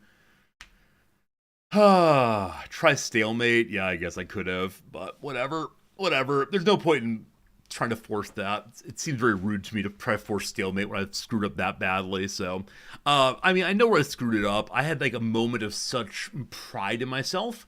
And yeah, it was just unfortunate. So, yeah, early game, all pretty standard, all pretty good. Do they like that I ran back there? That's not their favorite move. What do they prefer? They prefer keeping the queen out. Is there a jump they can make that attacks that? No, so I think what's smart here is that it's a safe spot that controls a lot that does not have an immediate attack. I see the advantage of that. All right, yeah, doing stuff. They don't like that I kicked. They don't like that I kicked. I'm going to lose a pawn that way. How do I lose a pawn? I mean, it's definitely not that. I mean, definitely not that even. What are you worried about? I see. Okay. So it's middle board things. I was worried about that. So I prefer if I moved the bishop forward, because that lets the knight still do this. I see. All right. So, though kicking feels fun, don't do it. All right. We then protect that pawn, thank goodness. The castle, it's fine. So the game sure would like them to go ahead and take the knight there. Fine. I mean, it's a trade, I like it, but they don't. Okay. They now want me to kick. So they want kicking at this point, though they didn't previously. So I guess if I go in on my kicking strategy, go all in the kicking strategy, because as I said, it is an exchange of pawn for another piece. That said, I was hoping to skewer here. This is a backwards skewer. I do live in Japan, yeah, absolutely. All right, well, we make a choice there. They don't like it, unfortunately. I could have unpinned my knight. Yeah, they still want me to go back this direction. This is a bad trade. No, it's even trade. It's even trade. I mean, it didn't lead to double pawn, but it's an even trade. It's not a bad trade. I've been told over and over again that if I treat this as bad trade, then I'll never do it. It helps them to develop. Okay. But I just want to attack things. All right. They don't like that I went this direction. I'm protecting the F-pawn, don't you know? So had I gone here, they desired me to do, protects the knight. But then F-pawn nonsense, right? So maybe I'm preemptively concerned with F-pawn nonsense defense. I don't know. I guess I'm just like proud that I remember that this is a move you can make to protect the F-pawn. Terrible move. But I could do it anyway. Bad call. There's castling. We exchange some stuff. We get very excited at this point. We are so excited. We are so excited by this right here. And we say, you fool. Absolute dum-dum. Unfortunately, I am the absolute dum-dum. Now, we're already losing by a tremendous amount here, so it doesn't really matter. Checkmate. We win the game. Checkmate. GG, well played. Absolutely. Angry person wants to be friends. I mean, I don't mind being friends. I won't play with you, though. Cool. All right. Good win, everybody. Let's go ahead and do another one. Fantastic. Playing as Casey Vet. You're from Germany, correct? You are from, that's Germany. Yep, from Germany. Great. All right, here we go. Playing a black one. All good. All good. What you going to do? Knight goes forward to defend this time. Fine.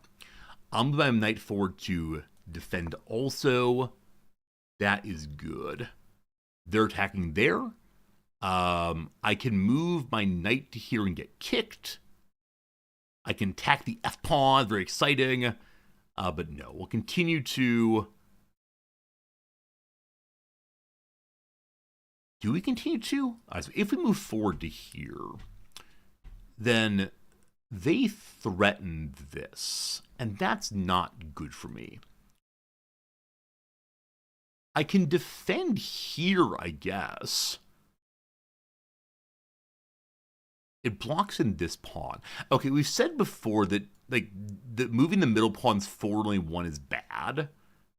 But I'm going to do it anyway, because it gives me access to this bishop. Hello. Okay. We move the bishop to here.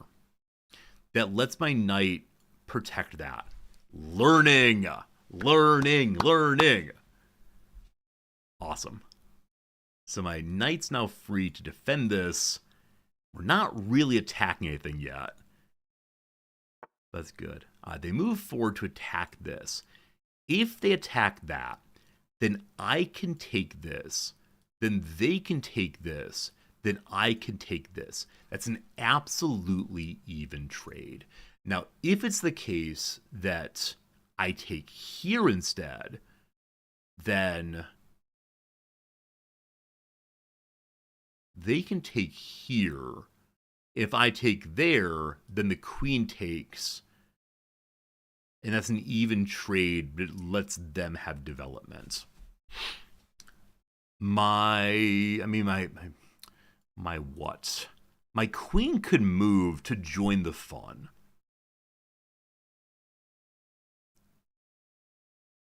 And that makes it potentially not just an even trade. Or I develop something. This is development that helps me set up a queenside castle. This development leads to more defense. Did I determine this is an even trade? Let me make sure it is. So, right. 1. Possibly queen, but probably not. The 1, 2, 3, even. If they go here, take. Okay, team. This is probably a bad idea because it helps the queen something. But I've been told that more trades more good. Simplifying the board state. There you go. Okay, so the queen's attacking into this and into this. I believe that this is the correct move, though it does lead to an even trade and the knight is forward more, so maybe not. Knight forward here definitely leads to an invitation for the queen to attack, but my queen would follow up on that, so sure. Let's see how that goes. We're now attacking a pawn. Hello. So queen forward does not defend anymore on this, but it is the case that the pawn does instead. Friends, I forgot for an ad break. Happy ads, I'm very sorry. So if we take here, we're not having any further problems. Because the pawn is there. If they go here, we're fine also. Well, we'll see. All evens after the initial exchanges. The board is simpler than it was a moment ago. We can castle queenside if we want to. Yeah, unfortunately, the bishop's kind of a great spot. Okay, they're attacking a pawn. That's a thing. So we can kick. That's not a real kick, though, because there's no follow-up on it. So two folks are attacking this pawn right now. That said, it is doubly defended as well. And so I'm not super worried about that. Actually, trebly defended, in fact. So no concerns there. The question is, do I try to castle this side, which has the queen attacking here then? Or do I go ahead and move forward one, super awkward, and do something else? We can bounce to here, attacking the bishop. We can bounce to here, invite the queen to move over, which is a check and is horrible. I think castling is probably the right move here. But I'm interested in what happens if we attack the bishop.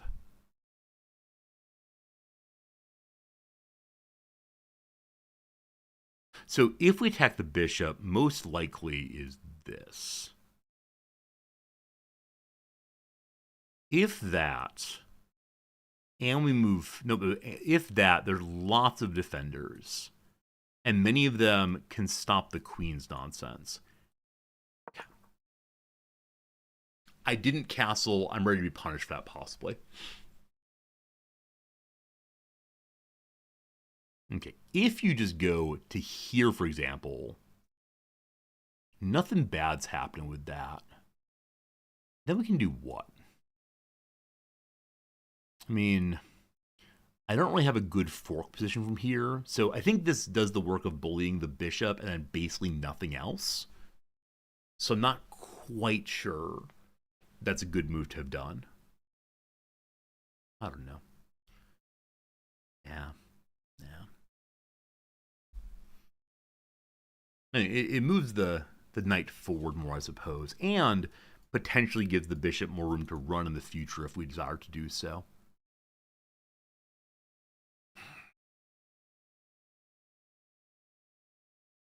Yeah, I think we unfortunately have to castle on the king's side. And as always, this moment. Oh, you know what? I could have attacked here. Well, that would have been good, wouldn't have? That might have been a very, very good move. Okay, so the bishop moved forward, attacking nothing. We could move forward, attacking there, and offering the trade also.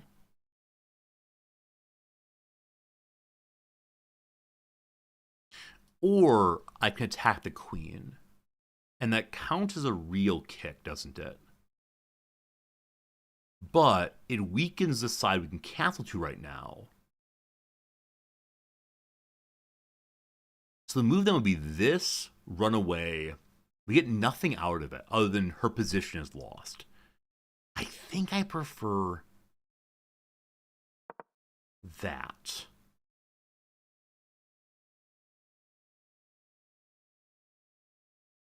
Oh, I could have real kicked. Because the knight's position. That's the queen. Oh.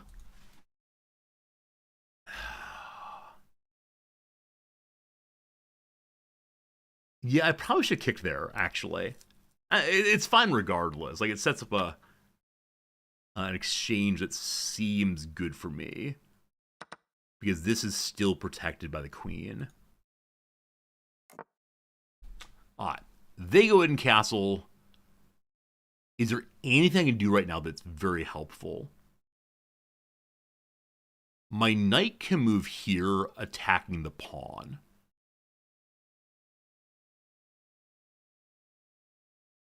If we do that, their knight's there also. That's not good for us in any real sense.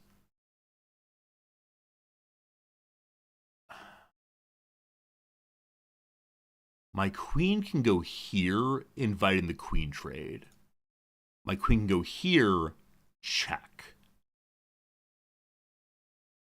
That forces the king to move to here, I assume. But it doesn't really give me anything. Like, at this point, I'm not sure it matters if we bother the king in that way. And that doesn't remove the I'm going to go ahead and castle. I'm going to castle. I wonder what would happen if I'd done this. It develops the queen more, I suppose. Though, have some concerns. Like, we're down basically, we've exchanged basically all of our minor pieces. We each have like one knight, some rooks and the queen, and a bunch of pawns. So how do I play with a bunch of pawns? I think that's the question for now. I mean, I think what it is clear the pawns as fast as possible. Oh, you know what would have been good? You know what would have been good?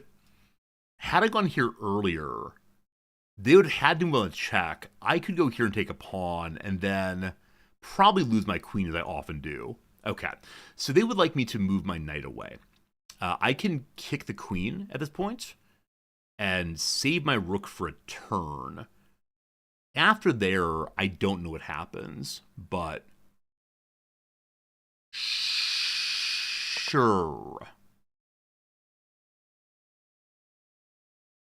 Now, if their knight goes forward,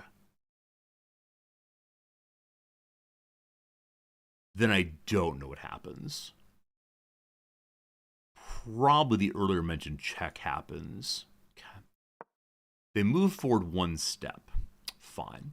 From this position, they're attacking into two pawns. That's not great. That said, both pawns are currently covered, and that is great. My pawn can continue forward, not really doing anything. My knight can go to here, which is a fork. If that happens, the queen goes to here, threatening my rook and this pawn.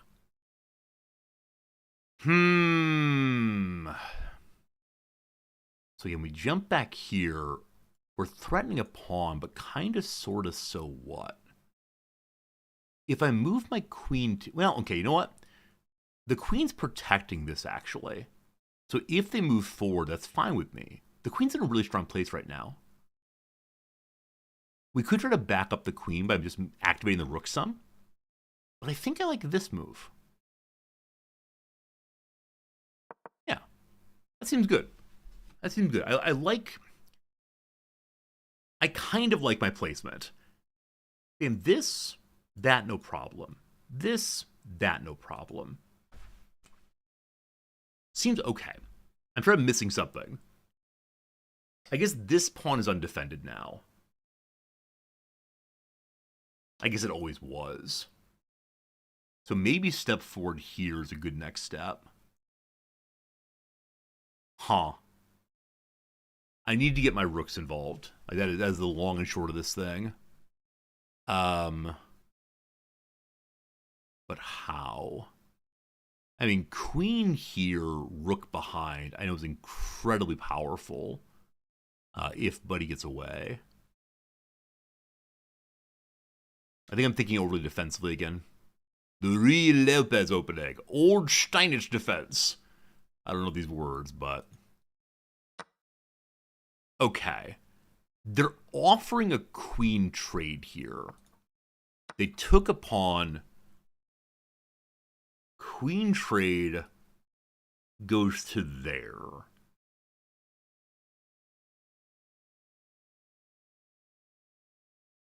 Is it better if I move a rook over, inviting the trade to happen here instead? Now, there's no guarantee it would happen there, of course. Like, this is the guaranteed trade. This is the I hope for a trade.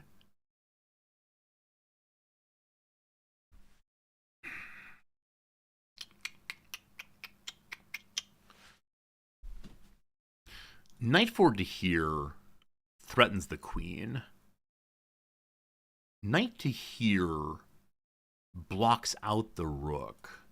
I think we'll just be taking the queen. Don't worry. I just want to think through it for a moment and see, is there anything I can do that's more helpful?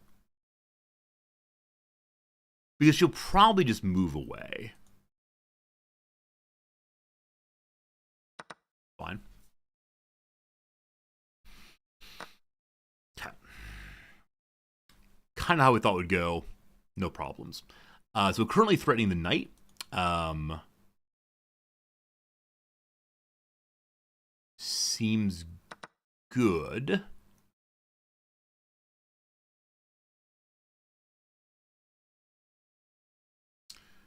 Okay, so what are we trying to do now? We're absolutely even. I've never had this happen before where, like, at move 16, 17, 18, 19, 20, we've basically exchanged everything down. And I don't know what to say about that other than, huh. Okay, I can outpost the knight here, but it's a good way to lose this. If we jump to here, threaten the rook, the other rook attacks us. No good, no good. Yeah. So there's nowhere for this knight to go that's useful right now. I can push forward for no good reason. I can offer further trading down, I suppose. Like, do we just play for a draw now at this point? I have no idea. I guess I can outpost on the outside, right? But I think moving the H pawn's not super great. Probably activate, but to where? Like, I guess this file feels strong for activation, though it is the case that it's protected by that.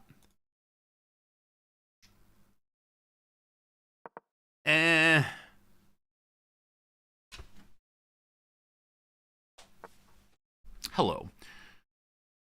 Okay, so knight is being threatened by rook.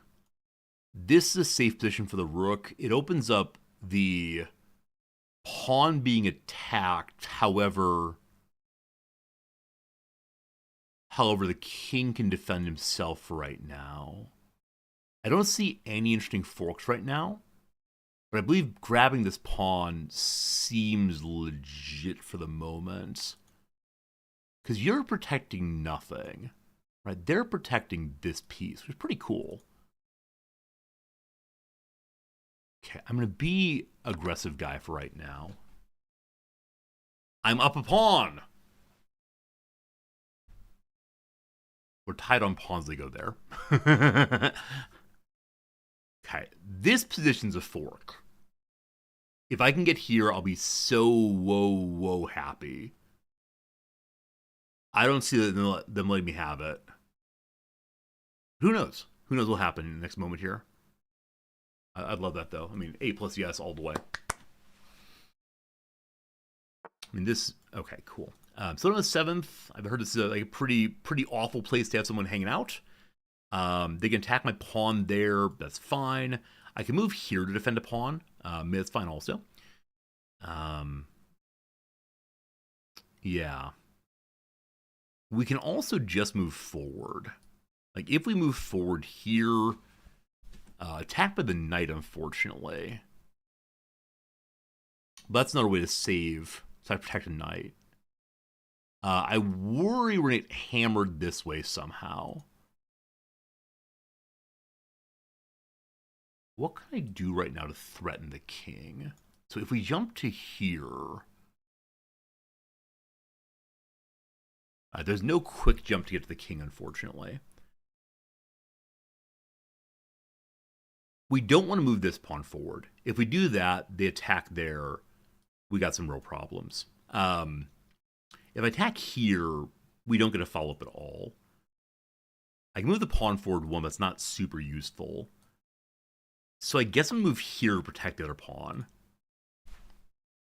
Maybe? Maybe. I gotta find a way to get past that. Like, that right there. Causing problems. Hello.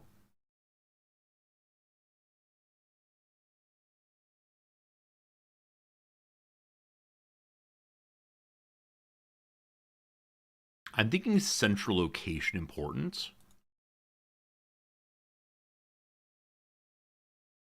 I'm thinking push the pawn to here to protect it.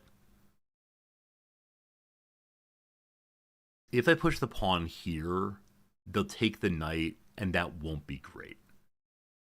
We can then move forward one more and threaten that, which allows us to move our rook forward.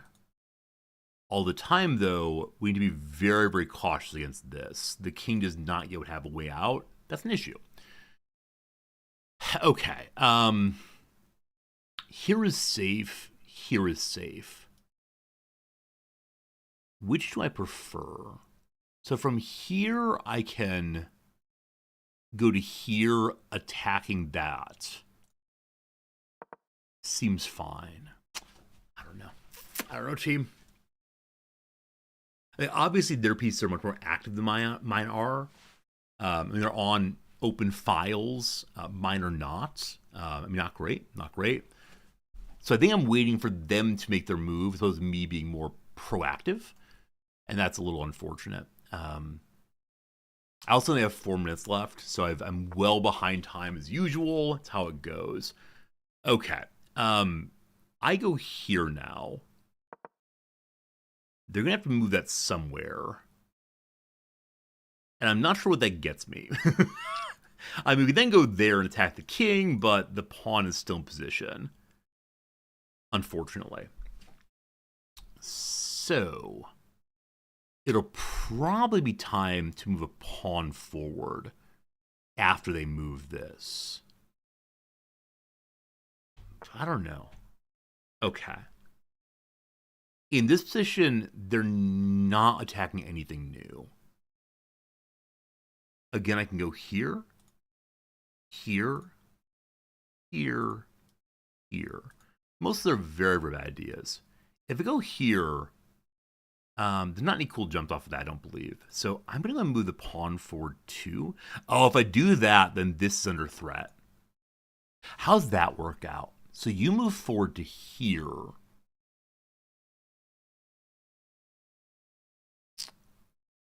Maybe the knight comes, but probably the pawn is taken. To here, they take that. I push the knight. But kind of, sort of, so what? Is there a jump I can make that protects this with my knight? No, unfortunately not. I kind of think I should move the king over or the pawn forward. I move the pawn forward just to allow the king a place to run to. We can move this pawn forward for outposting, but at this point in the game, I'm not quite sure. We'll see what happens. We'll see what happens. I noticed that the left side of my board has many more pawns than they do. So the left side of my board might be the place where we're going to try to launch a queen assault. Everybody get in here. We'll see how it goes. I mean, that H pawn is looking pretty cool indeed. We do have to get past the pawn at F2. I don't know how we'll do that. Hello, good seeing you. Okay, right. So there are safe places to go to, of course. How can I punish this, I wonder? Like, we can push forward, have the exchange. That's not so good, though. I mean, there are increasingly few safe places to go to. I can't move forward hard enough to attack the knight yet, unfortunately. So I guess I go to here. Wait. Okay, if I go to here and the pawn moves forward, rook. I don't know. They're going to do this next, probably. I'm not being productive, team. I'm just not being productive. Okay. Do I mind doing this? If I do this, the rook is going to come forward. Their knight is still protecting that. Okay, if I do this, their rook moves to here, check. I think we're still fine then. Or they're going to come across this way, which I actually like quite a bit. Okay. Not a fork, unfortunately. Is a fork. Is a fork. Is a fork. Is a fork. Okay. I think I take And then if they take, I take. Wait, no. If I take, they take, I take, nothing good happens. So for the moment, the knight's not being attacked. That's good. If I take, they take, I take, nothing good. Okay.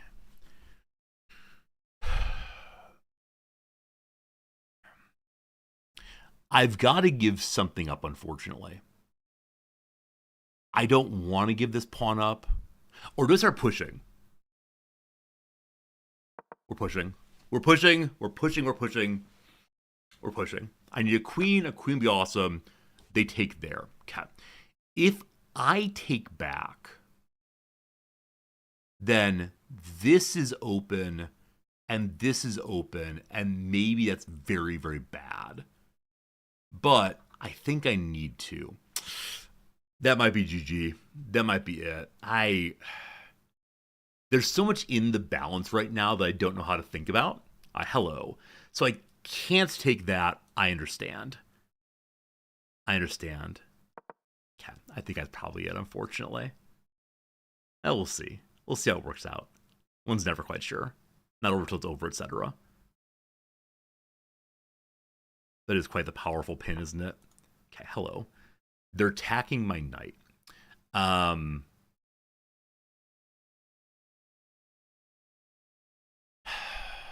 This is still so strong. Gosh, I hate it. I move my knight somewhere. There does nothing. There attacks the knight. That's bad. Actually, if I move here and they take the knight, my rook can then go forward.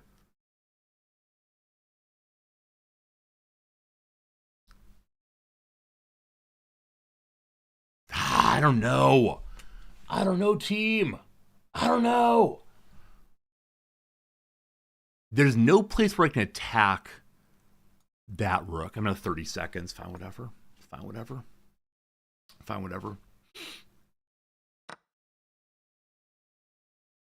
Don't get ahead of yourself. Don't get ahead of yourself.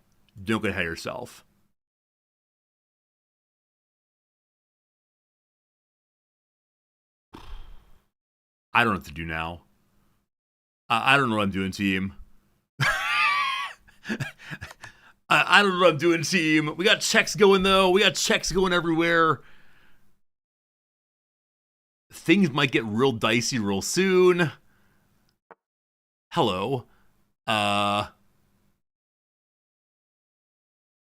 Scoot. Cat.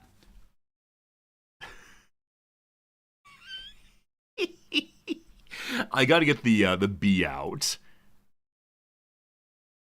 But I cannot. Well, the king has running room. This rook is protecting, but he's here kind of, sort of.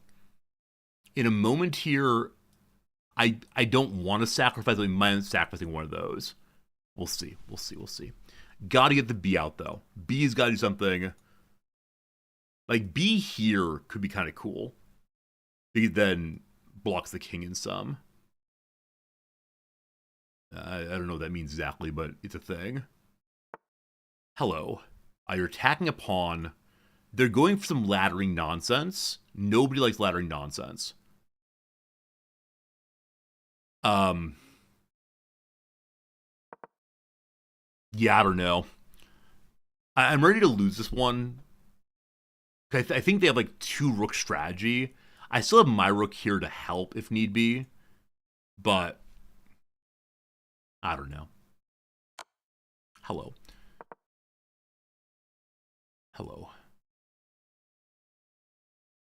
I hope it's the case that my hello. Okay. So what? Okay, if they attack this way, that's fine.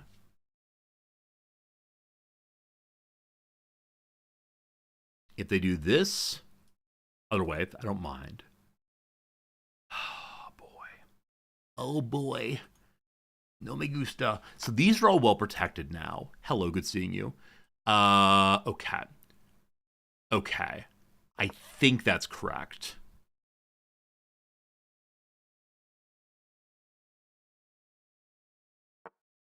Hello. Okay, as of right now, if you go forward, we kill. You're no longer protected, fine.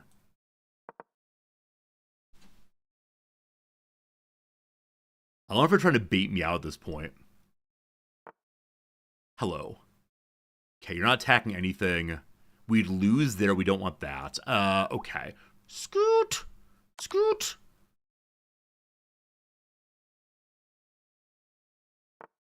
Hello. Okay, you can't move forward at all. Oh boy, team. Oh boy, team. Hello. Okay. This is protected, fine. You go forward. If you want that, you die. Too much going on. Oh boy. This is protected now. This is safe. Hello. They're all protected, fine. They're coming for me, though. Everyone's coming for me. Forward. Forward, all of you. So that's a problem. Hello. That's unfortunate. That's unfortunate. I don't like it at all. It's fine, though.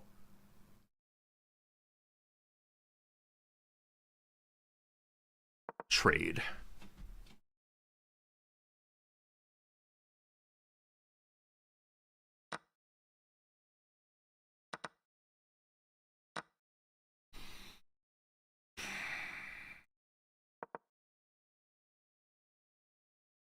Not good.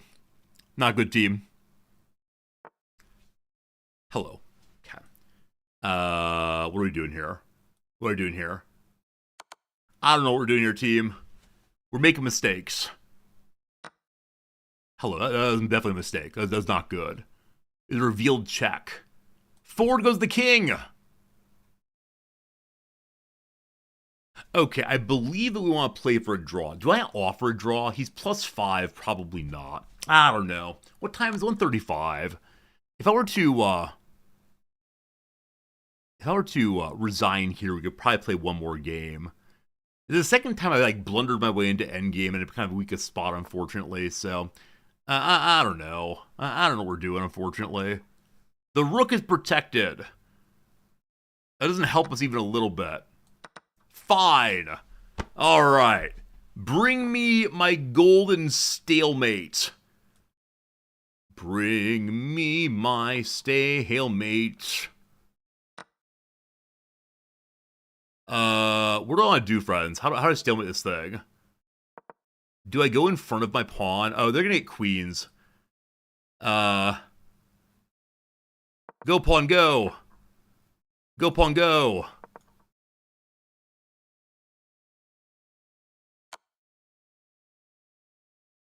Oh, that's not good. That's not good.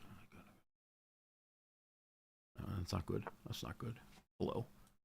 I want you to die, please. Okay. So, I need to move into position which I have no legal moves. Hello? I have one place I can move to. Please stalemate me. I would like to be stalemated. Would you be, could you be, please let me stalemate. Oh no, I'm in the corner, I can't do anything. Oh, I'll take it.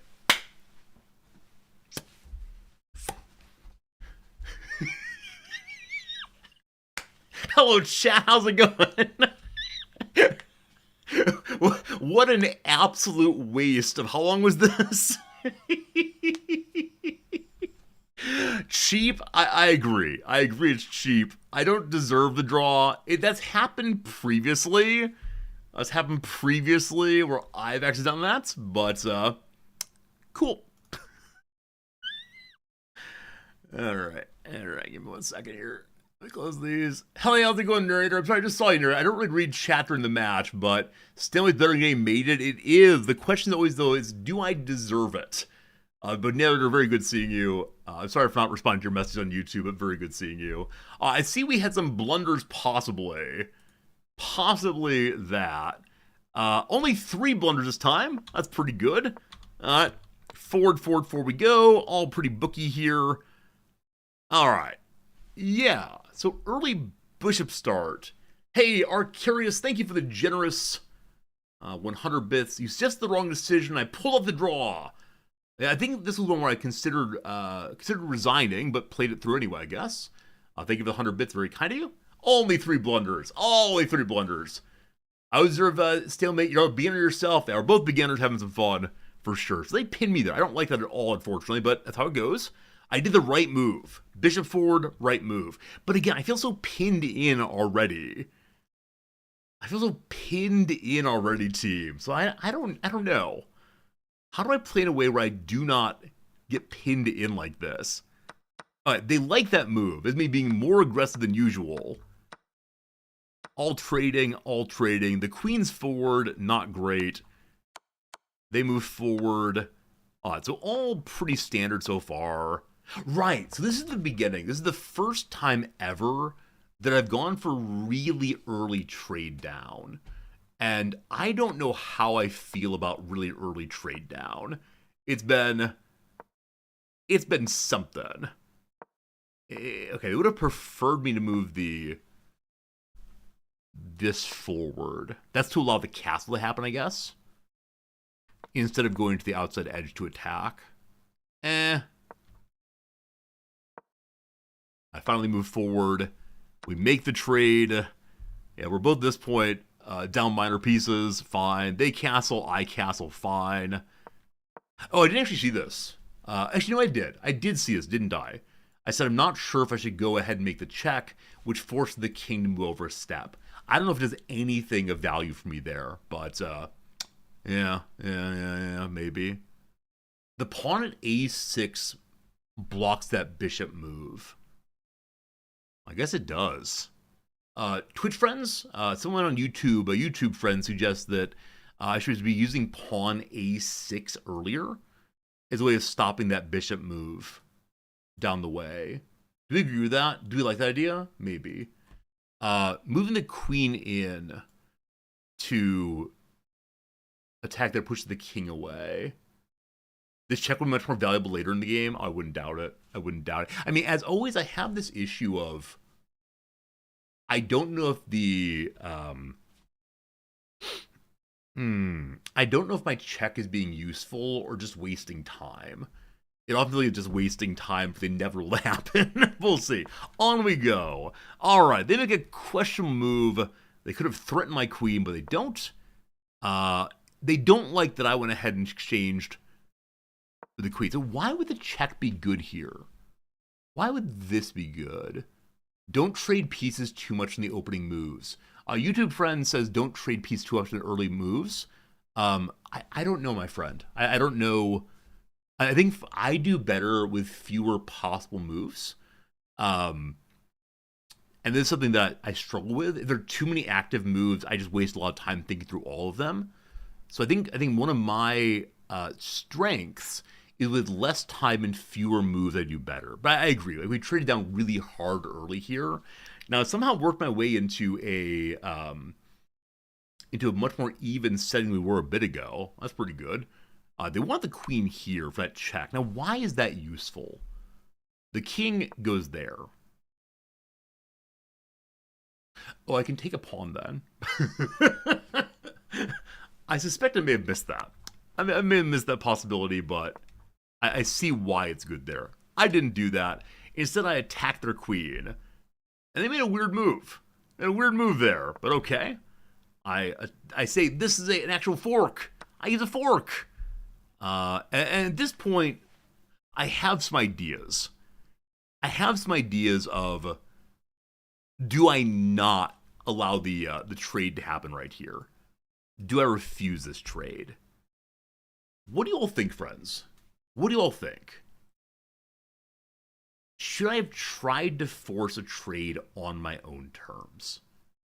Or is it too likely that the Yeah, the 2 like the queen will go away and do other things. You would like rook to e8. Rook to e8. So that backing up the queen you'd like.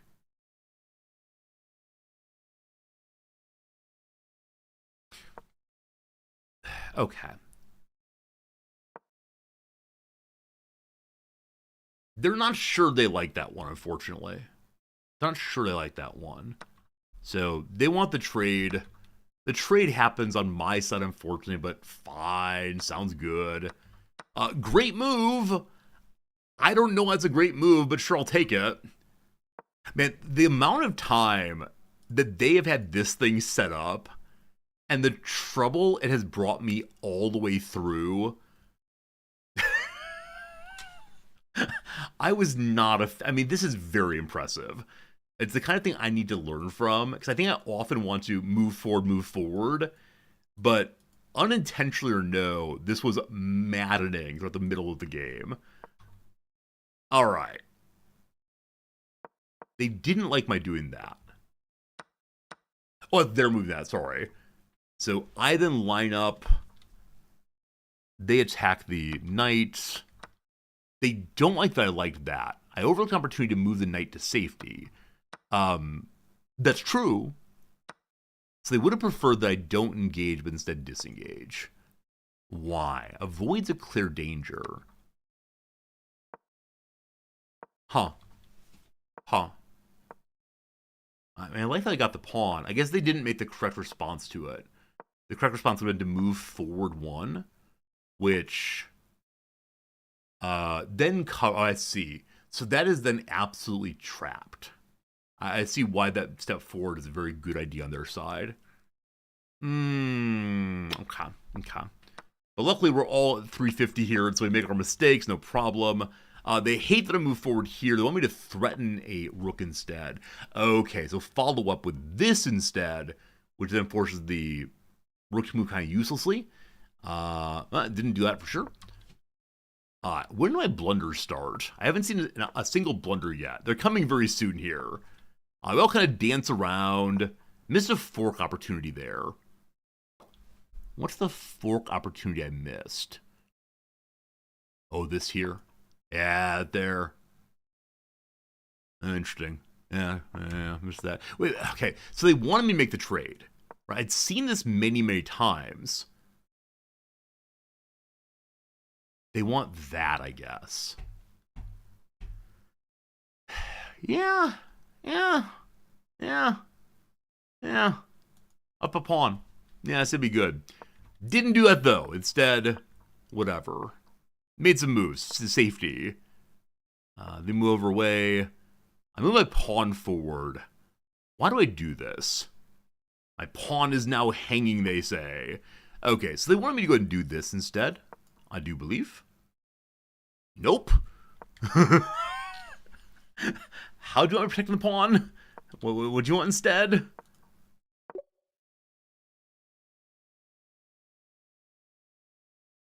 Oh, it blocks. I mean, it blocks tech on pawn by having this exchange. I see now. So then we have the rook sacrifice or being lost for a horsey. Cool. Why did I do that? Oh, I did this to give my king running room. Yeah, I was seeing the combination of this and this, and it concerned me. So I wanted to give the king a place to go if need be. I understand it's a wasted move, but I know why I did it at least. All right, here come the blunders. Cat. They don't like that I did this. I see why it's not great now. At the time, I was so proud of myself for finding a fork in these really terrible moments. Like, I see why I liked this but hated it. Some great openings are no, we don't memorize openings in this family. We respond to openings instead. But thank you for the suggestion. I think I should learn. I just don't do that. It's not how I want to play the game. I thought this was so great. Of course, the case that this is not great. Oops. Okay. So they move 1, not in a great way, and then I make a slight error. Wait, why is it a bad move? It loses the knight. Huh. I think this was me saying, let's get some pawns forward for goodness. They wanted this one instead to move forward. Yeah, I guess to ensure that the pawn doesn't lost. I was thinking like pawn trade though, I believe. I was thinking like, oh yeah, I was thinking pawn trade opening this up. I don't know. Anyway, blunders galore. Bad job. Lose the knight. Great move, apparently. Recapture the piece, fine. Okay. At this point, I've taken a huge advantage. I don't know how to take advantage of it, unfortunately. So, outpost the knight. Okay, I mean, yeah. Outpost the knight here. We're attacking the rook also. That would drive the rook off and then potentially allow us to capture here. Now, they could just move forward one. Do the same thing, unfortunately. I don't know. Okay. Yep. Give up a knight. That happened. So this is, I'm under a minute. I'm starting to make panicky moves. That rook wasn't a threat. So I know in the like immediate moment it's not a threat, but it feels like the thing, or it feels like something is going to happen if I let it get too close. But I understand it's not actually a threat there right now. Once they get next door, I start panicking, I think. But again, I understand. Does move the king help? I don't know. It feels like it might. I don't know, team. Trade rooks here. I realize I am +1, but I think I have the moment of...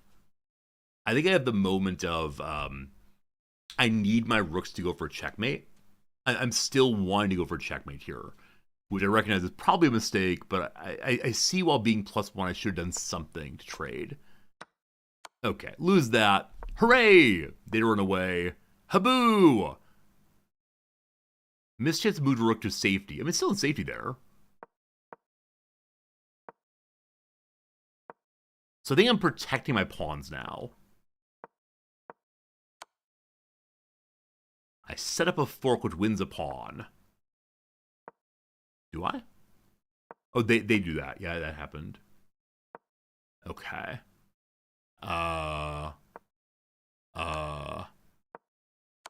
Do some checking. That seems fun. Allow the opposition to win through an individual fork. Yeah, that's true. True. Keep on moving. Yeah. It was not a good moment. I mean, it's all over the place. The two rooks together, kind of bad, unfortunately. But how it goes. I finally see let's go and exchange a rook. They're mate in 5 here, but they don't know it. I trade my rook. I lose my rook. I move forward. So at this point, I'm sort of panicking moving. Right? There's not much is good here happening. I am going to... So I think at this point I announced it is time for stalemate. Because I realized that all of those pawns are lost. And so they have a queen, which they're +878. Mate in 4 there. Mate in 4. Mate in 5. Mate in 4. Mate in 3. Mate in 4. Mate in 4. Oh, no, mate in 4. Mate in 3. Oh, you fool. All right. There you go. There you go. There you go. There you go. How do I know it was a mistake? Because the video game says so. All right. Friends, a big win. All right. I'll take my draw. It's 152. I know I should say that's the end, but no, it's the beginning of something special. It's time for one more game. I'm going to run the ad in the opening. Ad's win right now. Going to be good. All right. Bancho Murthy of India is against today. Here we go. King forward. I'm doing my fun variation today. We'll see what happens. But what fun. What fun, what fun. Okay. Unfortunately, they do this. A bit of a shame. So what do I do in response? I Just move a pawn forward, probably. So if I go ahead and attack, I just lose my knight. If I go forward here, and they attack, hooray queen. If I attack, that's better. Or hooray knight. Let's see what happens here. Let's see. Scandinavian variation of Alkine's defense, fine. All right, they push into there. Ooh, I'm supposed to jump to here. That's not happening. So I'm going to here then, offering Art Knights fun. We have an outpost. Nice.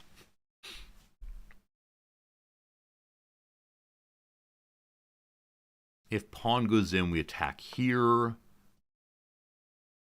Well, that's something. I mean, sure. All right, making a mess. Oh, they didn't double the pawn. Yeah, that's the second time it's happened where I've been going for doubling pawns, not happen. Anyway, early exchange, whatever. So their queen's hanging out.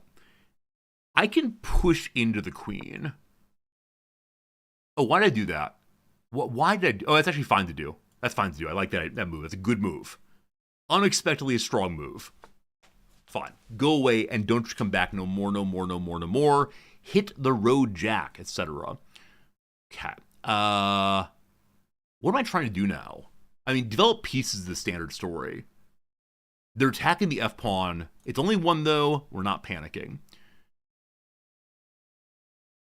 Pawn here doesn't really do anything.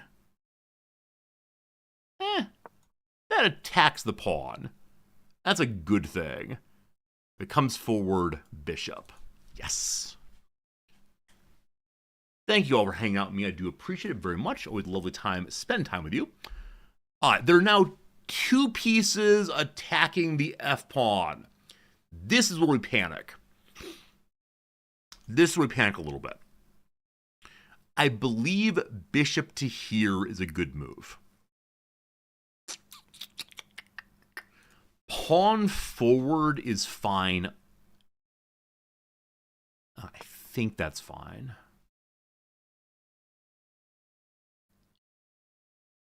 That's not really fine. I don't know if that's fine. I just get confused sometimes. Okay. Well, let's see. My desire right now is to castle queenside. That'd be pretty cool. Hello. Okay. So if I move forward here, that's fine. It's all fine. That's fine. That's fine. It's all fine. No panic. I want to castle queenside. So if she attacks here, no problems. If she attacks here, no problems. It's all no problem still. If I move my bishop out to here, that's not great. If she goes to here, we're fine. The question is, how far forward do my queen? If I go to here, I can take a pawn potentially and exchange queens. I'm going to move forward just one step for now. Hello. Hello. Cool. Cool. Okay. I accomplished what I wanted to accomplish, I guess. So what do I want to have happen now? If I push into the queen now, that's fine because the bishop covers. This is fine. This is no longer fine. I forgot about that part.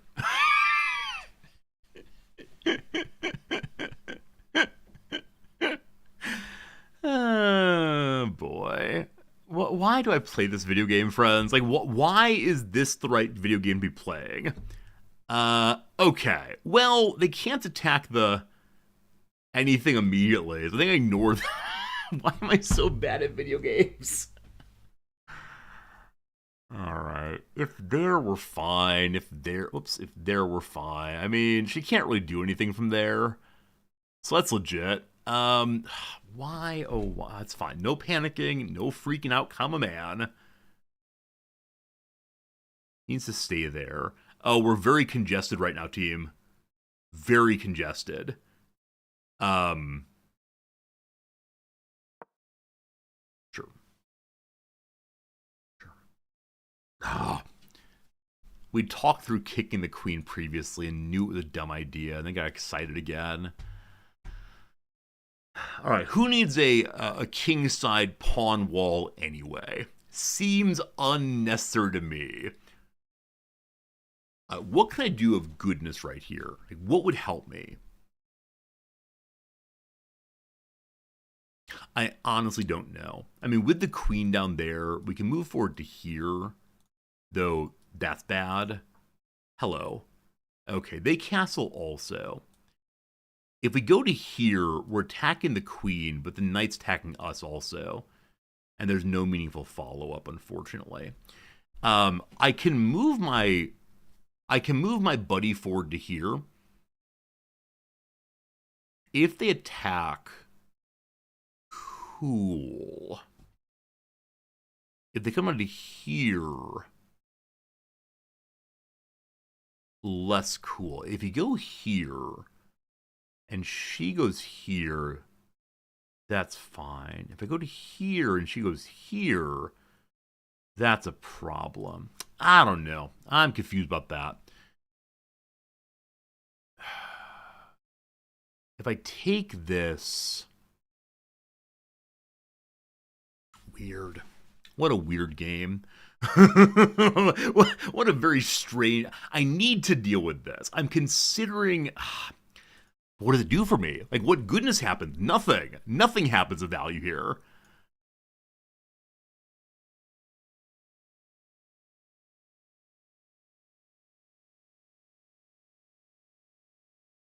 I can move here and then go there, and then something happens.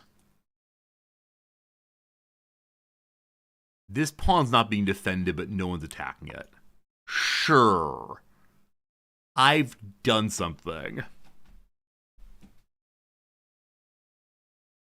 So this, great. Okay.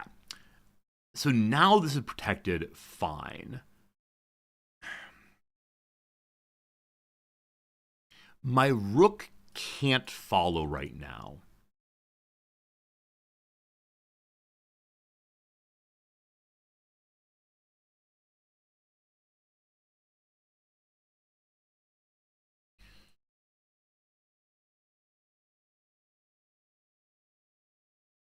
What is there to do, team? What is there to do? So if we move to here and they take this, that's fine. If I move away from here, though, that's not being protected anymore. I can move forward one, but so what? Like, honestly, I don't know what moves to make right now. There seem like there are too few moves compared to how the game normally goes for me. I think the doubling of the pawns and then pushing in is a big problem.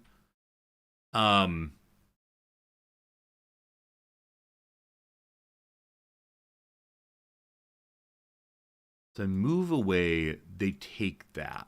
That's pretty bad. If I move to here, nothing good happens. I can move to here safely. Sort of. This is then in order. Move to here. They move to here. I might time out in the early game, just so you know. I had a lot of trouble right now finding useful moves.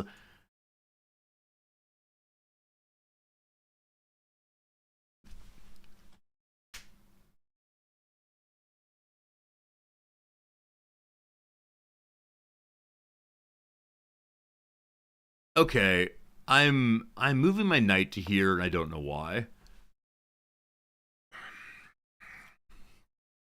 It frees up space for other pieces.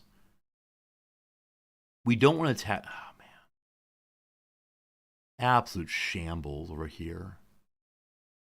How do I get onto the queen is the real question. What can I do to attack her?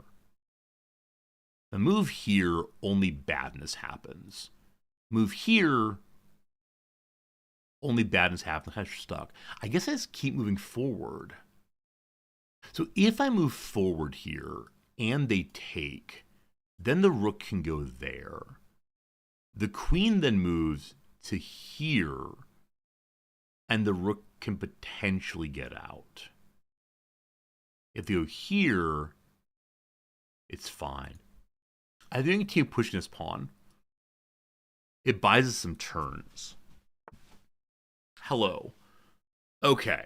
I don't know why they've done that, but I believe my preferred move is still the same. Oh, you know what? If they want to take my bishop, I'm actually fine with that.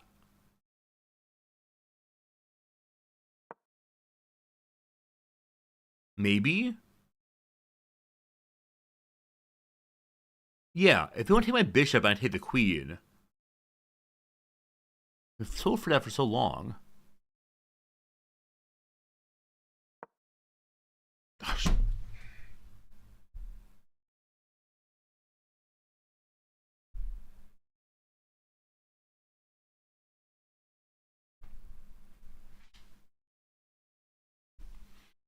We make our mistakes. We make our mistakes. We make our mistakes. We make our mistakes. We make our mistakes. We make our mistakes.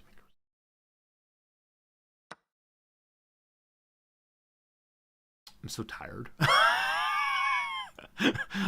I'm so tired of myself, team. I mean, so right. The moment I lost control of that corner, I think bad things were just going to happen. I can't say much more than that, unfortunately. I'm just disappointed in myself, honestly. Okay, we set up an outpost. Woo! Woo! Woo! Woo! Woo! That was pretty bad, wasn't it? Yeah, I'll be resigning in a moment, I suspect. Yeah, definitely not one of my strongest openings by any means. I'll need to look at this corner pretty hard. I've yet to ever do that to anyone. You know, where I have a queen in a corner just causing problems. It's something I'm still really weak against. And yeah, I mean, it unlike many other moments in this game, it feels so much like how do I explain it? It feels like there's like only one right way to play the corner games, and that's hard for me, frankly. That's frankly very very difficult for me. And yeah, I don't know. I don't know. Let's ask for a queen trade. They're not going to give it to me because of this. I should have gone to here instead. Oh, not a great way to head into the weekend, team. Not a great way to head into the weekend here. I'll be resigning now. Yeah. Thank you for the game. I appreciate it. Team! Team! Never resign. No, we're resigning. We're resigning there. That was too bad, unfortunately. Yeah, just no good, no good, no good. Good defending against queen infiltration with rock solid pawn structure, I'm sure. No, definitely my decision to attack the queen was just stupid. Yeah, the moment I make some moves, I see the problems right away, and yeah, that was not good. That was not good at all, unfortunately. We'll look through it. Was it fun? Frankly, no. Like the first half was fun, but yeah, about the time I started making some big errors, it was stopped being fun, of course, because it feels like you're grinding out that place. But no, I mean the majority of the game was fun. So all fun, all good. Yeah, didn't expect this. Didn't expect this.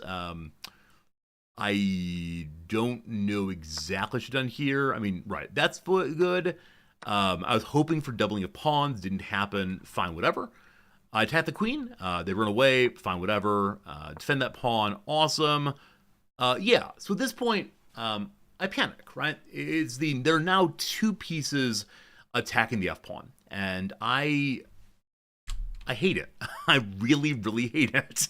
So this is my great weakness. If you're ever playing against me, just attack the F pawn with multiple pieces. I don't know what to do. So I moved to there. Bad decision, apparently. I missed the opportunity to capture free pawn. Yeah, so I see that now that this move is a free pawn. But like usual, in that moment, I turn into, gosh, oh no, the game is lost, basically. And yeah, I see how this position gives more protection to the F pawn. I just didn't see it, and so I figured.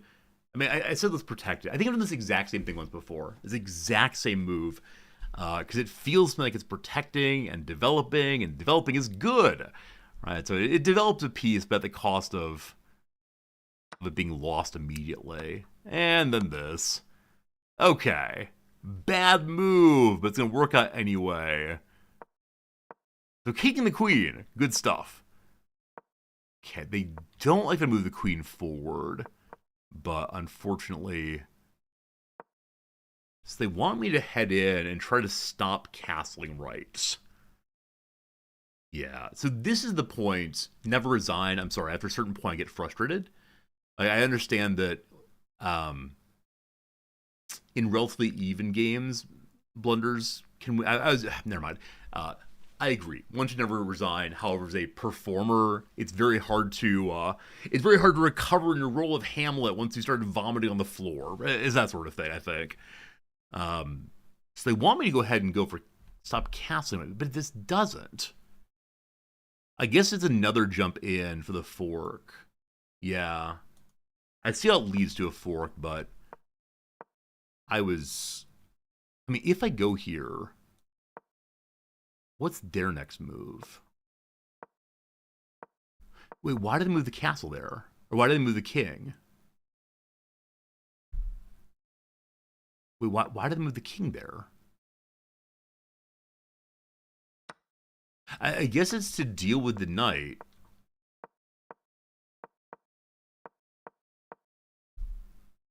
So, yeah, it's a way of preemptively protecting the rook. So that anyone doesn't go that way. I see. I think this is a case where I would not have seen what the opposition is trying to do, but I get it now. Oh, I made that move, then that move. We castle. That's a terrible decision, you fool. They prefer to keep pushing in here. Because it's doubling the pawn, I guess. So pushing instead of... I'll try to castle away from danger. There were enough times they said that, like, when danger starts building up, I gotta do something. But once again, I feel like, man, they're really putting a lot of pressure here, so get away from it. But okay, wrong move, no problem. Yep, here's a terrible move. Here's an absolutely terrible move. I should have done what instead? I think at this point, I'm struggling to find moves at all. As I said previously, there's just not many positions that feel good. I worry about moving to here because it gives up that. No, it doesn't actually up that.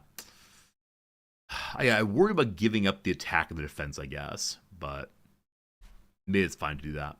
So, yeah, my refusal to make this move really does undermine a lot of possible moves. But past that, yeah, I mean, this move is very, very bad, I believe. Yeah, because you just lose a bishop then. I recognize this is not a good move because what happened really just went forward here, but I don't know, team. I don't know. All right, what do you want me to do? You want to move the queen forward now. All right, so eventually that does happen, but not right away. First this happens, and yeah, at this point, man, I've really screwed up, and I recognize there are very few places to go that feel safe. Now, having done that, I want to do this, but I just forgot about diagonal entirely, so that'll happen eventually, but my queen moves forward as promised. I'm pretty behind at this point, though, and then here's the absolute idiocy. So the idiocy involving my left corner continued all the way through. Yeah, The moment the queen has control over there as a dominating mistress among my tiny black pawns, I just don't know what to do. And I need to work on that. I need to find some chess games where I can work on queen in the corner fun, because it just feels like everything is locked down. And I was trying to think of different ways that I could get her to attack the bishop so I could attack with a rook. And the only one I saw was like going here. But going here, of course, covered by the bishop, which I just didn't see. So, yeah, at this point, the game's basically over. I'll make it worse in a moment here, but yeah, that's basically it. There may have been some way of playing out of it, but we're just having a rough time right now, and so that's that. Yep, got to work on corners. Got to work on thinking through corners in a way other than, oh no, we're losing. My refusal to move forward on the knight early, I see it's a problem, but I was just struggling to find any moves. So I think that's the worst double pawn I've ever had. I think that I've had double pawns before that, while annoying, are not the end of the world. But that right there felt really bad and just jams up so very much in the middle, especially their pawn here. And this little pawn stack, the little pawns that could cause so much problems in this one. So yeah, I think avoiding the triple pawn stack seems like a good goal for the future. It was just not a good moment, unfortunately. So that's how it goes, team. That's how it goes, team. I want to say thank you. I appreciate you for hanging out today. I hope you enjoyed yourself. Hope you learned something, namely what not to do. That's how this goes. We end today at 348. So I think we end up about 12 points lower than last time, but we're still up on the week, and that feels pretty good.